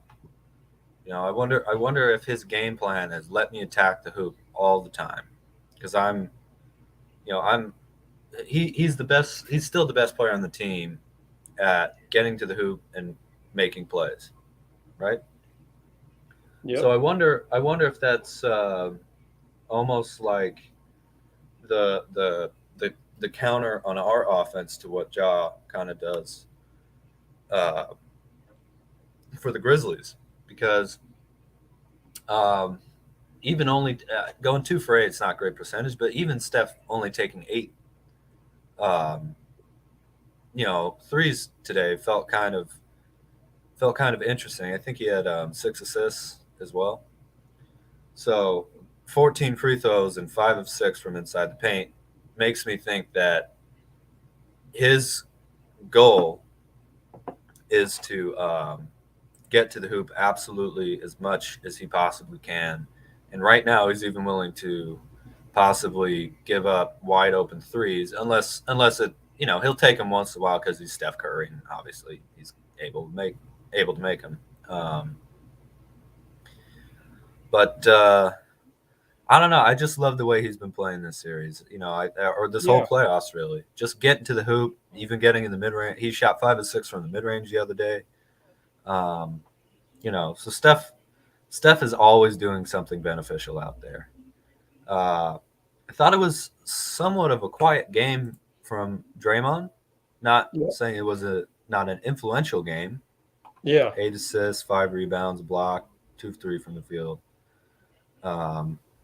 That's the thing I have with some of the comments that go, just because they're easy targets, whether it's Wiggins or whoever, the angry commenter on Twitter or my YouTube channel, they would go on there and go, Draymond needs to play better, or after every single game, fill in the blank needs to play better. And it just gets a little tired. Yeah. Not everybody's going to play perfect every single game. Well, it's also just mistaking the game of the box score for the game of basketball. Don't show how many times someone gave up and went under a screen because it was Draymond setting the screen and they didn't want to deal with that. It doesn't tell you how many times Draymond yelled something out and predicted a play before it happened. Right. He talks about this on his podcast, like the difference between just watching games and really trying to learn and know the game of basketball. Yeah. And I don't think you have to play in the NBA to try to learn that.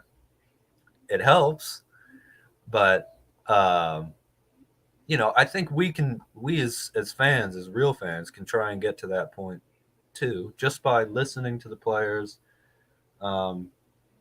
being a little bit more classy and taking the high road.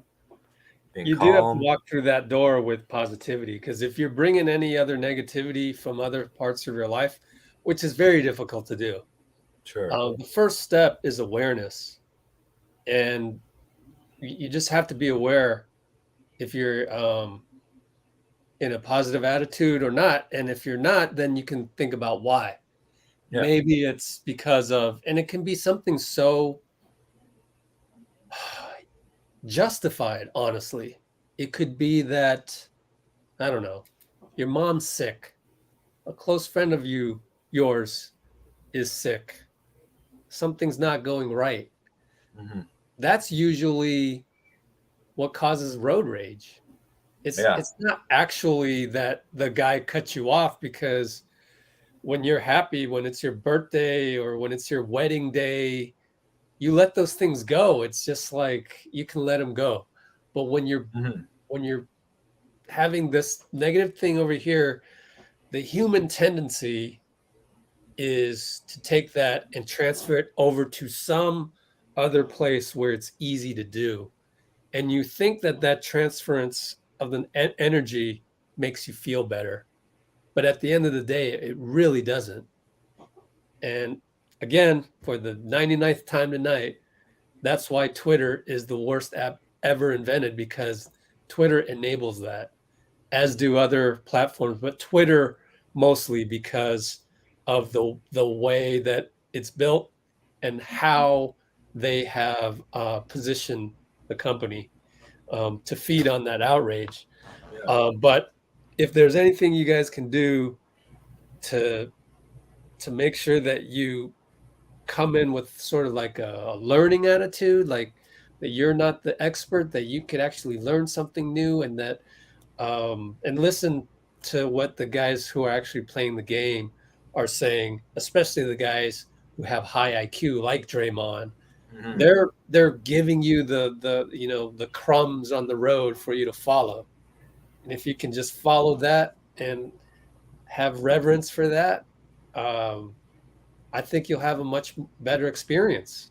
The other way to do it, I've been there, and I just don't think it's as enriching to people's lives. So that's my sermon for tonight. Preach. Take it away, Dean. Well, I was just going to say, in terms of that, leave the negativity at the door that you were talking about. I think that applies to any job you work at. You can have good days and bad days, but you can't drag your personal life into even where I work at a restaurant or as a reporter too, or as a software engineer, whatever it is. And in terms of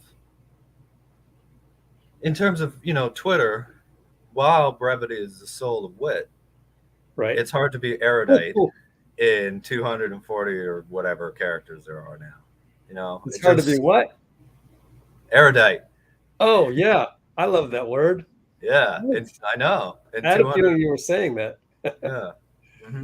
So it's not a very deep, meaningful discussion. Lots of times. Yeah. Anyway, I just had to throw those 3 cents in there. 3 cents. Anything else you noticed from today? Well, just trends from the series overall. Yeah. Let's hear it. I love it. First, you're on a roll, baby. Thank you, Rich. No, seriously, the stuff that you bring up is like, it's very unique stuff. You don't just. You were doing better than the guys on TNT.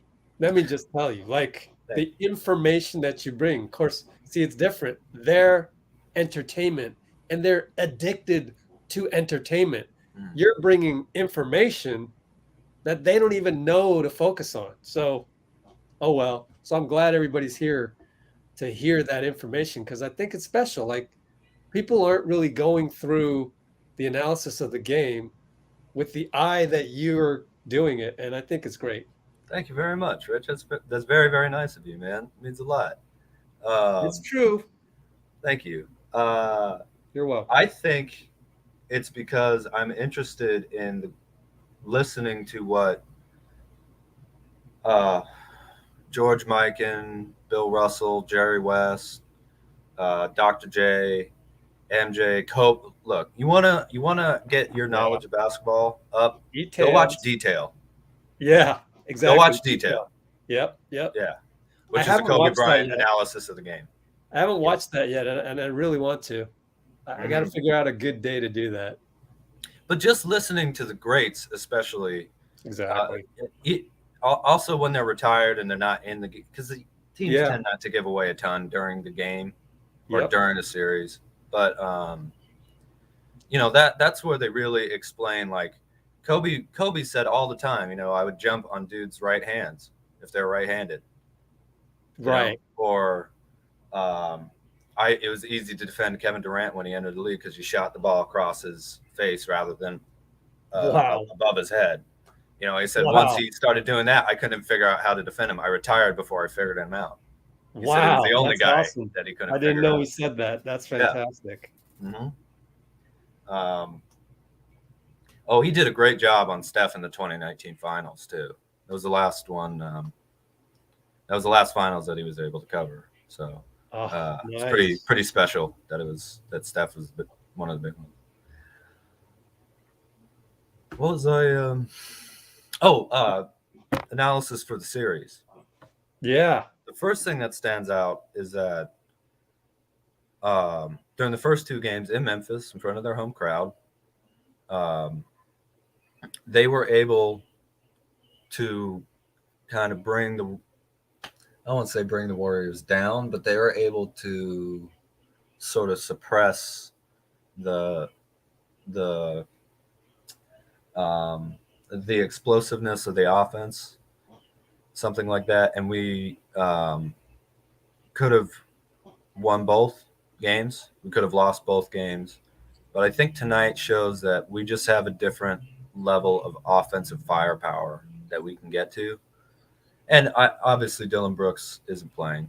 You know, you understand that. But neither is GP2. But I just think the Warriors can overpower the Grizzlies offensively in a way where the Grizzlies have. Sorry. There you go. It's all good. I was just going to say in a way where the Grizzlies have to suppress the Warriors. They can't. But they probably won't. Just like go and outscore us. They have to win by grinding it out, I think. You know, I mean, I wasn't expecting a blowout of more than 15 points this series. So when Ja left, they were down 20 or so, right? I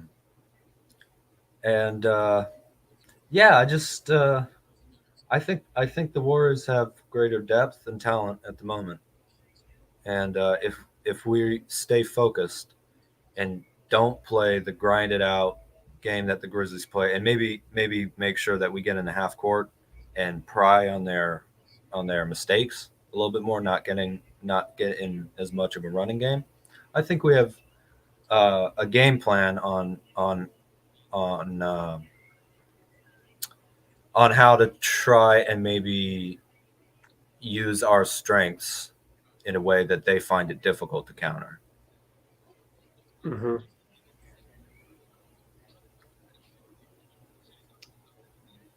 Wait, what were you saying? You asked me a question?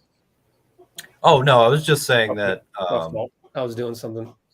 Oh, that's all good. I was just saying basically that I think the Grizzlies have to grind it out like they did in 1 and 2. The Warriors can still win that way. But the Warriors have the ability to explode like this. I'm not quite sure the Grizzlies can match that level of offensive firepower. Right. They can still win, though. I'm not saying this series is over by any means. Yeah. But that was the basic point.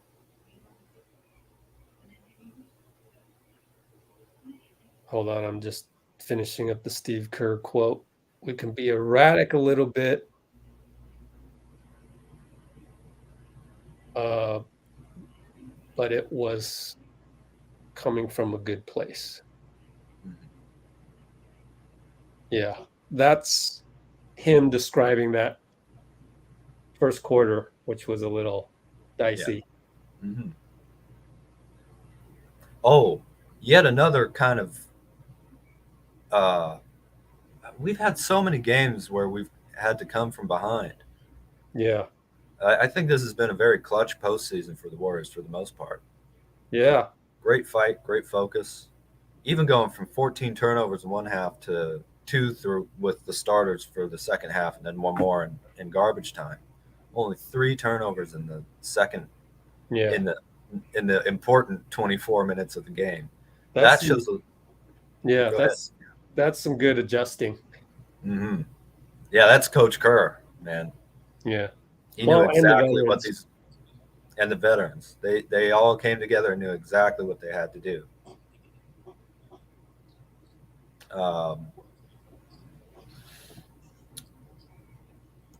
Bruce Morrow saying the Grizz may truly target Curry or Poole.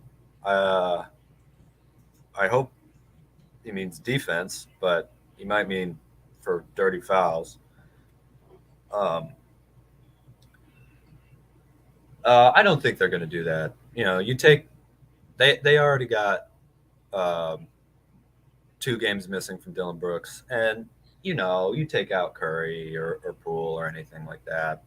You just don't do that to other teams because it's not hard to reciprocate that. They don't want to do that to Ja. But in terms of them targeting them on defense, I think that their offensive firepower is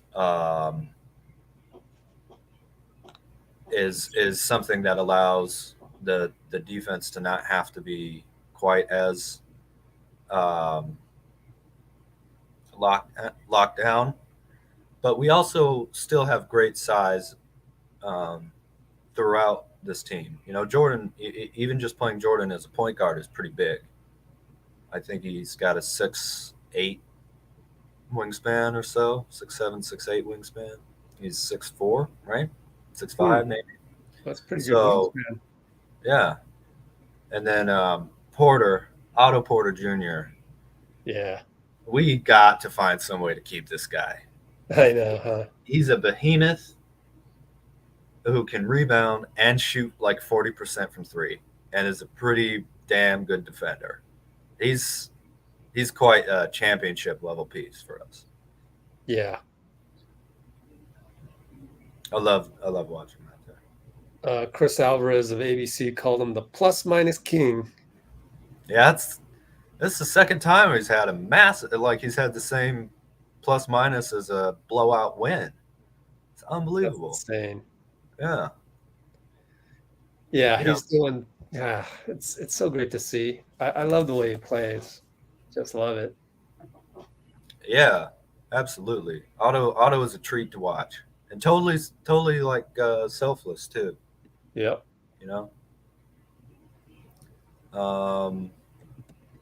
Trey Dunn said their playoff offense is so jaw usage centric. Yeah. That he hardly remembers what they did other than Desmond Bain and Jaren Jackson Jr. On offense without him. I think that's an interesting point. Yeah, I mean, I remember the Minnesota series. I tune in, and if Ja didn't have the ball, it would be Desmond Bain or Dylan Brooks jacking up a shot, and sometimes they made them. Yeah, but I looked at that and I'm like, they're just jacking up shots. I don't watch them all season long, so I didn't know that, but it seems like that's what they were doing. Yeah. Now, they've been making them all season long. Right. I mean, Dylan Brooks is averaging 17, 18 points a game. Desmond Bain, of course, we all know what he's doing during the season, and Jaren Jackson can get hot. So those are 4 guys, 1, 2, 3, with Ja that can get hot, and then the offensive rebounding. Yeah. The second chance points. So we've done a good job of taking that away from them. We're boxing out like crazy.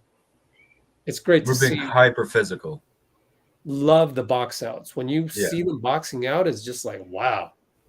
It's great to see that at the NBA level when you would have thought that those fundamentals are kind of like no longer needed at such an athletic level.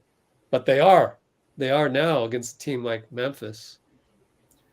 Well, Bill Russell was, along with Will Chamberlain, just insanely great at rebounding the ball. But he had a thing with his teammates where he tried to never critique. In fact, he said he never once critiqued any of his teammates. That's interesting. Yeah. And one of How the heck do you know this? Did you talk to him? I've been to Mercer Island. I think he moved out of there, but no, I didn't get to talk to him. Unfortunately, I'd love I forget where I heard this, but it was just looking into his career, and one example that he brought up was a teammate of his that you guys may know of, named Donnie Nelson. Ooh, who Don Nelson? yeah. Yeah. Who was not a great rebounder. Uh-huh. And Russell said, hey, don't worry about getting the rebound. Just make sure your guy gets completely boxed out. I'll go get the rebound. And it not only helped them win the rebounding battle, which they were trying to do, but Nelson went he really increased his efficacy in the court, his confidence and everything. I think he helped them win a championship that year by taking a last-second shot that hit the back of the rim, went up, and fell straight through the hole. I think that was the same season. So in terms of I brought that up because we were talking about boxing out. In terms of Steph and Clay and Iguodala, Draymond, Looney, Coach Kerr, all the guys who've been to the finals, they know it's the little things that help you win, and it's also doing the little things well that gives you confidence for the big moments, right? Mm-hmm. Otto Porter Jr., knowing that he is dominating on the boards, he's going to hit more threes, because he knows how important he is. Great point. That's awesome. I love that. I love that so much. I'm going to try and earmark that. Maybe I'll go back to that. Put you on a separate video, Dean. Oh, nice. But I keep saying that, and it never happens. Not even for my own stuff. But yeah, I love that example. Auto boxing out helps his shooting. That's Absolutely great. Hey, Bruce. He wasn't small compared to Wilt Chamberlain or Nate Thurman or Willis Reed, Bill Russell. Yeah. Just got to bring that up, all right? Look, respect the legends of the past. They're really, really, really good, okay? Yeah. Jerry West would be really good in this league. I'm telling you. Yep. So, but was there any point in the game that you can think of that was like the switch when we really turned it around? I want to say what was halftime score again? Were we up by 20 already? So by then? Ja hit that half-court shot from three and swished it, I think. And before that was 64-57 at half. Okay, so it was 64-54 before that. Yeah. No, it had to be after that. It had to be after the third quarter where I felt that we have figured them out. Mm-hmm. Unless they've got an adjustment in their back pocket. They've got Steven Adams out there. They can see, you never know. And we will have to see how they play when Brooks is back too. And Brooks, thank you. Yeah. So as far as that squad and the second unit that tried to come in, when we slammed the door on their second unit as well, so it was somewhere had to be after 6 minutes in the third quarter, had to be. So 4 minutes or something like that, I'm going to guess, just because I felt that when we slammed the door on their second unit, it was like, okay, we got you guys figured out. As far as this lineup, without Steven Adams, without Dylan Brooks, your lineup cannot beat us. Like your team this way, without any adjustments, you can't beat us. We figured you out, and we have the ultimate confidence, and you guys don't have the confidence. It's a combination. It was one of those, we figured you out in terms of like 2015 Memphis Grizzlies. Because back in the day, I think teams weren't as deep. So in 2015, we figured them out by game 4 by switching it up and putting Bogut on Tony Allen, letting him shoot, that got in his head. And the Grizzlies were like, okay, we got no more chess moves. We lose 3 straight games. This Grizzly team, though, they still have a couple chess moves, assuming Ja's okay. Because if Ja's hurt, no chance. So they've got Dylan Brooks, they've got Steven Adams, they've still got a couple chess pieces they can move. Yeah. So we don't know yet. But as far as this lineup that they had today, I think we figured them out. And that felt good. Yeah, it did. That felt very really good. To like, that was, and it's too bad Andre wasn't on the floor, because all the teams that we figured out in the past, Andre was there for those. I mean, he was there on the bench, but inactive. The And silver lining, I think, is they played good. Kuminga more, though, which was great for him. So Yeah, no, I mean, whatever happens. But I'm just saying, it would have been nice. Nostalgically, the previous times when we figured a team out, whether it was, but some of them had to be like in the middle of Game 7 against Houston in 2017. That was tough. And that's when I remember Looney. Looney was unbelievable that game.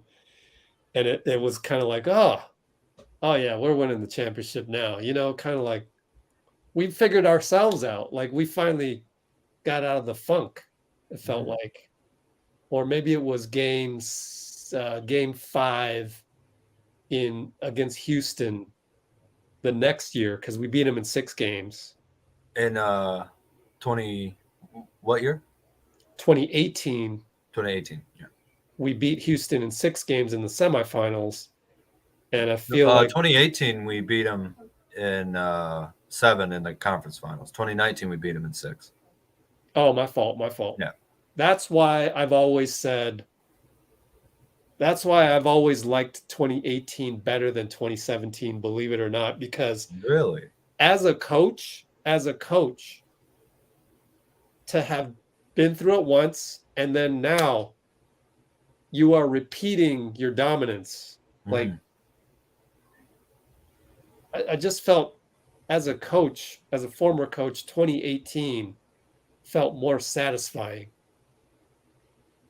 That's why I like 20. I would rather go to battle with the 2018. Like if you had to pit 2018 versus 2017, I'm actually going to pick 2018 with a fully healthy KD, because we were able to overcome Houston in those last Game 6 and Game 7, and that showed me something. Yeah. So speaking as a coach, now as a fan, of course, you're like, oh, 2017, that's the best team ever and stuff like that. But as a coach, I'm kind of like, I'm going to take 2018. Interesting. As the best ever. Yeah, I'm a little different on that. I know that. I would take anybody else out there that feels the same way as me. And if there is, I'll bet you they've been a coach before, because just to see the guys execute and sacrifice, like Looney was the perfect example in 2018 against Houston, where, wow, somebody just really played fundamental basketball, and that contributed to us winning.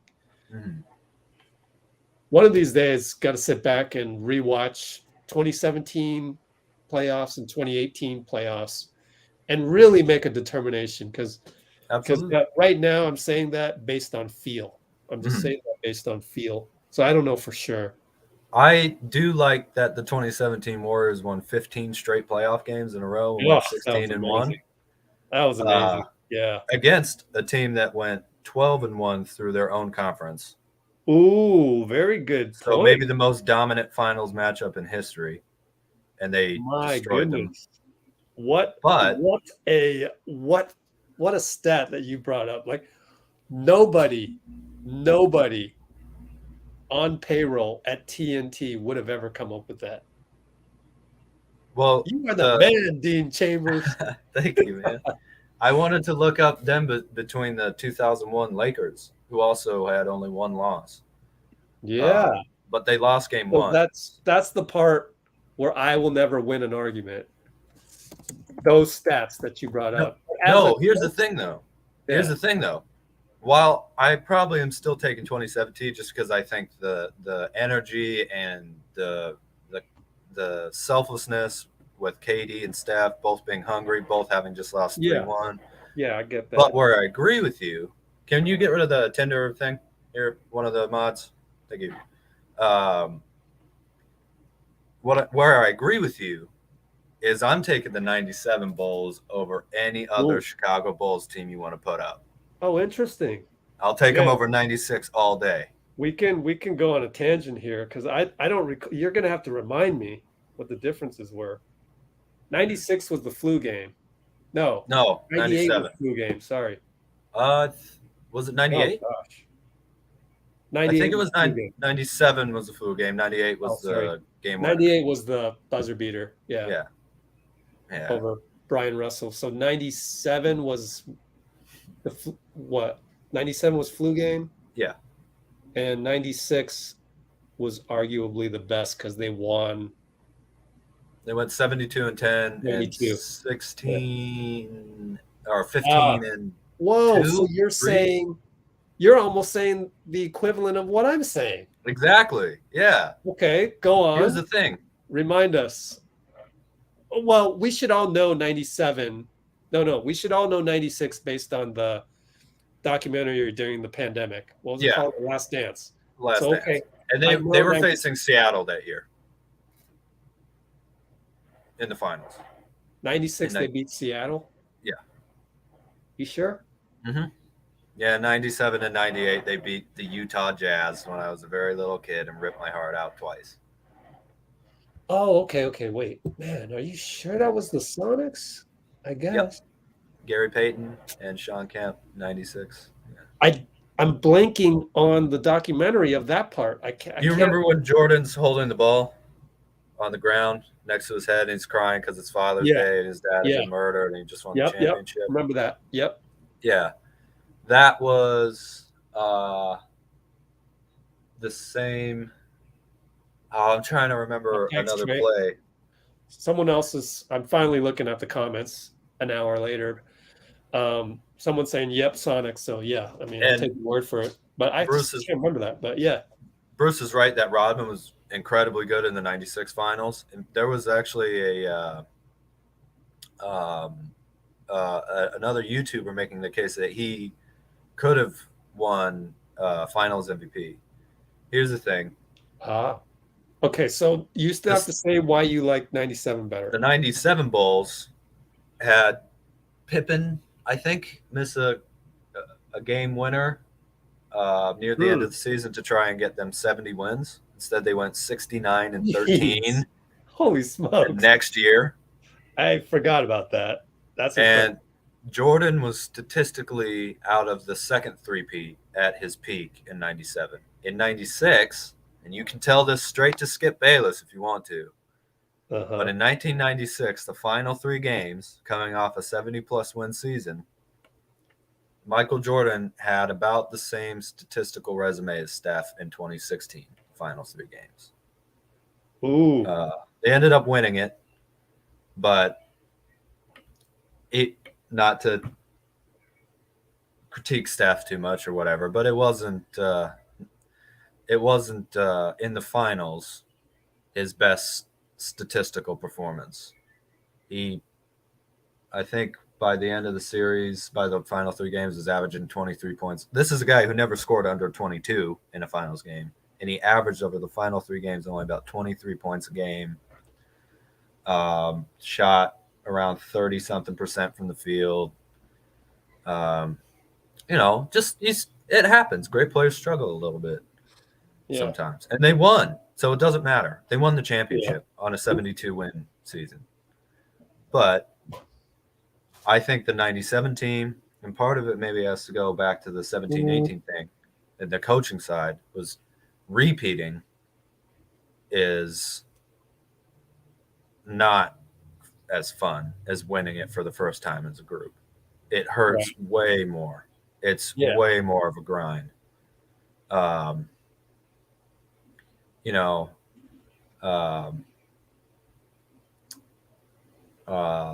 I think there's a level of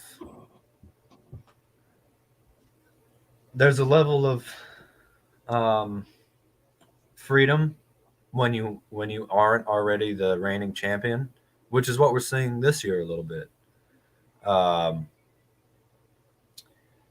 Bruce, go watch MJ's response to Gary Payton, on The Last Dance. It's on YouTube. You can find it.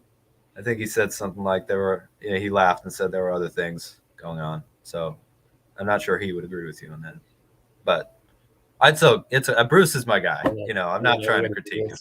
But hey, it's different opinions in basketball. That's what the game's for, to have some fun and to like different things, right?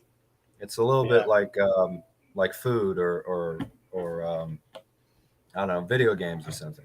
There can be greatness here, there can be greatness there, but there's no accounting for taste.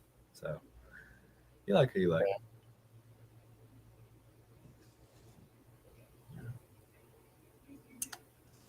Clay. I'm super happy to see Clay go off today. That was fun. And he deserved it. He deserved to play really well. And that one-legged three, that was crazy. Yeah. He just decided to pull up, out of nowhere. And he swished it. This team is so much fun to watch, man. I wonder if there's a name for that from his trainer. Let me check. Let me hit him up, see if there's a name for that. Because he did have a name for the three in game one. He called it the one where Clay was kind of off all game in game one, and then he did the fake. The guy flew by and he hit the three with about 40 seconds left. Mm-hmm. Don't know if you remember that one. Yeah, I remember. Yeah, so he called that one the ear-to-ear flyby. The ear-to-ear flyby. And then... Because he had a grid from ear to ear. And, well, it's... Yeah, technically it's like that. And then he calls that the hop and hold. I was going to write an article on it, but I haven't done anything on the website. It's just... Yeah. My focus is on the YouTube channel these days, so no time on the website. But, yeah, that's... When you shoot it and you hold the pose kind of, and your feet have to land properly, he calls that the hop and hold. Nice. This one looked like almost a 3-point floater or something. Yeah. It's that same leg motion on a floater, but he's shooting a three with two hands. Motion on a floater. I'm gonna suggest that to Charlie. Motion on a floater. That's a good one. Also, Evans S is bringing up Kuminga hitting at the end, the three, the midi, sidestep, splash three. It was, I think he's doing all these things. I think he is mature enough to understand that is not what they're asking him to do when the starters are out there. Yeah. But I mean, to extend a lead, make sure you don't have to bring the starters back in, which is a hugely important job for, people call it garbage time, and I understand that, but basically he's super talented. He's super talented, and he made sure that those starters got their rest, man. They got their old school load management, which is rest the fourth. And we called the timeout to get our starters out. Once Ja went out and was like, okay, they're waving the white flag, basically. Get them out. Yeah, you don't want to see that happen to one of your guys either. You don't want to see them get hurt. Exactly. So I think that's why he was shooting a little bit more, testing his range a little more. Oh, but yeah. Eventually, we're going to ask him to do this in the meaningful moments. I think he's going to be okay. He's really, really good. Yeah. He's so amazing. And Steve Kerr, he said it in the post game, in case you guys missed it. He said that it's not that he played bad at all. That's not why he came out. It was just, in fact, it wasn't his fault on some of those things. That was just the start of it, and that's, then you went to Otto Porter to start the second half, which is fine. I think it works out fine in the rotation. And with Jonathan, now I'm calling him Jonathan like Clay calls He him. calls him John. Yeah. With John, yeah, sorry, he calls him John. It's crazy. With John, it's like he actually had an alley-oop finish of a layup, and he had I think he had one more bucket, in the beginning, because he had a missed three and he had the turnover when he drove into the lane. But other than that, it was actually, he was going pretty well. I thought it wasn't too bad. I mean, when he's out there with the starters, I think he's really moving well without the ball too, because I don't know how many guys in the NBA I've seen do this, but he can like two-hand dunk a ball before the other guy jumps. It's unbelievable. It's like a flash of lightning hit the rim. And the reverse dunk happened so fast in garbage time. Yeah. It just happened so fast. I looked up and he dunked it, and I had to just go, oh, reverse dunk. Like when Jordan Poole dunked the ball, you could see him like go up and cock it back and then throw it down. And Kuminga's just like, it's already there as soon as you realize he even jumped. It's unbelievable. Insane. And he's on our squad. Bruce, are they really asking players to hurt Steph? Who? That's insane. Bruce is saying Grizzly fans are on Twitter. I mean, yeah. Well, we've talked about that. I blame the app. I don't blame the people. It's the app that's causing a lot of people go crazy. Mm-hmm. It's too bad. I agree. Bad. So stay off that app. Yeah, I mean, that's no surprise, right? We're not surprised that you would read something like that on Twitter. Yeah. That's what you get if you want to go there for your entertainment. You're not going to get actual information, because that's certainly not information. And the good news is the Grizzlies aren't going to do that. I mean, all of this, just like Clay said in the post game, oh yeah, that's just playoff banter from Ja. He's young. He's Steph young. called it BS. He doesn't do that much, too. Yeah. And look at Ja deleted it, right? What did I tell you? I told you that app is evil. It makes Ja look bad. That's what you get for being on the app, Ja. Ja's not soft either, He's not. I don't think. Right. So complaining about that, it's just you take a very competitive, emotional athlete, and the app gives you a chance to pick at your worst fears. Don't do it, people. Don't take your emotions onto Twitter. And if you do it here, we'll try and teach you how not to do it.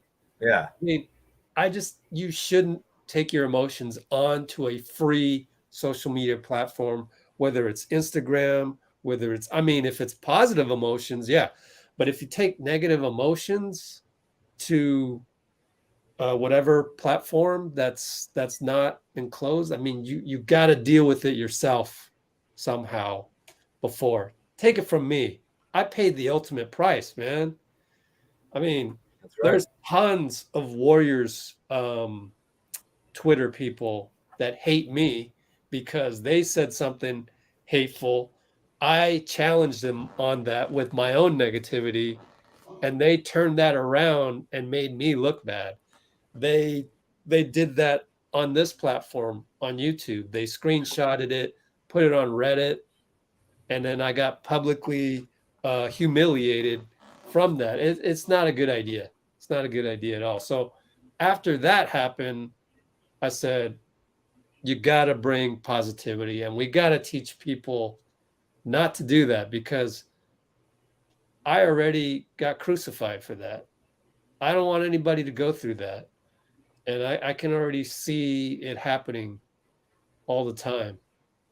And I'm sad that Ja had that moment where he put his emotions on full display to Twitter, and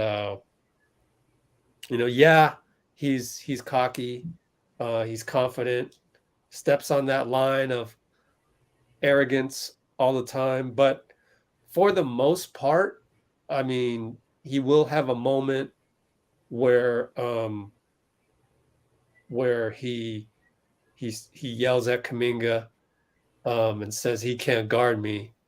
But I think that's kind of that's not the same as going on a Twitter, writing something and hitting submit. I can see that more happening in a basketball game. I've seen it. Yeah. And the way you respond to that is you come back and you would do a good play. I don't like that, initial talking of it, but I can see he's trying to establish a dominance over a 19-year-old kid younger than him and trying to ruin that kid's confidence. I even wish Kuminga didn't say anything on Twitter after that. Like there's just too much of that. Like that's what it's like.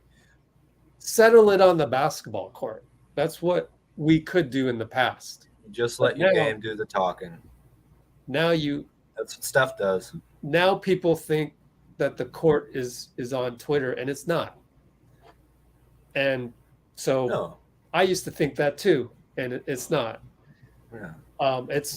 There's always going to be more people that come back at you on Twitter than you can handle. That's why I call it the zombie apocalypse, because it's literally like you're in a zombie apocalypse. Like they don't have their normal brain on, and they're all moaning and trying to break through the glass, and they're trying to drag you down. Bite you. Yeah. And they're kind of rabid. Yeah, I can see it. And then you become them. Man. Yeah. It's total. I mean, people don't understand when I say zombie apocalypse. It really is a zombie apocalypse on certain apps. It's just road rage all the time too. Yeah, it's too much outrage. It's outrage entertainment. That's what it is. And I caution people. Yeah, you don't know what you're doing. Like, there's a better way, because then everybody gets squashed. Everybody gets thrown under the bus. Everybody gets bitten by a zombie. Where's you lose basically the positivity. You lose the positivity, and it becomes really tough to have a normal conversation. Right now, by the way, on Twitter, you got one Memphis beat writer calling out a Memphis TV reporter that said something ridiculous to the effect of he got mad that Kyle Anderson got ejected when Draymond is always doing X, Y, and Z. Yeah. And again, these kinds of things, I just wish could just be settled on the court. You just think about if you were to go play a rec league ball. I always used to challenge a lot of the bloggers. That's why all the Warriors bloggers hate me. I challenge them, come play in my basketball league. Please come play in my basketball league. Let you allow me to tweet about you, about your game out there on the court. I used to have bloggers sitting next to me on Media Row. The Warriors would commit like 16 turnovers in the first half, 2019, or maybe it was 2016 with the bench unit, the Mo Buckets and Brandon Rush bench, and they would sit there and they would laugh. They would laugh and they would blah blah blah and tweet these ridiculous things. I didn't like it. I didn't like that. It's like, can you respect some of these guys? And so they don't like it when I challenge them. But if you can imagine yourself going to a rec league and then going home and tweeting, like in a rec league, you don't really know the other team's Twitter handles, but in the NBA you do. Sure. So then you go home, and can you imagine? You go home and you go onto Twitter, and the guy that you just played at the YMCA is tweeting trash talk onto Twitter. You say this on the court. Yeah, for everyone to see. Yeah, it's just It's mindless. So be careful, guys. Instead, you could be like Evan S., who is very happy with Kuminga, praising the young guys. Got a nice, pretty sure that's Steph shooting a 3, and brought up that Otto Porter was 2 for 15 in. It can't be the postseason. It must be the series. I'd be amazed if it was in the entire postseason. But he had 3 out of 5 tonight. Big game. Yep. And that's just, good. And I missed that. That's great analysis, having some fun, praising Kuminga, enjoying the win. I didn't see him knocking Otto when he was down. He let his game do the talking and came in and praised him when he did well. Jaws back on Twitter. Here he goes. I mean, Jaws back on Twitter. I'm sure. He's 22, Yeah. He's not old enough to have spent all 4 years in college yet, I think, or he would have been drafted had he played all 4 years this year. I don't know. I'm not here to attack John Moran or the Grizzlies or whatever. I do think what they said was silly, but you just leave it at that. They're upset, they're salty about losing. Okay. We didn't react like that when we lost.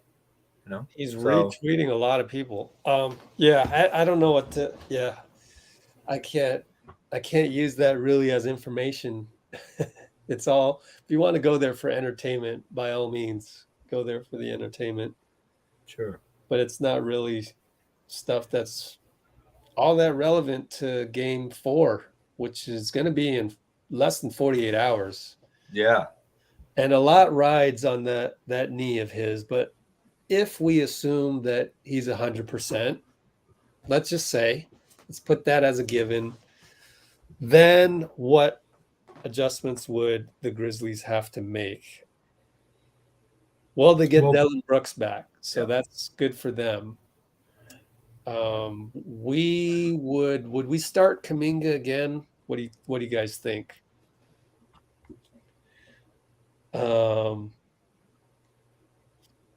I think with Brooks back, we're probably want to match that with Porter. With Otto Porter. Did they generally start Anderson? I'm going to counter you with we don't need Otto to start. We need him to finish. Yeah, that's true. So as far as starting, I don't mind seeing JK out there again. I really don't, because they're going to go Ja. Again, let's assume Ja's okay. Ja, Bane, Dillon Brooks, JJJ, and Tillman as the 5. Yeah. And then they'll switch it up. So Anderson was the replacement today for Brooks, probably, right? Anderson was the replacement for Brooks. No, it was Zaire Williams. He started. Zaire. Yeah. Slow-Mo did a good job with that second unit. He did a good job. Could have made a few more threes, I guess. A couple of them went in and out. But they didn't. Slow-Mo has been pretty good, actually, surprisingly. You hate the slow guy to beat you, but he's been beating us a couple times. Yeah. I don't know. I would if I were assuming they have Ja, once again, a big assumption. Maybe try Steven Adams instead of Tillman. Go real big on us. Which then maybe you'd have to start Looney. Yeah. I don't know. Yeah. But then that kind of slows down the offense. Or you ignore Adams and keep Kuminga out there and just see if they can run, or if that's what I lean 5-on-4. towards. That's what I would lean towards. Yeah. I do think Kuminga puts them back in a younger, more Minnesota vibe too, just because of that JP and Kuminga, and which the Grizzlies kind of like. They do, but they don't. The younger vibe. I think. They're a little bit more careless too. Yeah. Don't you think? Against Minnesota, yeah. Yeah, and if Kuminga can match that type of just like, oh, you want to go young and like hyper confident, no pressure, very athletic, we can play that way a little bit too. And obviously Curry and Clay aren't super huge or explosive athletically, but the 3-point shooting and the chaos also, I think, can get them into that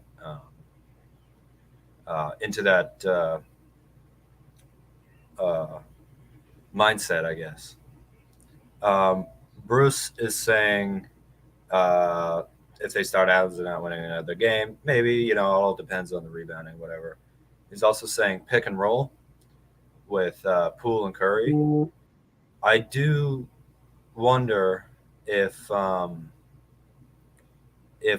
going in to this game and going into game 4, the Warriors tend to go with the motion, just create chaos and try and look for open looks. But I do wonder if we're going to start trying to hunt Ja a little bit more. Go out and just whether it's pick and roll or keep going. I gotta weak go. Side isolation sort of deal. Oops. Sorry about that. Go ahead, Rick. Yeah, keep going. Keep going. I wonder if the Warriors. I do want to go back and watch the highlights of this game again, because I reacted to it in real time, and then obviously I'm coming on here and talking about it. But I wonder if that is part of the Warriors' mindset right now. Because that is Ja is not a great defensive player.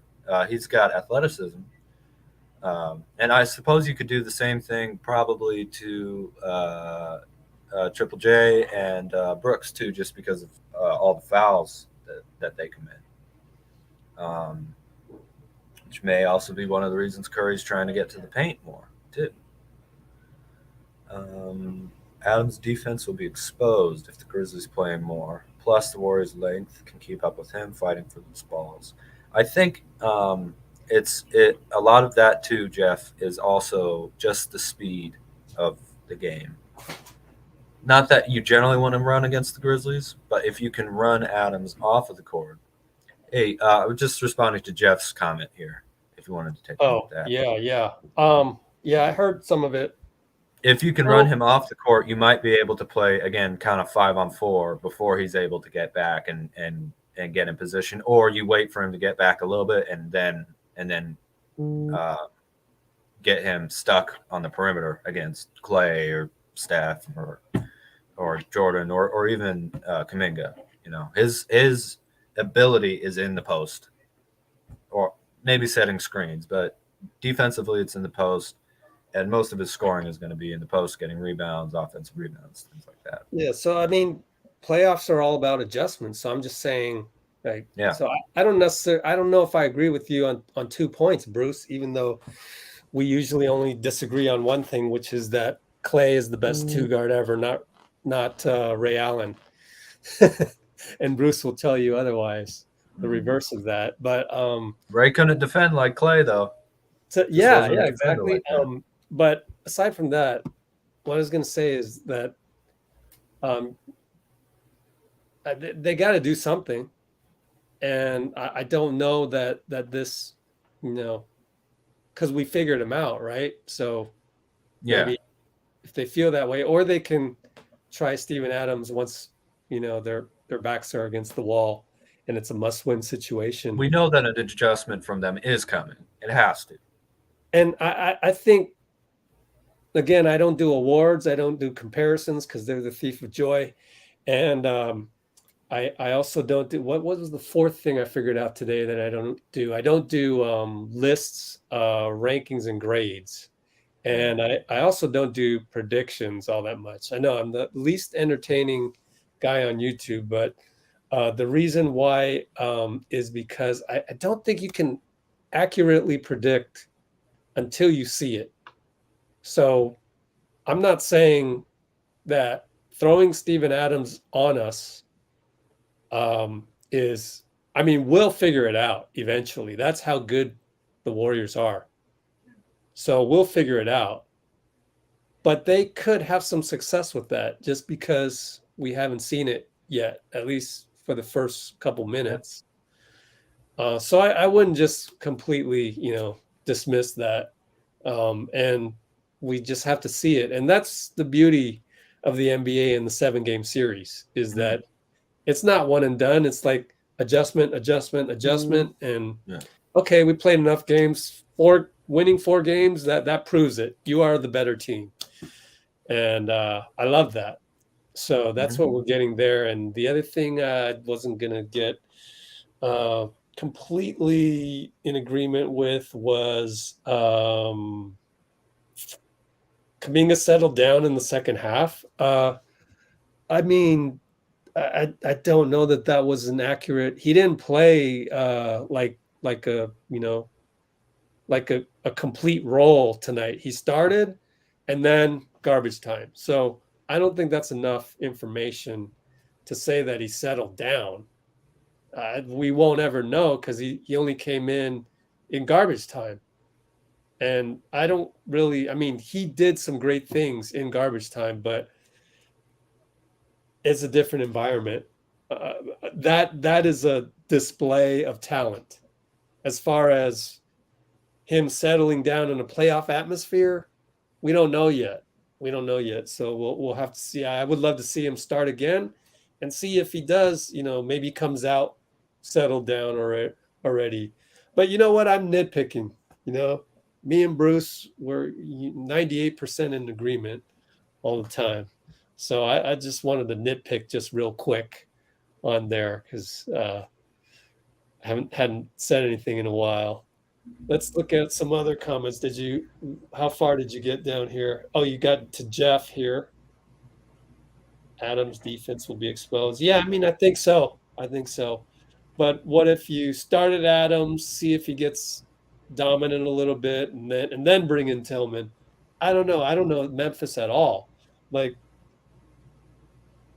I don't even know our own coaching staff. I didn't know Kuminga was going to start. So, and it was funny how one of the beat writers was like, "Oh, I should have noticed it in the pregame when Steve praised Kuminga in this one thing." Okay, bro. I get it. Generally speaking, that guy's pretty high IQ. You weren't gonna guess Kuminga was gonna start. Come on now, like, come on from Steve Kerr in the pregame. He's not gonna give you no hints. Like, he would have said the same thing about Kuminga anyways. Yeah. I don't know. I would have to actually watch the whole interview to really accurately say that. But my reaction to that was, come on, man. Nobody's predicting Steve was going to start Kuminga tonight. I mean, nobody. So I don't even know my own coaching staff, let alone a team that I've only seen play like, 7 times this year. I have no idea if they're going to start Steven Adams. I have no idea if Taylor Jenkins is that type of chess player to do that, or is he more inclined to trust his guys? I think Steven Adams was the starter until game 2 against Minnesota. I believe. Yeah. I mean, even then, it could be like a kind of fake start where you start him, play a couple minutes, then you bring in kind of the real starting lineup just to see if you can throw the Warriors off for a sec, or, Well, he did play 24 minutes in game 1 against Minnesota. Yeah. But Well, I meant for game 4 here. Then he went DNP, then like 3 minutes, DNP, 3 minutes, health and safety protocols. Yeah. Now he's back. So who knows? It's just that we haven't, it's another. Okay, I'm going to guess that with Dylan Brooks coming back, Steven Adams will not start because then you're moving 2 chess pieces around. Just move the one. Dylan Brooks could make a difference. I think they'd rather have Tillman out there too, Yeah, that too. I mean, he's more mobile than Adams and seems to bring pretty darn good physicality. I mean, if Steven Adams is a 10 on the physicality scale, then Tillman is like a 9. He's pretty well built. Sure. I think they're probably going to try, just as a guess, I think they would also probably try and tie Adams minutes with any Looney minutes that we put out there as well. That would be what I would do if I was them, at least. But if they started Steven Adams, I still wouldn't mind JK starting. I don't know. because Draymond Again, that can gives a little bit, but that gives us enough size, and then he can't guard anybody that we're playing. You know. yeah, exactly. Maybe put him on Draymond, but that's not going to help. Yeah, with he would have to play passing or Draymond. dribbling, or Draymond can get past him. Yeah, so thinking about that, and if not, no, I'm kidding. Thinking about that, there's no way they start Steven Adams, right? So we peeled the onion a couple layers right here. Yeah. Because Steven Adams would because you started Kuminga tonight, you showed that you're not afraid to start Kuminga. You showing And that he's ready for the moment. Great strategic move. Mm-hmm. You showing that and have us great for Bob Myers to give us such a versatile roster. Now, Taylor Jenkins, I could be completely wrong about this. Keep that in mind. But Taylor Jenkins goes, all right, well, I got new chess pieces. Dylan Brooks, Steven Adams, again, assuming Ja's okay. Yeah. And, well, you can't start Steven Adams because then if they start Kuminga, then Steven Adams has to guard Draymond. And if you're guarding Draymond, that's an easy pick and roll out there with Steph. You're toast. No, it's just Draymond's immediately going to get the ball. Yeah. Steph's going to curl hand off. That's Draymond telling runs Steven away. Adams to cover the point guard. Yeah. Draymond, the point forward. Mm-hmm. Well, yeah, I don't see that happening now that we've thought through it. If Draymond wasn't able to be guarded by Jokic that way, I don't think they're going to do that with Steven Adams. There's some talk in the comments here about the Grizzlies wanting to get Jordan Poole suspended yet again. This time, I guess, for Ja getting hurt on a non-contact injury. The first time was for coming off the bench to see if Gary Payton was okay. Yeah, you broke our player's arm, and his teammates went to go help him. That's not a fight. Yeah. And then, I mean, yeah, I don't know how would you ever possibly suspend him for? I mean, Wiggins got the foul when Ja got hurt. I don't even know if that's when it happened. Exactly. I mean, he could have hurt his knee at the free throw line and didn't want to tell anybody, which would actually be a good way. All this Twitter stuff would be a good way to throw people off the scent of that. Yeah. But maybe that's not what it was. Did we find out when there was that closeout by Clay, and I guess Ja did something to indicate he might have been hurt there? I don't know. Somebody mentioned that, but I didn't have a chance to check the comments to come back. I don't remember the closeout by Clay. Can you remind me what happened? I can't because somebody else brought it up, but that was a long time ago in the comments. Yeah. And I've not done a good job of following up on that, so that's my fault. I gotta charge my laptop here. So if somebody knows, please repeat it in the comments. Oh, I meant, do you remember what happened with the Clay closeout? Yeah, that's what I'm saying. If someone remembers that, put it in yeah. the comments because I wasn't able to follow up on that. Completely blew that one. Oh, Giants win. You know what? Hey, this worked. Last time Yeah. we lost. Last time was Game 4 against Denver, and today was Buster Posey Day. So congratulations. That's right. Buster. I remember that. that. No I had wonder to the wear this. Warriors blew him out. Good luck. So this is back to being good luck. Yeah. Yes, sir. I forgot the mouse in there. I'll be right back. Okay. Oh, I'm hearing feedback. Oh no. Okay. Oh, I like it. Bielitsa. It was great that Belly got some minutes tonight. Great that everyone got minutes. I saw it. He closed out. Oh, he closed out on a Clay 3 and came up kind of limp. There's our. It was Ja closing out on Clay. Yeah. Brianna's back. Well, he's had a couple knee injuries already. It might have already been Brianna. sore. Yeah. Honestly. Wait, have you emailed me already? Yes, Brianna. You were the giveaway winner on, where was it? April 2nd. Wow. Sorry. That's a long time ago. Oh, gosh. My fault. I am a But little worried, by the way, Rich. I have you worried? No, not you. Where is Noemi? I thought she would have been all over these comments. Oh, she was here, but then she went to go have dinner with her friends. Oh, okay. Cool. Cool. I'm glad she showed up because her not showing up, you know. Oh, These Rich kind at of game Let's like Go this. Warriors. Super easy to remember. Rich at Let's Go Warriors. Yeah. I posted Twitter link to the play. Oh, cool. Can you post that in the comments again? Sorry about that. Matt, please repost that here. Twitter link to the play. Oh man, sorry when someone else brought it up, but then all the post-game interviews happened to go on the streams and I had to get to that. I wonder when it was then. Was it a made 3 by Clay or missed 3? Do you remember that? Because then we could look in the play-by-play and get the exact time.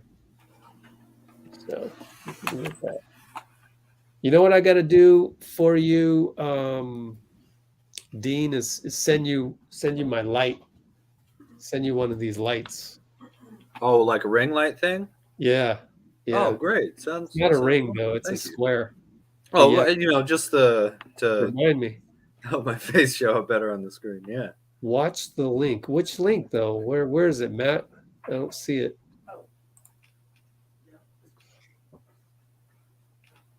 No. You email me a link? Let me see. Check my email. Holy smokes, I got a lot of emails. We have quotes from every single player that went to the podium. That's why my email is bombarded. Thank you, Bruce. Have a great night. Anything else? All right. See you, Bruce. Clay's better. Just kidding. Let's see. All male. Ray Allen was great, though. Yeah, no doubt. I don't see it. What do you got for me? Either way, the job links. thing. Yes, you can. Go ahead. Paste it in the comments. Yeah, go ahead, man. Just makes from the what three. Just from what I remember too, is that Ja already had a kind of hurt knee. Yeah. Up and down, you know, throughout this playoffs, even against Minnesota and at the end of the regular season. Here's the thing. Was Jordan Poole trying to injure Ja? No way. There's no way he could have tried to injure him that way. No way. But my point is, was that a bad foul? Yes. Like, can you stop on reaching Wiggins in like that? Stop reaching in, Jordan. Yeah, but it was on Wiggins, man. Wiggins got that foul. Oh, Wiggins got the yeah. So it wasn't this whole suspend Jordan Poole thing. It seems like you're just trying to get somebody suspended to help you out. Well, I mean, when that means we're in your head. When they're trying to get Jordan Poole suspended for coming off the bench to check on Gary Payton, I mean, that just goes to show you. But all of that is on Twitter. So I'm sure there's a group of Grizzlies fans out there that actually never crossed their mind that they would want to suspend Jordan Poole. In a vacuum where there's no Twitter, how about this? They would never think that. Memphis fans, I bet you Chris Vernon isn't saying that. You know who he is? I've heard the name, but he's a huge Memphis guy. I've been there for 20 years. I listened to a podcast with him. There you go. Yeah. So he's not soft though. This is soft, weak talk. Yeah. Yeah, but it's only occurring on one platform. So yeah, that's true. That's true. Yeah. And actually, people are going to say, "Oh, well, it's occurring on Instagram and Reddit." Well, no, because funny how we never talk about Facebook. But anyways, all of those are reflections of what happens on Twitter. That's why Twitter is what it is. It's the first one to have everything. Yeah, it's the fastest. And it's the dumbest, but it keeps influencing things, unfortunately. Exactly. And journalists think it's the best thing ever, but it really isn't. It makes journalists look worse. Whenever they throw an opinion on there, it makes them look worse when they should just be reporting facts on Twitter. Boom, give me facts, give me facts, give me information. But we're not in that world anymore. That was 2016 at the latest. Yeah. Man, Twitter was a dream. I mean, this channel was built by Twitter, so I have to give them credit for that. Yeah. But Twitter around 2016, when everyone on Twitter from Cleveland, not everyone from Cleveland, just everyone on Twitter from Cleveland was bragging about their championship and, oh, you blew a 3-1 lead. Every single Warrior tweet had like 10 replies, but you blew a 3-1 tweet. But you blew a 3-1 lead. And it's like, I mean, so 2016 June and onward, Twitter start to go down. There's a baseball team in Cleveland? The Guardians. They had to change the name. Right. I mean, do you see me? I went with the Memphis football team after the first half of game 1. You don't see me putting that as my lead in going into game 2. I don't do that. Yeah. I try and provide information. If I was into clicks and getting entertainment, which I kind of was after that first half in game 1, but if I was game 2, sorry, game 2 was the physical one. Gary got knocked out. Yeah. So that I was like Memphis football team, and I thought about it. Should I lead with Memphis football team? But I didn't. I don't want to. I'm not here for the clickbait. I'm gonna use KUMINGA. He started, so I thought that was exciting. That's genuine excitement that I'll put on there. But for all that other stuff, man. Rich, when you say, "Oh, I don't do predictions or make lists," or grade, I personally love doing that silly stuff. You know, but you know that it's silly stuff. Yeah. The reason I don't think you do it don't because some people might think it's serious stuff. But the reason I think you don't do it too is because you're trying, in my opinion, to present the mindset and the philosophy and the kind of just modus operandi of players in the league. Yeah. You don't hear Steph doing that. I mean, he maybe on All the Smoke or whatever, whatever it is, he might give his all-time starting lineup or something. But,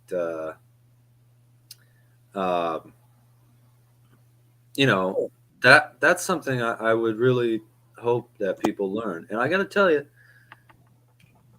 having played a little bit of pickup recently, people really should learn a little bit more about team basketball. So you played pickup ball recently? Not a ton, a little bit. Right. That's a ton more than I did. Yeah. But I'm retired. I have bad heels. Sure. You have Achilles something, right? So don't mess with that. Oh, sure. Yeah. I would play an hour. Both Achilles would be sore. Yeah. I'm like, okay, I'm done. Yeah. I'm not taking no chances on that. No way, man. Nope. You don't want to do that for sure. So anyways, the play hurt was for a long time. 11:47-ish in the third. Cool. Do you not see? Oh, so we can go to the box score, right? We can go to the box score and look at, I can't do that on the stream because I'll get demonetized, but you said I could go to NBA.com or what? Yeah. If you go to NBA.com and go to the box score and click on Clay's field goal attempts, they'll show you all of them. Sick. Okay. Oh, cool. I had no idea. Oh, wait. Why am I doing field goal attempts? You could do field goals made if it was a made 3. 3-point made. Let me turn this down.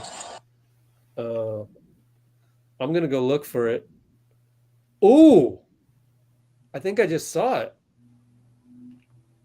He bumped knees with Clay. Wait a minute. How does this work? I don't know what I'm doing.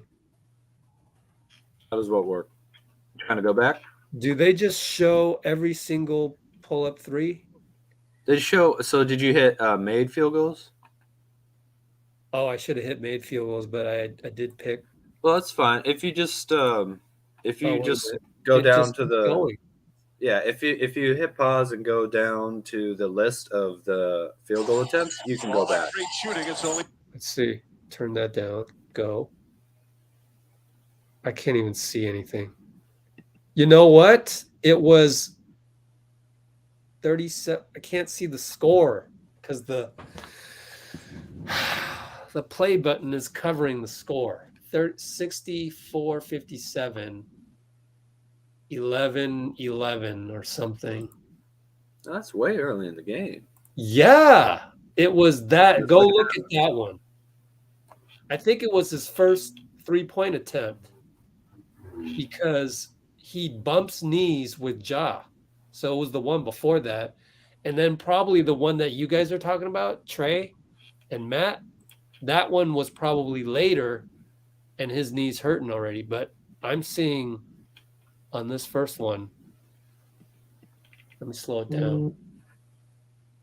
Trey and Matt, huh? You guys start South Park or something? Oh, yeah, we found it. I mean, 11:40. I can't read it. Let me maximize the screen. 11:44. Oh, third quarter. Yeah, you guys are all over it. He banged knees. 64-47. We were only up by oh yeah. We were only up by 7. Yeah. 11:44. Yeah, duh. I'm gonna screenshot. Let me show you this. I can't play it because I'll get demonetized. I'm probably demonetized anyway, but oh man, that's No need right. to risk it. Ooh, right there. Screenshot. Hold on. Let me play this a little more. Can you slow-mo this? No. Ouch. It was his own closeout, though. He comes out with the knee. You know, it could have easily have been a foul on Ja, honestly. 11:45 mark. Does anybody on Twitter have this? They must, right? Let's take a look and see if Twitter has any of this. You figure Anthony Slater would be all over it, right? So let's look at Anthony Slater. Let's do this. Share the wrong screen here. No, I want this one. So let's see if Slater tracked it down. I bet you they didn't. Let me see. Nope. So did Matt try to throw the link up there? Somebody show me a tweet where they have anybody on Twitter tweet the 11:47 shot by Clay and closeout by Ja. I mean, you guys probably got it from Twitter, right? So who was the source on that? Let me see. It just kept playing, but at the line, it must have given out. Yeah. I mean, Jordan certainly didn't cause the injury. There's no way. It seemed like that one did. Going around on Twitter. Okay. Nobody talked about Bane diving into Pole's knees. Yeah. That was kind of scary too. Let's see. The ref didn't call a foul on the clip I posted. Oh, can you guys see the links? Why am I unable to see the link? I thought you could. You know what it is? I think only I can post links or a blue wrench. That's probably why. Sorry, I don't. That makes sense because I think I've been able to post a link to you, but maybe You know what? Email it to me, guys. Email it to me. Just go. Reach out. Let's go Warrior. You guys will have to come back over and over again to be blue wrenched, though. Can't just trust you off of one chat. Like Dean here. Dean's been on a million times, so that's where you found it. Okay, yeah. Jeff Chaw, facts. What? Plus, he always jumps like there's no tomorrow. Who, Ja? That's a funny way to put it. Jump like there's no tomorrow.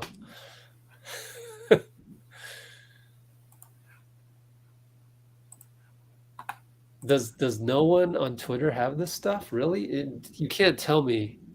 I'm about to tweet this, and I'm going to be the only one. You know what, too, Rich? What? I cannot find. I'm sorry. Yeah. Oh, I was just saying, hold on. I'm going to do the screenshot. Go ahead. I cannot find There it is. a video of Gary Payton shooting 2 free throws with a broken arm, which I really want to watch. Yeah. It's not in the box score? It might be in the box score. I didn't check there, but I thought it'd just be on YouTube where I could look it up and see, like, hey, this is like a little bit like Clay shooting on the torn ACL or whatever. I couldn't find it. I wish I could post that stuff, but it gets demonetized immediately. Yeah, I know. Yeah, but I think it's crazy that the things that people miss. You know? Yeah. How could you not put? That's awesome. I mean, he shot free throws with a broken elbow on his shooting hand, and he made one of them. There it is. Golly. And he injured his right knee, right? Yep, same knee. That's the same one. Yep. Let's screenshot this. Got Trey Dunn's crazy profile pic. Teddy bear. It's awesome. I'm about to tweet that. I'm gonna make you famous, Trey Dunn. Well, not really. I don't think anybody really checks our Twitter. That's the other thing about Twitter that I hate, is that it stopped working the way it was supposed to in 2016 as well. And the confluence of that. Now discussing the play where Ja seems to have first injured his knee on a closeout versus Clay. 11:47 Q3.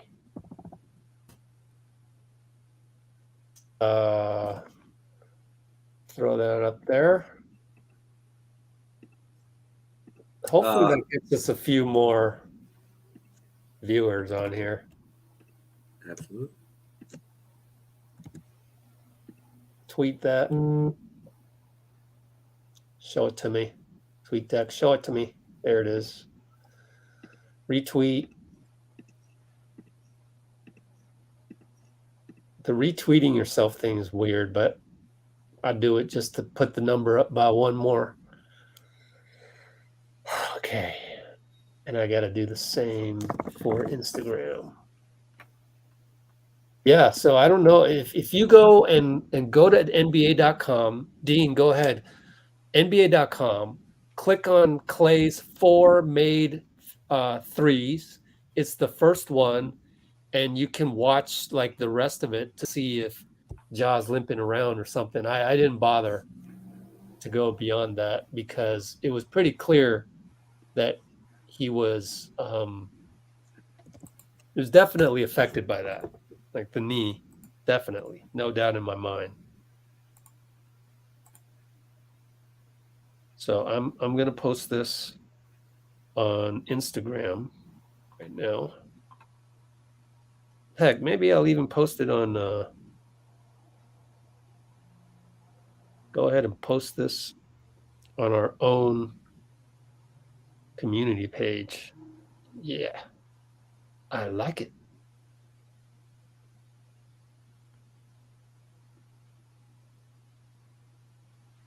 Cool.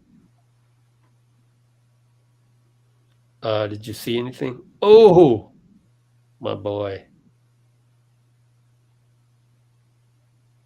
I'm still looking through some of the highlights, see if I can see anything after that happened. Just as a guess before I'm finished here, though, I think, yep, there it is. I think that made an already existing knee soreness or swelling or something like that kind of worse.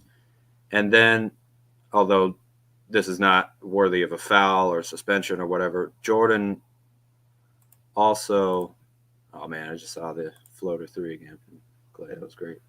I think Jordan also kind of, bumped into him as you do on defense, right? You sit down and get your legs in their backside and just try and pressure them. They were trying to probably get a half court violation from Ja when they trapped him and Andrew fouled Ja.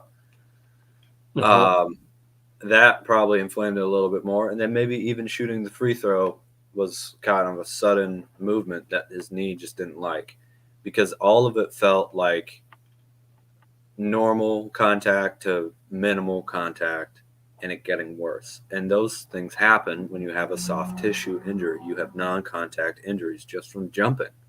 Jamal Murray, if you remember, in Golden State, tore his ACL, and there wasn't really anybody that close to him. He just jumped wrong and landed wrong. Or Steph in 2016 against the Rockets, he slipped and fell weird and hurt his knee, and it was up and down the rest of the year. So my guess is that it was a compounding problem on that right knee. And he goes to his left a lot on finishes, right? So he's jumping off that leg a lot too. Yeah. I'm going to try and watch the entire sequence one more time. I'm going to have to go over here. Let's see. So he's definitely hopping around and he's somewhat limping, and then the video cuts off. Yep. He was holding that leg up too when he didn't have to for a minute. And then a little bit more weird after the double team from Wiggins and Poole. I don't think Jordan's hand touching his leg hurt it that much. If that's true, then they should fire their medical staff, because if you're that vulnerable to being injured, you shouldn't be out there on the court. But shooting those free throws, it didn't feel like he walked. I mean, it's hard to tell, but it didn't seem like he walked to the line looking super hurt. But look, when you're shooting a free throw, it's an unnatural motion anyway. You're kind of going up on your tippy toes as if you're jumping, but you're not really. So it seemed like it just got a little bit worse each one of those moments. Again, this Clay thing is at the beginning of the third. I mean, 11:43 in the third. He went out with 4 and change to go in the fourth. So that's not actually. I think that's actually almost worse than if someone banged into it. Because there's the injury. But just a soft tissue, mostly non-contact injury. That's not excellent. Man, I had to search all over for you guys' emails. Sorry about that. Not spam. Damn. I thought when you click on all mail, because I use Gmail to run my email, that it will show every mail, but I guess it doesn't. Whatever. Okay. I'm all mad at Gmail right now. Clutch Points and Dog Surf Roadshow. Okay. That's where you guys Cyrus Satz's. I know him. Listen to it. Yeah. I don't know him personally, but I know of him. Oh, is he a good reporter? Oh, he runs Let's Go Warriors. No, I run. Not Let's Go Warriors. Locked On Warriors. My bad, Rich. I'm like, wait a minute. I would not replace you. Does he run this? Locked On, right. Yeah. Well, we'll see. I see him sometimes on the Zoom calls. Sometimes. Yeah. We'll see. He doesn't have a body of work just yet, so got to see the body of work later. Yeah. But let's see. He's close with Rick Barry too. He has another podcast. Oh yeah. I like Rick Barry. Yeah, he's cool. He's got a lot of good information. It's good information, and it's definitely not entertainment because his delivery is rather rough on his delivery. A little because dry. It Yeah. always sounds like he's complaining about something. So that's the hard part. But if you listen to the content of what Rick is saying, it's actually good stuff. Yeah, he's blunt, but he knows what he's talking about for sure. Totally blunt. Yeah. I'm trying to remember what he said last time that I liked, but the delivery made it sound not as believable. But I thought it was spot on, and I can't remember what it is. But it was before game 1 or game 2. It was on the radio. I wonder. Yeah, Oh, it was on the radio. Nice. He went on 95.7. Mm-hmm. So that's good. That's good for Cyrus to have Rick in his back pocket. That's great. I want to try and do that as well, but I don't know how I'm approaching it just yet. I mean, I should be doing this already, but we could have certain guys on here that's like not of the brand name like Rick Barry though. If they played in the NBA, that's good enough for me. Right. So I'm working on it. So this summer that's what I'm doing this summer is trying to find somebody, and not necessarily a regular guy, because if we have enough people to go around, suddenly you could rotate 4 guys once a week for a month, and you're good. Mm-hmm. We're definitely going to have more media people on here. That's something I've never really done. I've tried in the past, but for other people. Now I get to do it for myself. So yeah, there's a little bit more motivation Sure. on that. I've secured people with other people before. But I'll never get back on here again, man. Oh, no, you're on. You're permanent now. Thank you, Rich. Yeah. No, like I said, it's just a rotation, and I need to Mike Brownify. To have a spreadsheet, I need to have my own rotation, right? You got matchups and number of minutes and shot attempts all charted out. I like it. Yeah, no, I just need to have the people that will come on to the live streams charted out a little bit better, because I don't have that. We didn't used to do this, so. Mm-hmm. But it's always been homegrown, you know. Yeah. I mean, I Like found you in the comments, you know. Just I almost think that's better than the other way, which is to force someone to come on, and this happened organically. This is as organic as you can make it. Well, and you can see somebody's their mindset, I guess, like with me or with whoever else, in the comments, you might find, we didn't, I didn't have anything that I was really trying to gain from this. I didn't think I'd be on here, or Jeff or we Becca, just tried it, but they understood what you were going for with the kind of philosophy of this channel, I think. Yeah. And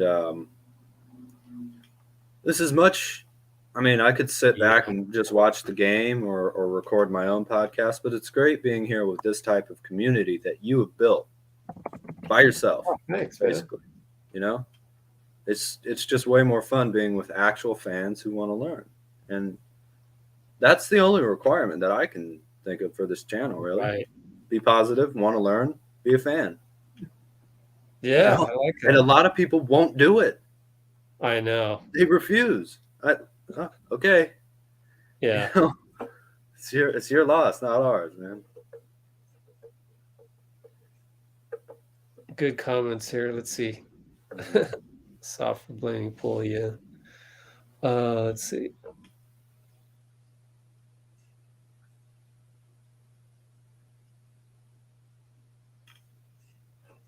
Oh, let's see.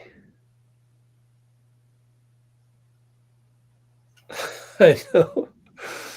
Oh, JP escaped. The other guy that escaped, I put it on our Instagram. The Instagram, I just can't keep up. It's almost like I need a social media guy, but I haven't figured that out yet. Like, I'll have to see.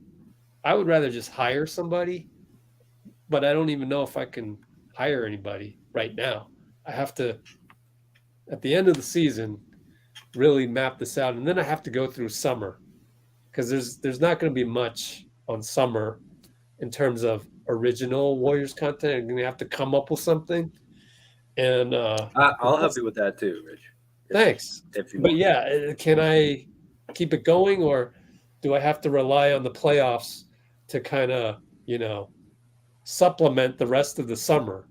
And if that's the case, then can I hire somebody to handle the Instagram? I don't know, but Instagram wise, I had one of the behind the scenes plays that I found from game one was a late play where there was a loose ball, and Dylan Brooks, of course, crashes into Clay, Marcus Smart style, but luckily Clay kind of lifted his foot so that he would ride it was a smart move by Clay. Yeah. I don't know if it was just instinct to just ride the impact. And so that's why Clay had the sore knee the next day and was listed as probable. Right. Yeah. But I think if I recall from articles way back 6 years ago, Clay grew up with Mikey, and Trace. Yeah. And I remember reading that they would play tackle football on the family couch in the living room. Yeah. So they would play tackle football. So Clay And his dad was a professional center too in the NBA. Yeah. Yeah. But to play tackle football with Mikey, and Mikey's a big human being. Mm-hmm. He's standing there. He's taller than Clay. Yeah. And to play tackle football, granted they were teenagers at the time, but that will prepare you eons later for the Dylan Brooks loose ball football dive that easily could have been Marcus Smart Part 2, man. That scared me when it happened, but thank goodness. Yeah. And Steph has been able to just brush it off, it seems, for the most part, not be worried about it, not seem to be too limited physically. But I played basketball against, not at the same level or anything, but I played basketball against my friend who was I forget what position he played, but he was a lineman on the high school football team. And he played defense like a lineman too, Yeah. So all the ticky-tack fouls and stuff like that. It's hard if you actually play on the streets with other people to feel like some of the things that people are complaining about are a little. I don't want to say it's soft because these players are very, very tough. A lot of them, they're playing incredibly athletic, physical basketball. But it's just like a lot of these are play on, But if you only play 2K, you might not know that, right? I mean, I love 2K, but I don't know. Just want to see a little bit more toughness, a little bit more Steph Curry. Hey, Yari Bari's here. Sorry. FYI, you won the giveaway. Another guy that won the giveaway. When did you win it? I gotta look at my drafts in my emails. You won the giveaway on April 18th.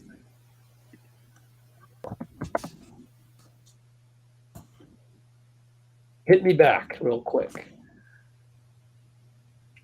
Oh, Is there another basketball channel that's trying to remind people that they won giveaways that they got for just saying something positive? I don't know. I don't think so. It gives you 6 hours of Warriors content. I don't think so. You better splash the like button. Where is it? Ah, cool. 418. That was game 2 against the Nuggets, right? I don't know. I think it's game 1 was on the 16th. Thanks, man. Chris Hansen, what's up? What is that a legit profile pic, or that really you? Or is that Michael J. Fox? No, I'm just kidding. Let's see. Steph and Clay on Monday night 3-pointers. Let's go Warriors. Yeah. We should what are your randomly popped up. Yay. That's the best way. Awesome. Oh, right, Yari. Thanks. Okay. Let me put that down. You know what I was thinking? I'm thinking I need to do something at halftime because it gets a little, I don't know. Maybe do one at halftime and then do one at the end of the game because we do have stuff to give away. Let me get all these guys their prizes. Yeah. Couple dozen now. And then that'll help deplete the supply. A lot of the winners, I don't even know what they want. They're in the emails though. So I remember like this guy wanted those shoes and it's on the Google Drive. Like it's already earmarked. Mm-hmm. But sometimes I got to really go through that. Yeah, Rich has got plans to make your guys' lives awesome. All you have to do is be positive and cool. That's it. Uh-oh. We got craziness. Okay. Yeah. Thanks, Elijah. Got rid of some spam bot.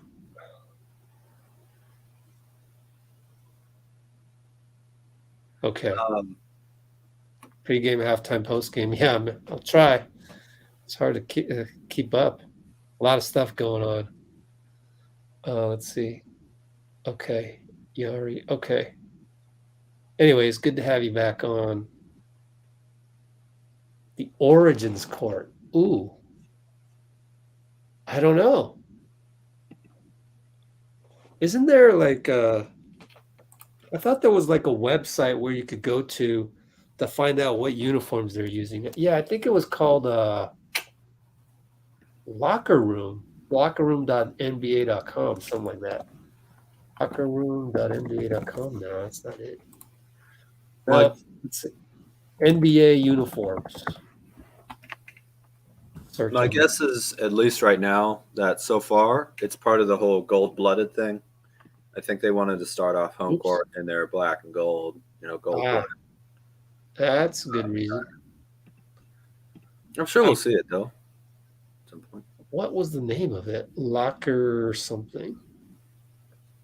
Locker Vision. How did I remember that? That's nuts. Yeah, here we go, guys. Can you see this? Yeah, let's take a look. Boom. That was tonight? Was this tonight? Why doesn't the Warriors player have a head? The Grizzlies really are pretty dirty, man. Oh, because this is the actual representation of Dylan Brooks and yeah. Oh God, that's hilarious. Oh man. Oh man, I gotta. Oh my God, this. Surprised it's not wearing an elbow pad or something, Oh, I gotta tweet this. We have just discovered that the uniform assignments for can't spell assignments for Warriors-Grizzlies our visual representations of Gary Payton and Dylan Brooks. Hey, we're nearing the 6th hour of this live stream, so we can start going off the silly end. Yeah, let's do it.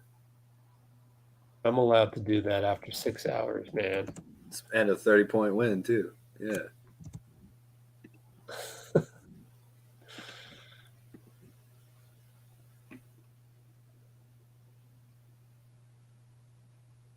That is hilarious. Unbelievable. Just so happened. So funny. Retweet that a couple times. I even have a backup Let's Go Warriors Twitter because back in the day, we tweeted so much during games. We called it our live tweet instead of this live chat. This is now the evolution of that, which is great. Isn't it cool how things evolve? Absolutely. And what was I going to go with that? So that's why we would tweet so much that Twitter would shut us down. It happened like 3 times. Like, oh, you're tweeting too much. You must be a bot. Yeah. Boom. And then we had to move over to the secondary one, and we lost a lot of people.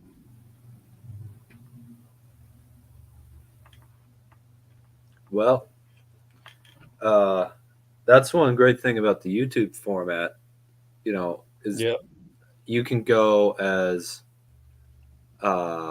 deep or as fast paced as you want to, Yeah. Everything about YouTube is set up so much better than the other places.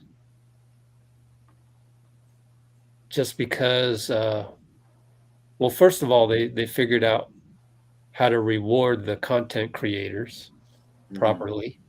Yeah. It's ingenious. It's ingenious. The YouTube platform is ingenious. And if it weren't for younger family members that I knew, like, oh, what you doing right now? YouTube.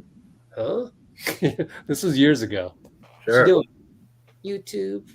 Dang, you kids are on YouTube a lot. Yeah. And now that YouTube has become ubiquitous, it's like duh. But back then, 2016, that wasn't that obvious. And then slowly, and then I think I'm late to it. Although you're saying that there isn't anything like what we're doing with the second stream. I thought a lot of people were doing it, but I guess not really.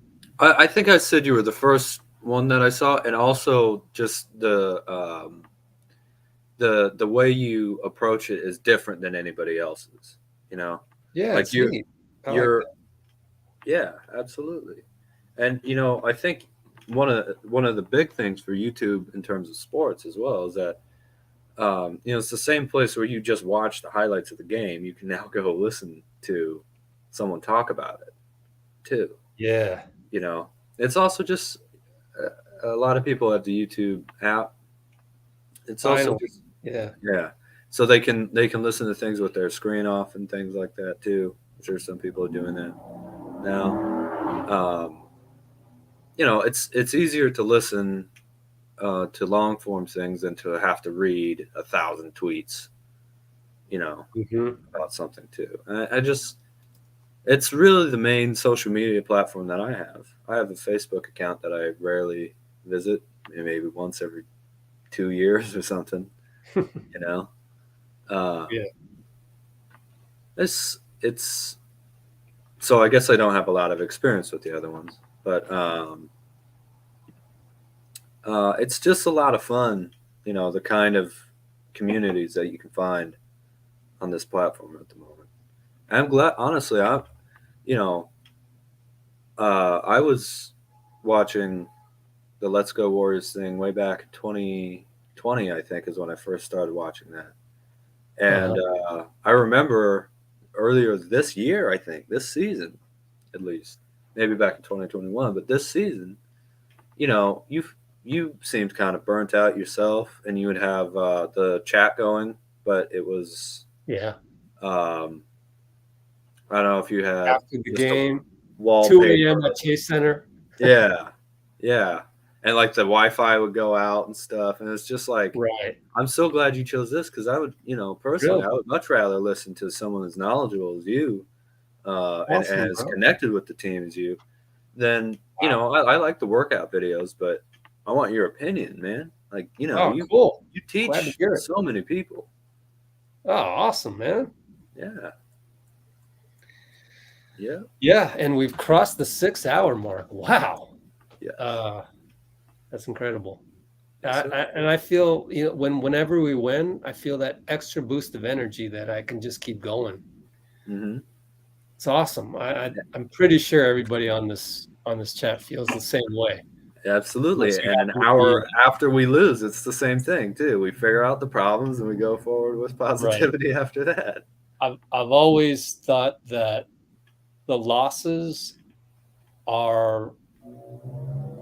that's my basketball game. That's that's Draymond needs to go, challenge himself in these playoff games. That's my playoff game, is whenever we lose, then you get just like Vitor always says, for an hour, we're just going to get tons and tons of negativity in the comments, and then try to get through it. We just try to get through it. And that's such a challenge, but I love the challenge because we always come out of it feeling better than we did at the end of the buzzer, honestly. Sure. Which is pretty cool. You have to rally around your guys, kind of. Yeah. And at least defend them in the face. I'm sure they don't really care about what people are saying in the comments that much, but we do. We have to defend them in the face of a lot of critique and ignorance a little bit too. Yeah. Well, that's the thing. So going into game 4, yeah, talk about that. You just never know. You just never know. Sometimes you get surprised by something you couldn't have thought of. So let's roll the ball out there. But yeah, it feels like we're getting to a point where we can. I mean, I said this in the first quarter. It's gonna be interesting. Game 4. Can we actually start a game without any dumb turnovers? Can we start a game not getting down by a ton? Yeah. Yeah. Yeah. Also, oh, cool. I didn't see great that. as we played today, we did get less shot attempts than them by quite a bit. Let's see, I still have it up here. It was 84-92. So they started off. That's like giving them 8 straight shots. Then we start playing. I think that's something to be cleared up a little bit. Obviously, we shot the leather off the ball today, but again, because we won game 1 in such a grinded out fashion, and had a huge chance to win game 2 as well. I'm not as concerned with the Warriors, not being able to adjust, not being able to take the lead, or whatever it is that we've been doing to get back into these games. I just want us to lay the smackdown in the first quarter at the beginning of the game. Especially after this win. Yeah. Right? Yeah. I'm not worried about what it means for the rest of the game. Even laying the smackdown, they're going to come back. This is a very tough team, and they won a lot of games without Ja, even. Right? I think they went 20-5 this season without Ja. That was the thing. That was the thing when we were going through the 5-game losing streak. Oh, but Memphis can win without Ja. Yeah. Warriors fans were saying that, and we had to calm them down. And it was tough. It was tough to do. I don't think I was successful calming them down back then. Well, the kind of, I guess the Gary Payton thing and the Andre Iguodala thing is we've been preparing for battling through injuries and having to use depth and not ever having the same starting lineup so much that we're kind of used to it. I would think. Yeah, it's really helped us now, which makes us a little bit shapeshifters. Yeah. And those can be very dangerous type things to be able to defend against or just the mental toughness of the team and the flexibility. I think it's been wonderful. 76.1% true shooting percentage. That's their effective field goal percentage must have been way up there too. It's just everybody played as hot as clay. True shooting means you take 2s and 3s and you build them into the field goal percentage, right? So effective field goal percentage, you take the number of 3s made and you multiply them by 1.5, because 3 divided by 2 is 150% more, 1.5, right? So each made 3 is equivalent to a made 2.5. Gotcha. True shooting percentage then takes the number of free throws attempted and the number of free throws made and adds that into an overall shooting percentage. Yeah. Right. So, for instance, Shaq, maybe that's not the best example, but let's say Iguodala, right? Iguodala would have a really high effective field goal percentage because he's basically shooting open 3s, hitting them at a good amount, and being very efficient around 2. But his true shooting percentage would be a little lower because he was about 50, 60% free throw shooter, right?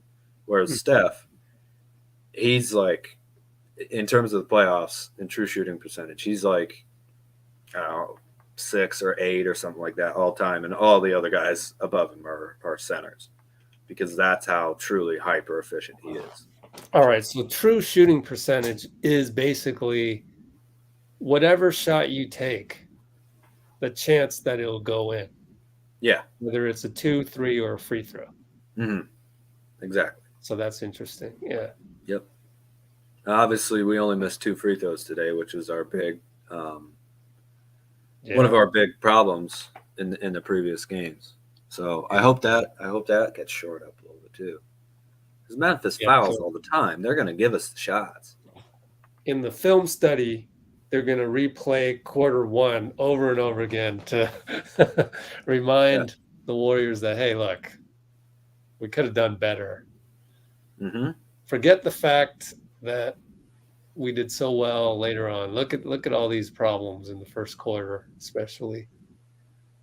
But yeah, that's the beauty of the NBA, though, is that it's a long game. It's a marathon, 48 minutes, stop clock. In our rec leagues, I adopted NBA rules. You would love to. You would give up pickup to go play in a Dream League game because what we did was we did the stop clock.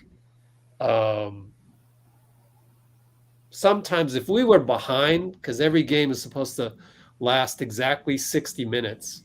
In fact, in the fourth quarter of the game before your game, I would come to you and give you your score sheet so that you could start filling out the names so that we could start on time.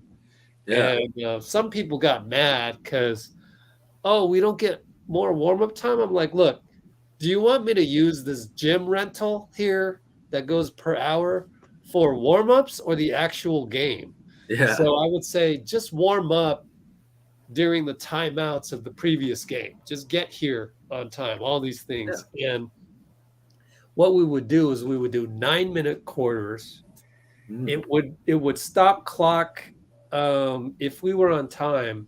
The first 2 minutes, run clock no matter what. Then between 7 minutes and 1 minute, we'll go ahead and stop the clock on free throws. But if we were behind, keep going. Now, I actually like the G League rule where it's 1 shot to make 2, right? That's until the final 2 minutes. Then you have to make both. Right. That's what I would adopt that immediately for rec league because you're dealing with finite gym rental.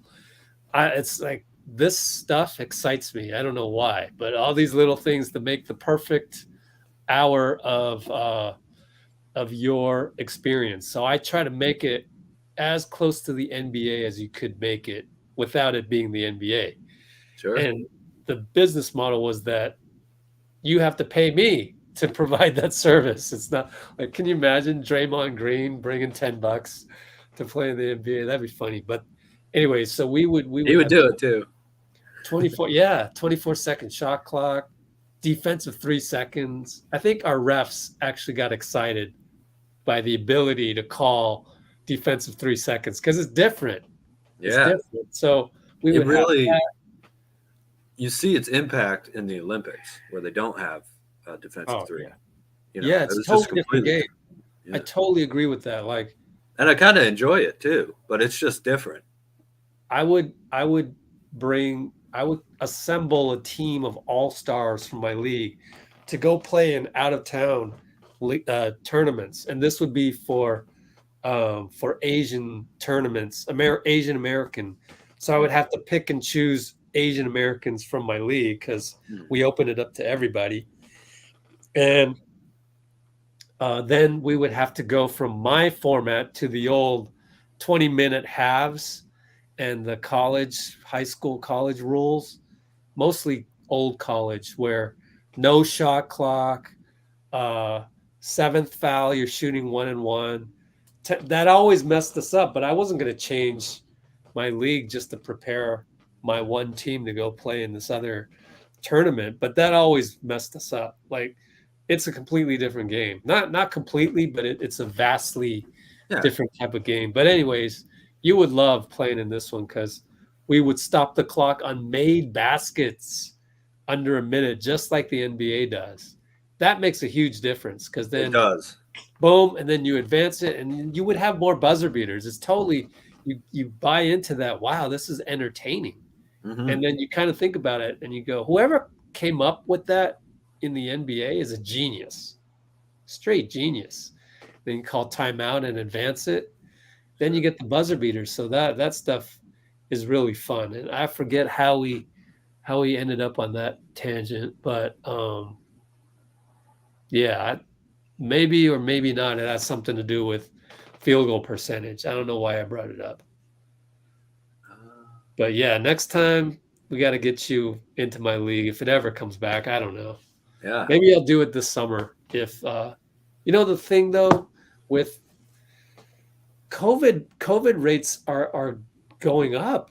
It's like I would advise people to still wear masks for your own good. Yeah.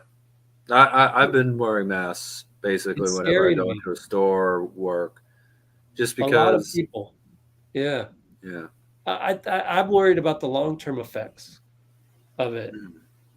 So I don't know that I'll do my league anytime soon, unfortunately, because I don't want to sit there and have to check vaccination cards and all of that. Yeah. You know? Sure. I just found out, it's a crazy thing. I just found out that one of the guys that played in my league, he is now, you'll never guess who he's working out. He's working out someone related to someone on the Warriors. I'll let you guess. I'll give you 3 guesses. He's working out. I'll let you guess one time, and then I'll give you another hint. Okay. Unless you get it on the first one. And in fact, people guess in the comments. Go ahead. Is it Kevon Looney's brother? No. So it is somebody's brother, though. It is. And if you watched my latest Deep Cuts behind the scenes video on the channel, there's a clue in there because I believe they're working out the brother somewhere near Menlo Park. So that's a huge clue if you saw my video. It's not a requirement. You may have not seen my video, but if you did see the video, you would guess it immediately. Well, everybody go watch that video as soon as you can. Okay. We got to get this. We got to get this right. There's your answer. Kuminga. Did you guys watch the video or did you just guess it? In any case, I can't believe it, but the guy that How old is he, by the way? I picked him up. I picked up this guy training the brother. I think, I don't know how old he is. He looks old. He looks old because he's got that demeanor that makes him look older. Yeah. It's Joel. I'm gonna mess up the name. And Tomway. I totally messed up the name, but Joel and Tomway. And I'm in the process of trying to figure out how the hell he is now working out Jonathan Kuminga's brother. But that's great news for Let's Go Warriors, by the way. That's great because the guy that's training him, he used to play for me. He was one of my all-stars in my league, Asian guy. And man, talk about, I had him, I still need to call him. He called me and I said, I can't pick up right now. I'm covering Warriors practice. So, okay, we'll talk later. Right. Mm-hmm. And I'm like, I remember I picked him up when he was 19. I have actually had a 19-year-old play on my tournament teams. I know what that's like. Like, yeah. They are just, they act on, it's literally, it's squirrel. It's that. And it's crazy. And They played against grown men either way too, Oh my, I remember the one tournament we brought him up to Sacramento. But the thing is we made the championship game, which was an accomplishment for us because nice.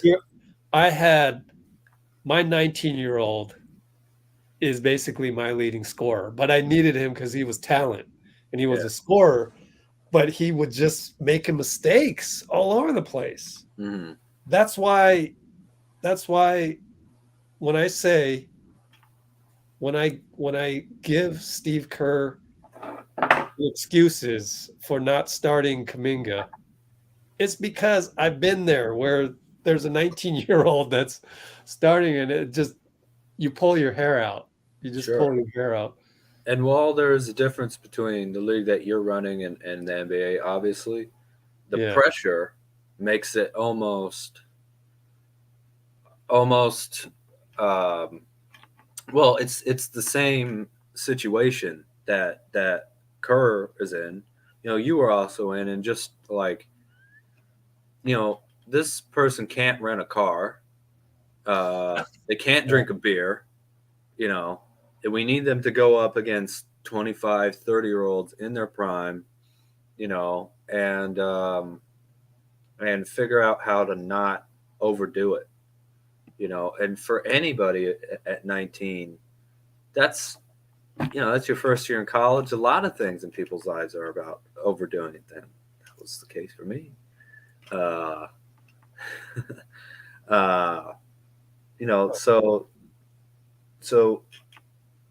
the fact that you were able to help him that way, and the fact that Coach Kerr has been able to keep, Kuminga so focused and so confident, whether he is in that starring role or not, which was a knock on him coming out of the draft, by the way. I don't know if people remember, right? It was like, will he play within not that he was a selfish player, but just, how will he play within a team system when it's not just G League Ignite? He can kind of do whatever he wants.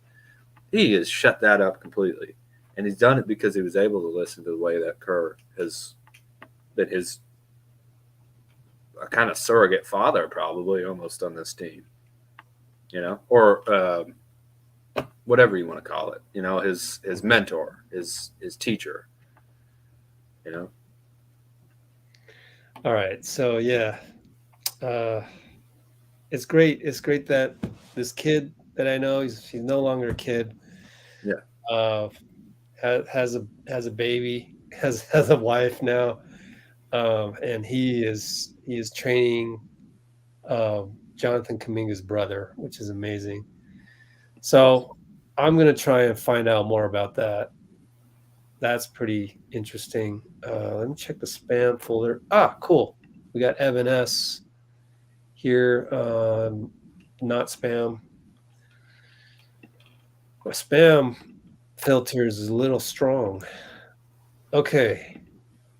So he's showing me the link for. Oh, the little doopsie doo. Okay. Okay, let's show that. Thanks, Evan. Awesome. What we're gonna do is gonna. Oh, we never followed up with what uniform are they gonna wear next? Oh They yeah. wore this tonight, right? I mean, duh, right? Like, let's see, we go here. No, they wore the black tonight. So what's going on with this? Is this I think tomorrow? that might be the next one. Okay. All right. So Gary Payton, Dylan Brooks. And that's what we're going with. So to answer your question, Elijah, no, It's called a foul, you know. we're not going to have the Origins one because I think we're going all in with the gold-blooded, with the black one. So it's black, original blue, and maybe the bay yellow one. Whereas the Origins one doesn't really fit. Like if you have, yeah, what was the court? The court looked like regular. So here's the skip to my Lou or whatever square dance play. Huh. That's amazing. That's so Wow. hyper creative, man. Are you kidding me? Wow, they ran this. They literally put him in a blender. Wow. Mm-hmm. Look at Bane. Look at Bane try and catch up, and he's about to get hit by Otto. Yeah. Wow, that's awesome. Incredible. It's amazing that NBA storyteller. Can we go and try and find out where that happened? Go ahead. Oh, it was just Jokic and that's what it feels like, I guess. Yeah. How are all these people running still? Wow. Yeah. That's amazing. That was an amazing locked arm. Yeah, thanks, guys. Thank you. AJ has another clip. Which clip was that? I forget. Short-term memory here. Let's see. Where can I find the clip? Oh, that one, Evan. Okay, same one. Cool. Appreciate you guys. Do we know where in the game that was? Let's see. Let's catch up on some other things. Oh yeah, Menlo Park. Trey, how did you know he was in Menlo? So on that, another tidbit is because I saw it in his Instagram post. It was JK and one of his buddies, I think. JK has a lot of guys. His entourage is huge, which is good. It's good for keeping tabs on JK because that means more young people with Instagrams, honestly. Mm-hmm. Well, he came here so young, you know, away from his family. What was it, 13? He moved to the U.S., right? Yeah. So I'm sure there's a lot of people around him, you know, that Trey. Thanks. he's relied upon to just keep him on the right path. Favorite restaurant? You know my favorite restaurant right now, and thank you to Elijah for getting rid of the spam bot. Sorry, did I interrupt something you were saying? Oh no, please go ahead. I just got. You guys got to check this place out if you're ever in San Francisco. Underdogs. Amazing Mexican food. Amazing. It's so good. Underdogs. Nice. Which is funny because Trey just brought up Kuminga and his dogs. Yeah. Yeah. So back to Menlo Park. Then Kuminga's manager posted pictures of his two dogs. Anybody know what type of dogs those are? I forget the name of those, but they're the small ones. And one is named Dior, and the other one's named Prada, which is again gets into Kuminga's love of fashion, which I don't know if you guys saw. So Kenny Smith, I think executive it's a French bulldog. Thank you. Kenny Smith, executive produced. What's the name of it? Dang, I can't remember, but it's the pre-draft thing, and Kuminga was in it, but so was a lot of Cade Cunningham was in it. Last year's draft. The process. I don't remember the name of it. It starts with a P. And in it, they had Kuminga, and they had his house in Orlando. So look, the guy made $500,000 playing for Ignite. Yeah. And who knows how many tens of thousands he got in duffel bags. I don't know. I'm going off of Blue Chips, the movie, right? I'm pretty sure they're taken care of by high bidders out there. Let's just say, I don't know. I don't really know, but don't be surprised that Jonathan Kuminga has this house. I don't know if he owns it, rents it. I don't know. But $500,000 can get you a lot. And oh yeah. So, and he already had his Lamborghini Urus that we've talked about with Anthony on here. Where's Anthony been, man? Yeah. Anthony, Jeffrey, Rebecca, AWOL. Don't know what happened to him. Maybe they don't like. But the we have Warriors. Dean. But we have Dean. I'm just kidding. I'm kidding. Anyway, so Kuminga is in his Orlando house, and they're asking him stuff. They're going in his closet. He's a fashion guy, and he says he wants to be a fashion designer someday. That was like, wow. Why isn't somebody writing about this? This should have been written about already. But I'm going to try and track that down for you this summer. Maybe do something behind the scenes with them. But we got to keep getting the viewership up here.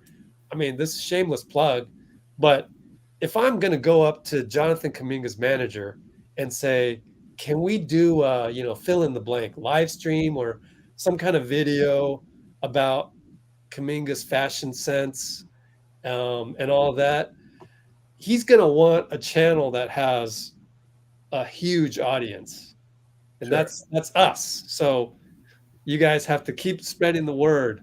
Let's go Warriors. So we gotta, and we can find out. But I thought that was awesome, because then you look at some of the other Instagram things that Kuminga's put out there, and there has been a lot of fashion stuff.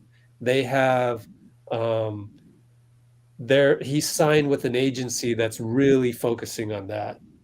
And I managed to follow that person. So keeping tabs the whole time. There's a lot of people involved with Kuminga's rise.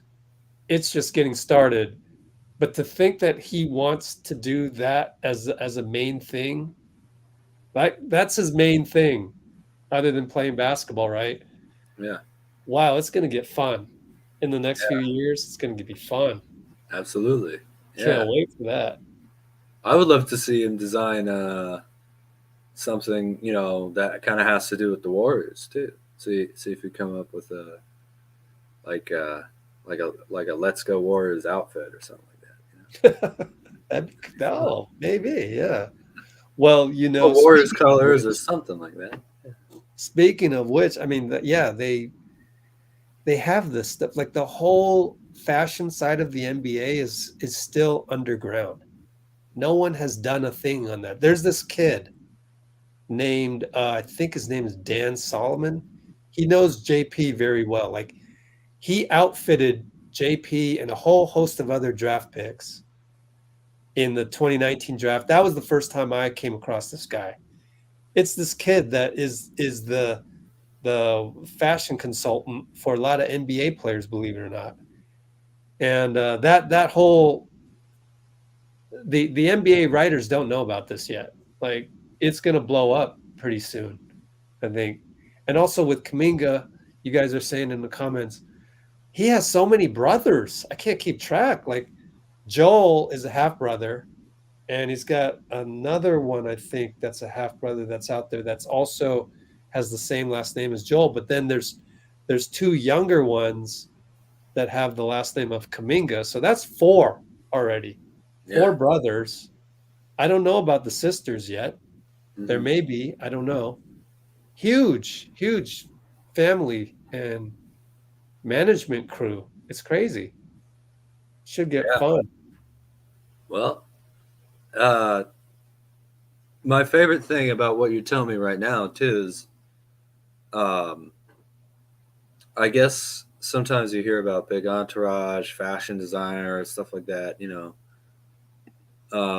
That's not always equated to humility and selflessness and maturity, but Kuminga's got those in spades.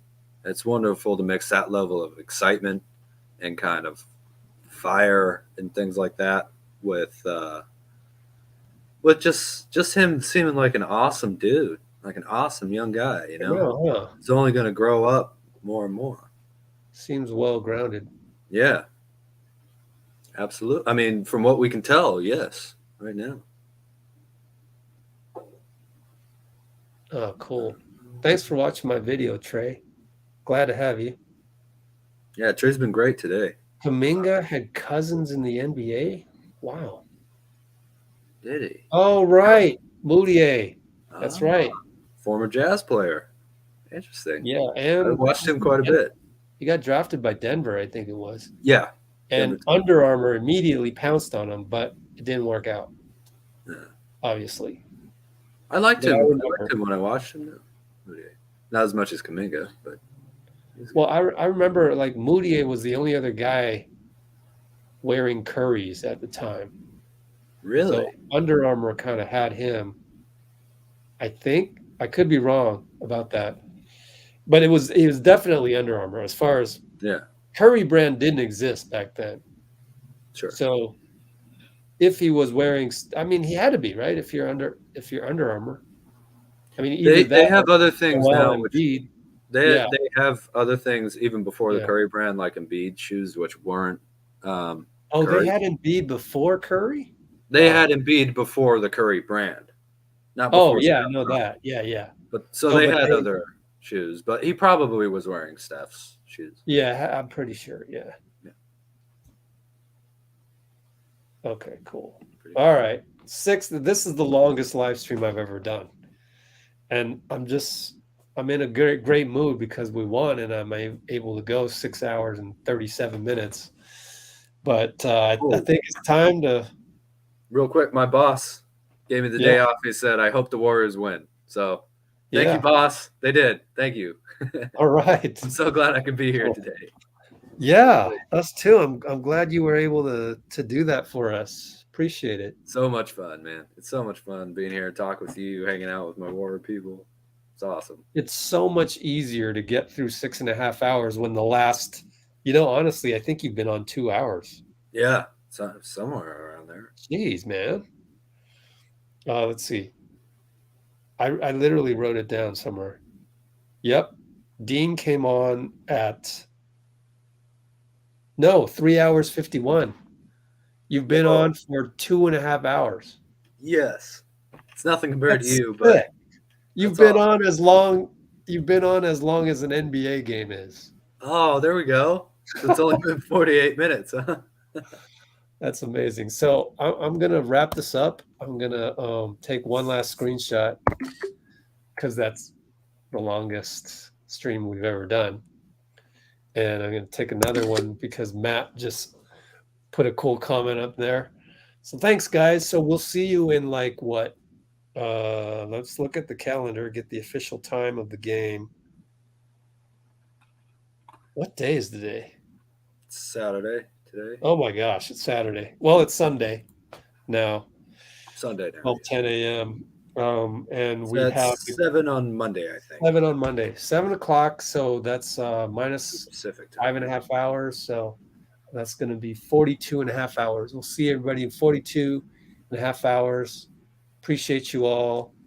And yeah, happy Mother's Day. It's Mother's Day. Happy Mother's Day. Absolutely. Don't forget to call Mom. It's always great. It's always great to have your mom watch a game on Mother's Day if she likes that too. Yep. All right, guys. And thank you, Dean. I'm going to end the broadcast right now. Take care.